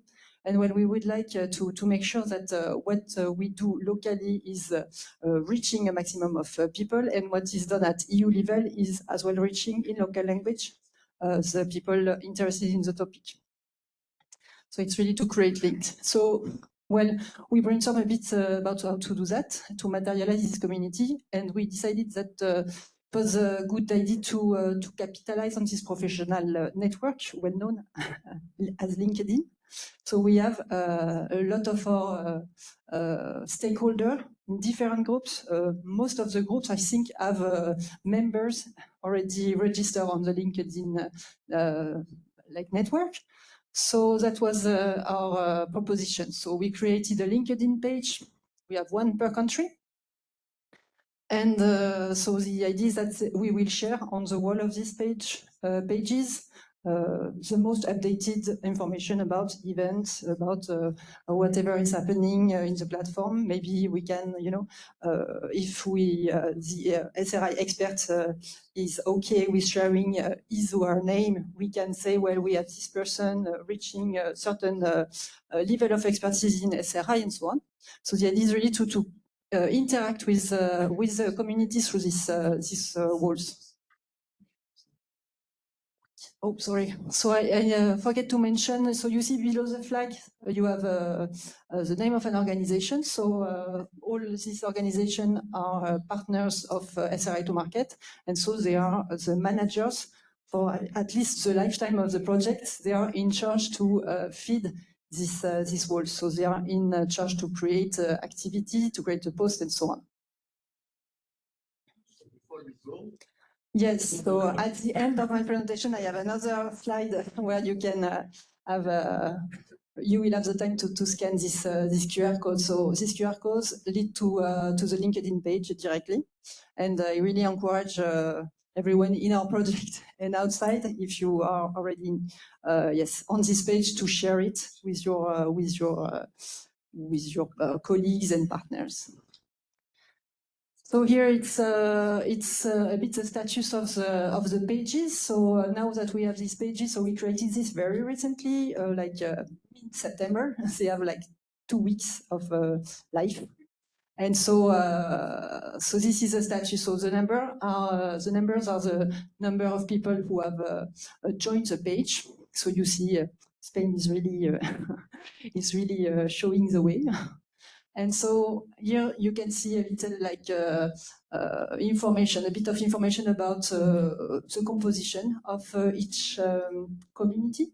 So if I look at France and Senner, for instance, so in France, I think we have very diverse profile because we have done different type of events, and we communicate with different type of stakeholders. So that's good. Among the 60 people now, about 60 people that we have, it's very diverse, but we are missing one very important group, which is the group who has the highest percentage of presence in the Spanish group, which are these EPC assessors. So when I saw that the community linked to the Spanish page was growing so fast, I went to Maria and I asked, what are we doing wrong, or what are you doing so right? And I think it's really, yes, it's very interesting to exchange now between partners to see what works, what does not work, and how do we can teach each other how to develop the community at best. So yes, so I understood that they had a very good connection with this stakeholder group. So now you see in the remarks, so the comments that are at the bottom, that we have noticed that we are missing this group, and we are doing a lot of effort. And I had in the room a person I am chasing. I had her online yesterday. I saw her in a fair, and today I managed to bring her here, and she is outdoor to the certain group of EPC assessors. So we have good chance to to be more successful with this group of stakeholders. So the other groups are growing as well. And everyone has basically a dissemination plan through the organization who manage the page.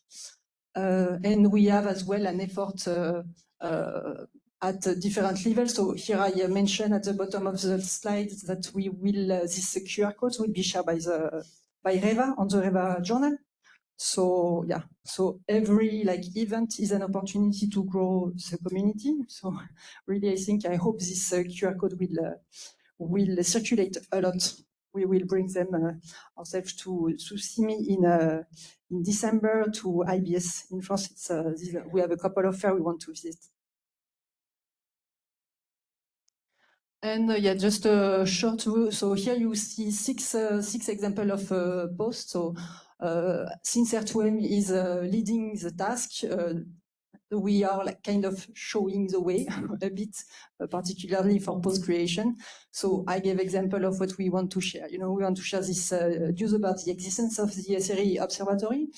The webpage as well is not known by everybody. The webpage of the European Commission. Our event as well was advertised, and we invite people to join online, to come in person.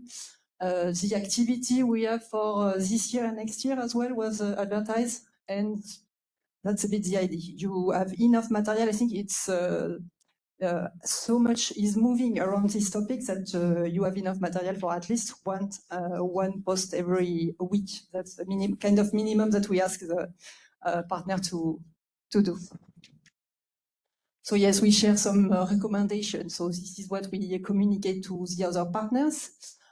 So we ask them to write once a week, to write short posts, synthetic messages in local language. This is super important. We don't need really other messages in English because we have the super well maintained SRE webpage. Illustrate each post with a photo, with a banner, with a snapshot. Write about the national progress. Event as a question. So there is, as part of the package of tools available through the LinkedIn page, poll with 2 L and 1 O. A poll option, so we can circulate survey with a link using an EU survey. Well, you can try to reinvent a lot of manner, and there are many ways to interact with the people. And yeah, you can announce when in France for the consultation of experts, we have kind of 3 waves of survey that will be sent to the community. So we will announce this survey basically. And yes, do know what not to do. Well, do not write or debate about the SRI assessment issues. There is a place for this. People involved in the evaluation, SRI evaluation, have within the platform a place. There is a chat. You can send messages to the team. How do you name it? The national coordinator. So yeah, interact with the national coordinator that has a bit the responsibility of your training program and evaluation platform directly through the platform. Thanks. And this is a nice template that IECP developed for the GCSRI community. So we are going to translate this version is in English. The idea is that we have not so much text, but it's very informative and synthetic. So we will translate it in the 6 languages and use it to share use cases. People are really in demand of seeing use cases. So there are 3 use cases on the SRI webpage. One is a French one from last week, I think. 2 others are from Luxembourg.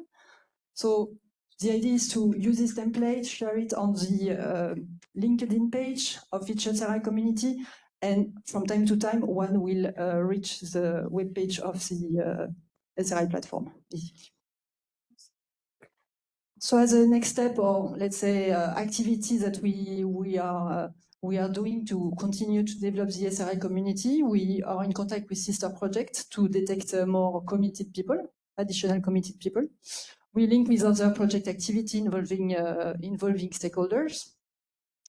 we needed to do a bit of work to like collect testimonies and use cases. And at a certain point, really, I think the development of business cases will be something really important. So let's. I think we need a certain number of use cases to have more people like fully aware of what is the evaluation. They will have a short story about how they managed to obtain this evaluation and implement. So I think the discussion will be interested at that moment. So let's say 4 months, something like that. So this is again the QR codes. So the French community at the moment appear like French community. It's a SRI community in France, and actually, which is good, nice. Well, it is nice with French, and I think with Greek is something similar. We have different countries who can follow the page, and on our page we already have Belgian people and people from Luxembourg. So that's really nice. So do not hesitate to open it to neighbor countries speaking similar language to yours. So yes, that's all what I wanted to share. So you see it's light. And so I invite you to scan the QR code, join the page that are the most interesting for you. And do not hesitate if you have any question or if you want to share something on one of these pages, just contact the people, the partners. Thank you.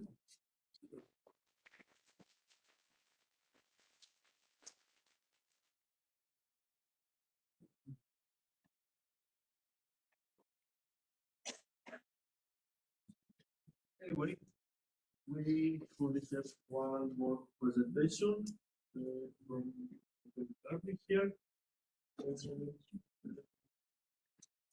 We elaborate a little bit on the work done about the national specificities for how to incorporate national conditions into our methodologies, into our work.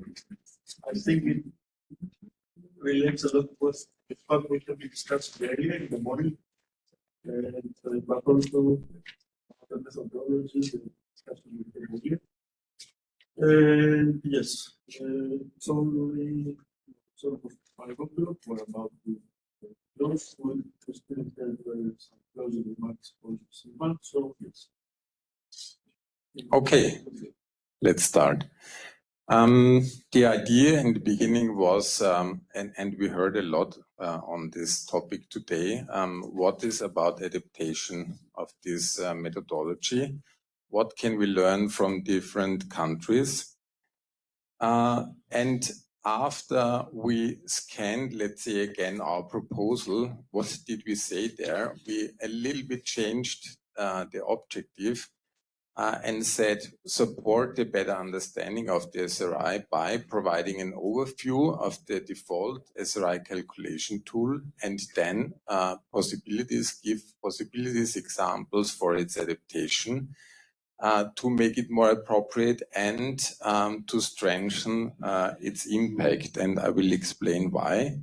Because we had before written down, we want to inform we want to give information needs of different market parties in form of scorecards. We want to, of course, support the adaptation work of the member states who want to promote specific other things with the SRI, and we want to utilize input from the stakeholders to take into consideration the specific characteristics of each national market.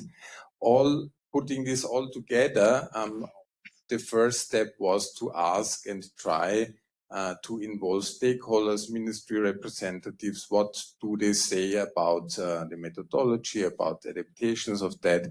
And then we found that they have very different starting points, as you already know. So some of the persons know exactly what we are talking about, the specifics of the methodology, but most of them start with 0. If you talk about adaptations, they stop you and say, I want to have more knowledge on the methodology, otherwise I can say nothing about adaptation work on this methodology. So first step was that we present, for example, results in this form to the market, for example, to building owners, where we also try to include some feedback we got from stakeholders that there are also performance indicators on it, other indicators of that buildings together with this kind of SRI results we see here. And then we also, of course, stepped to the stakeholders or representatives with these fundamentals of the SRI to again remind them this is fixed and other things are to talk about adaptations. What are the possible ways of adaptations then? We heard a lot about this. I only repeat here. You can decide, and you should decide per member state on the mandatory domains for specific building types, whatever, what we heard today.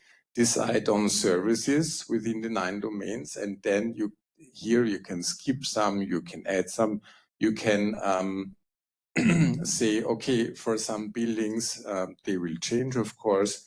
And from my point of view, also when we ask the stakeholders, the next points are very important. So, and we also heard that today we need some FAQs to support a clear understanding of the functionalities. We should also give some FAQs to support clear understanding when we have the practical assessment. And please recognize what I'm right here was last winter, the standard of last winter. So we didn't have all this, for example, tools. We had the presentation today. So we are talking about what we had in the table of services and also in the calculation tool in the raw form of it. Decide on domain weightings, as we already heard, and then some countries may also discuss on the 3 pillars, key functionalities, saying, for example, Austria wants to add maybe some quantitative things. France, as I recognized, is also discussing if the flexibility pillar is in every case needed, because if the grid is not flexible, you could also not say that the building should be flexible and so on and so on. So, and I only want to give a few examples. We already heard that you should decide on the mandatory domains. I skip it very quickly. Next thing would be when you have here written down functionality levels, you should clearly, your assessor or auditors, say what is meant with that. But this is one functionality we heard is also in the explanation now of these different functionality levels you give with the e-learning platform or with the tool together. But that's very important. And that's what we also recorded here from the stakeholders. And as an example of practical assessment, if you have, for example, a small grid of 3 buildings and only 1 storage, you have to decide whom of the buildings do you count the storage for.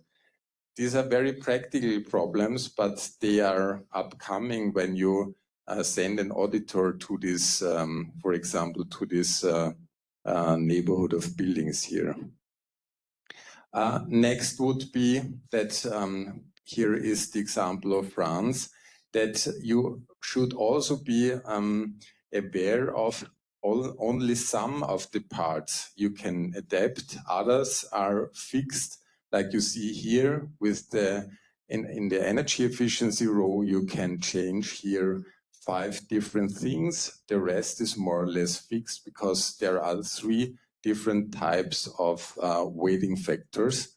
And these are the details you only know if you make calculations. And then, as I said, you can then talk about these adaptations.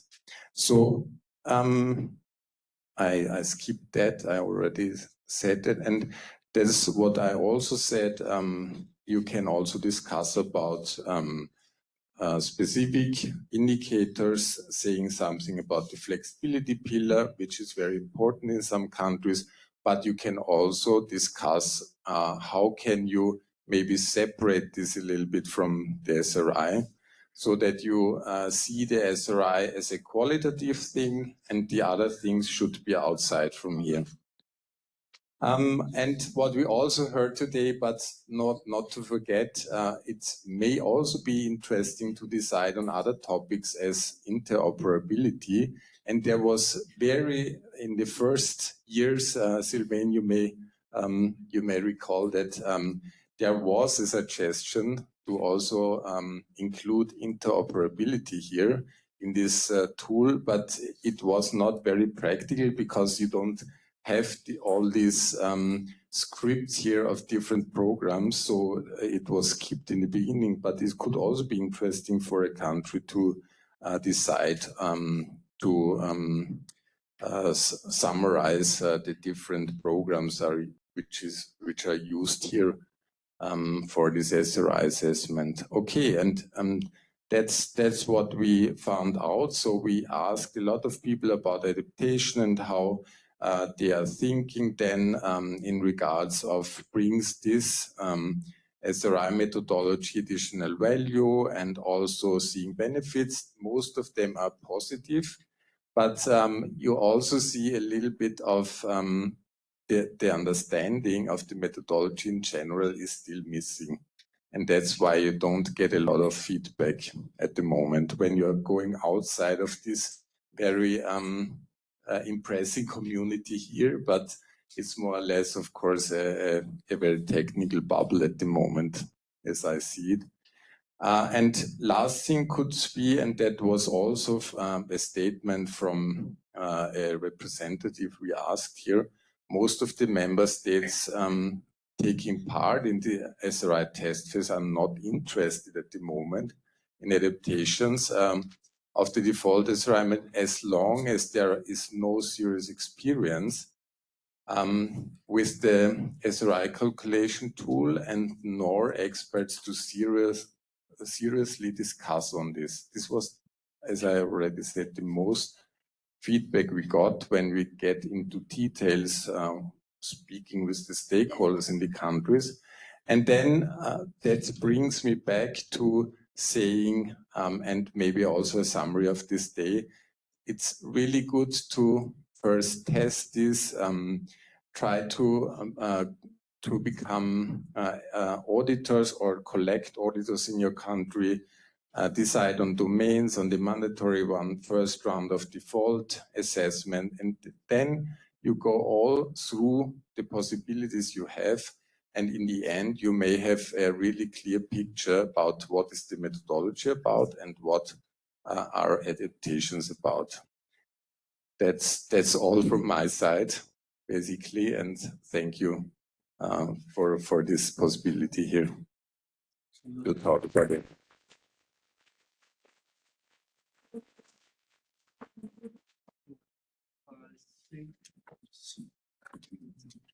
I think we only presented some of our output.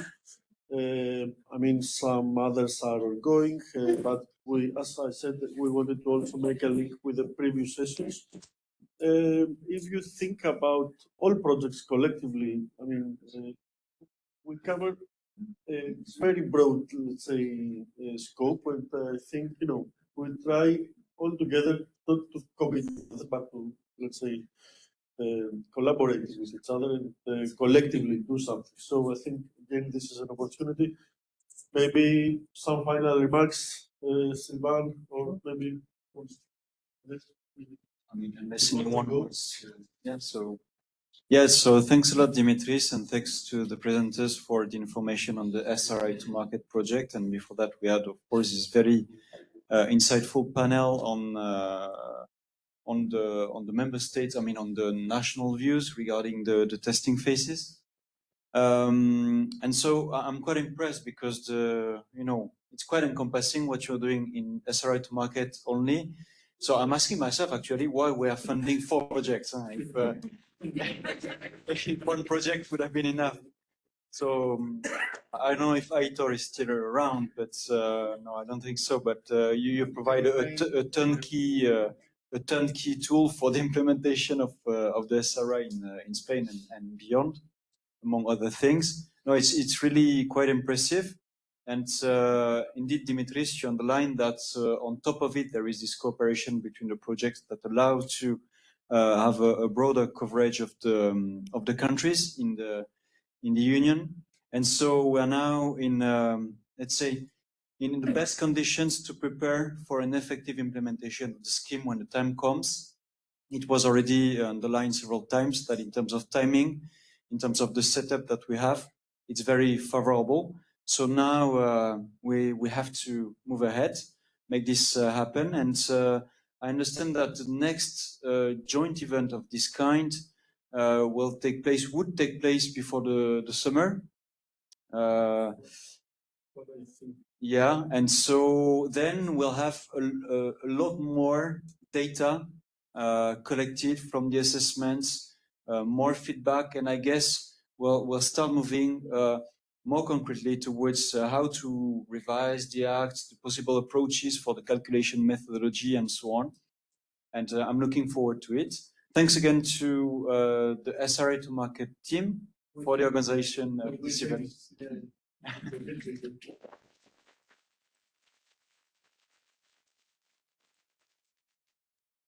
All right, so we made it. Thanks for staying until the end. So I guess that we will be reaching out. I mean, some of you have already ticked the box so that you can receive our newsletter, but QR codes, we will share the QR codes with you. And in my opinion, really, you're going to find it very interesting. It's especially the e-learning platform. I mean, they're going to learn a lot. It's quite useful. So, well, I encourage you to use it and also start, playing with the LinkedIn, the SRI communities as well. Well, thank you all for being here and staying with us. We're also happy to receive your comments, your questions. I would also like to thank everybody online. Please do not hesitate to send any feedback, any comments, any questions that we might have not managed to answer. And until next time, take good care. Bye.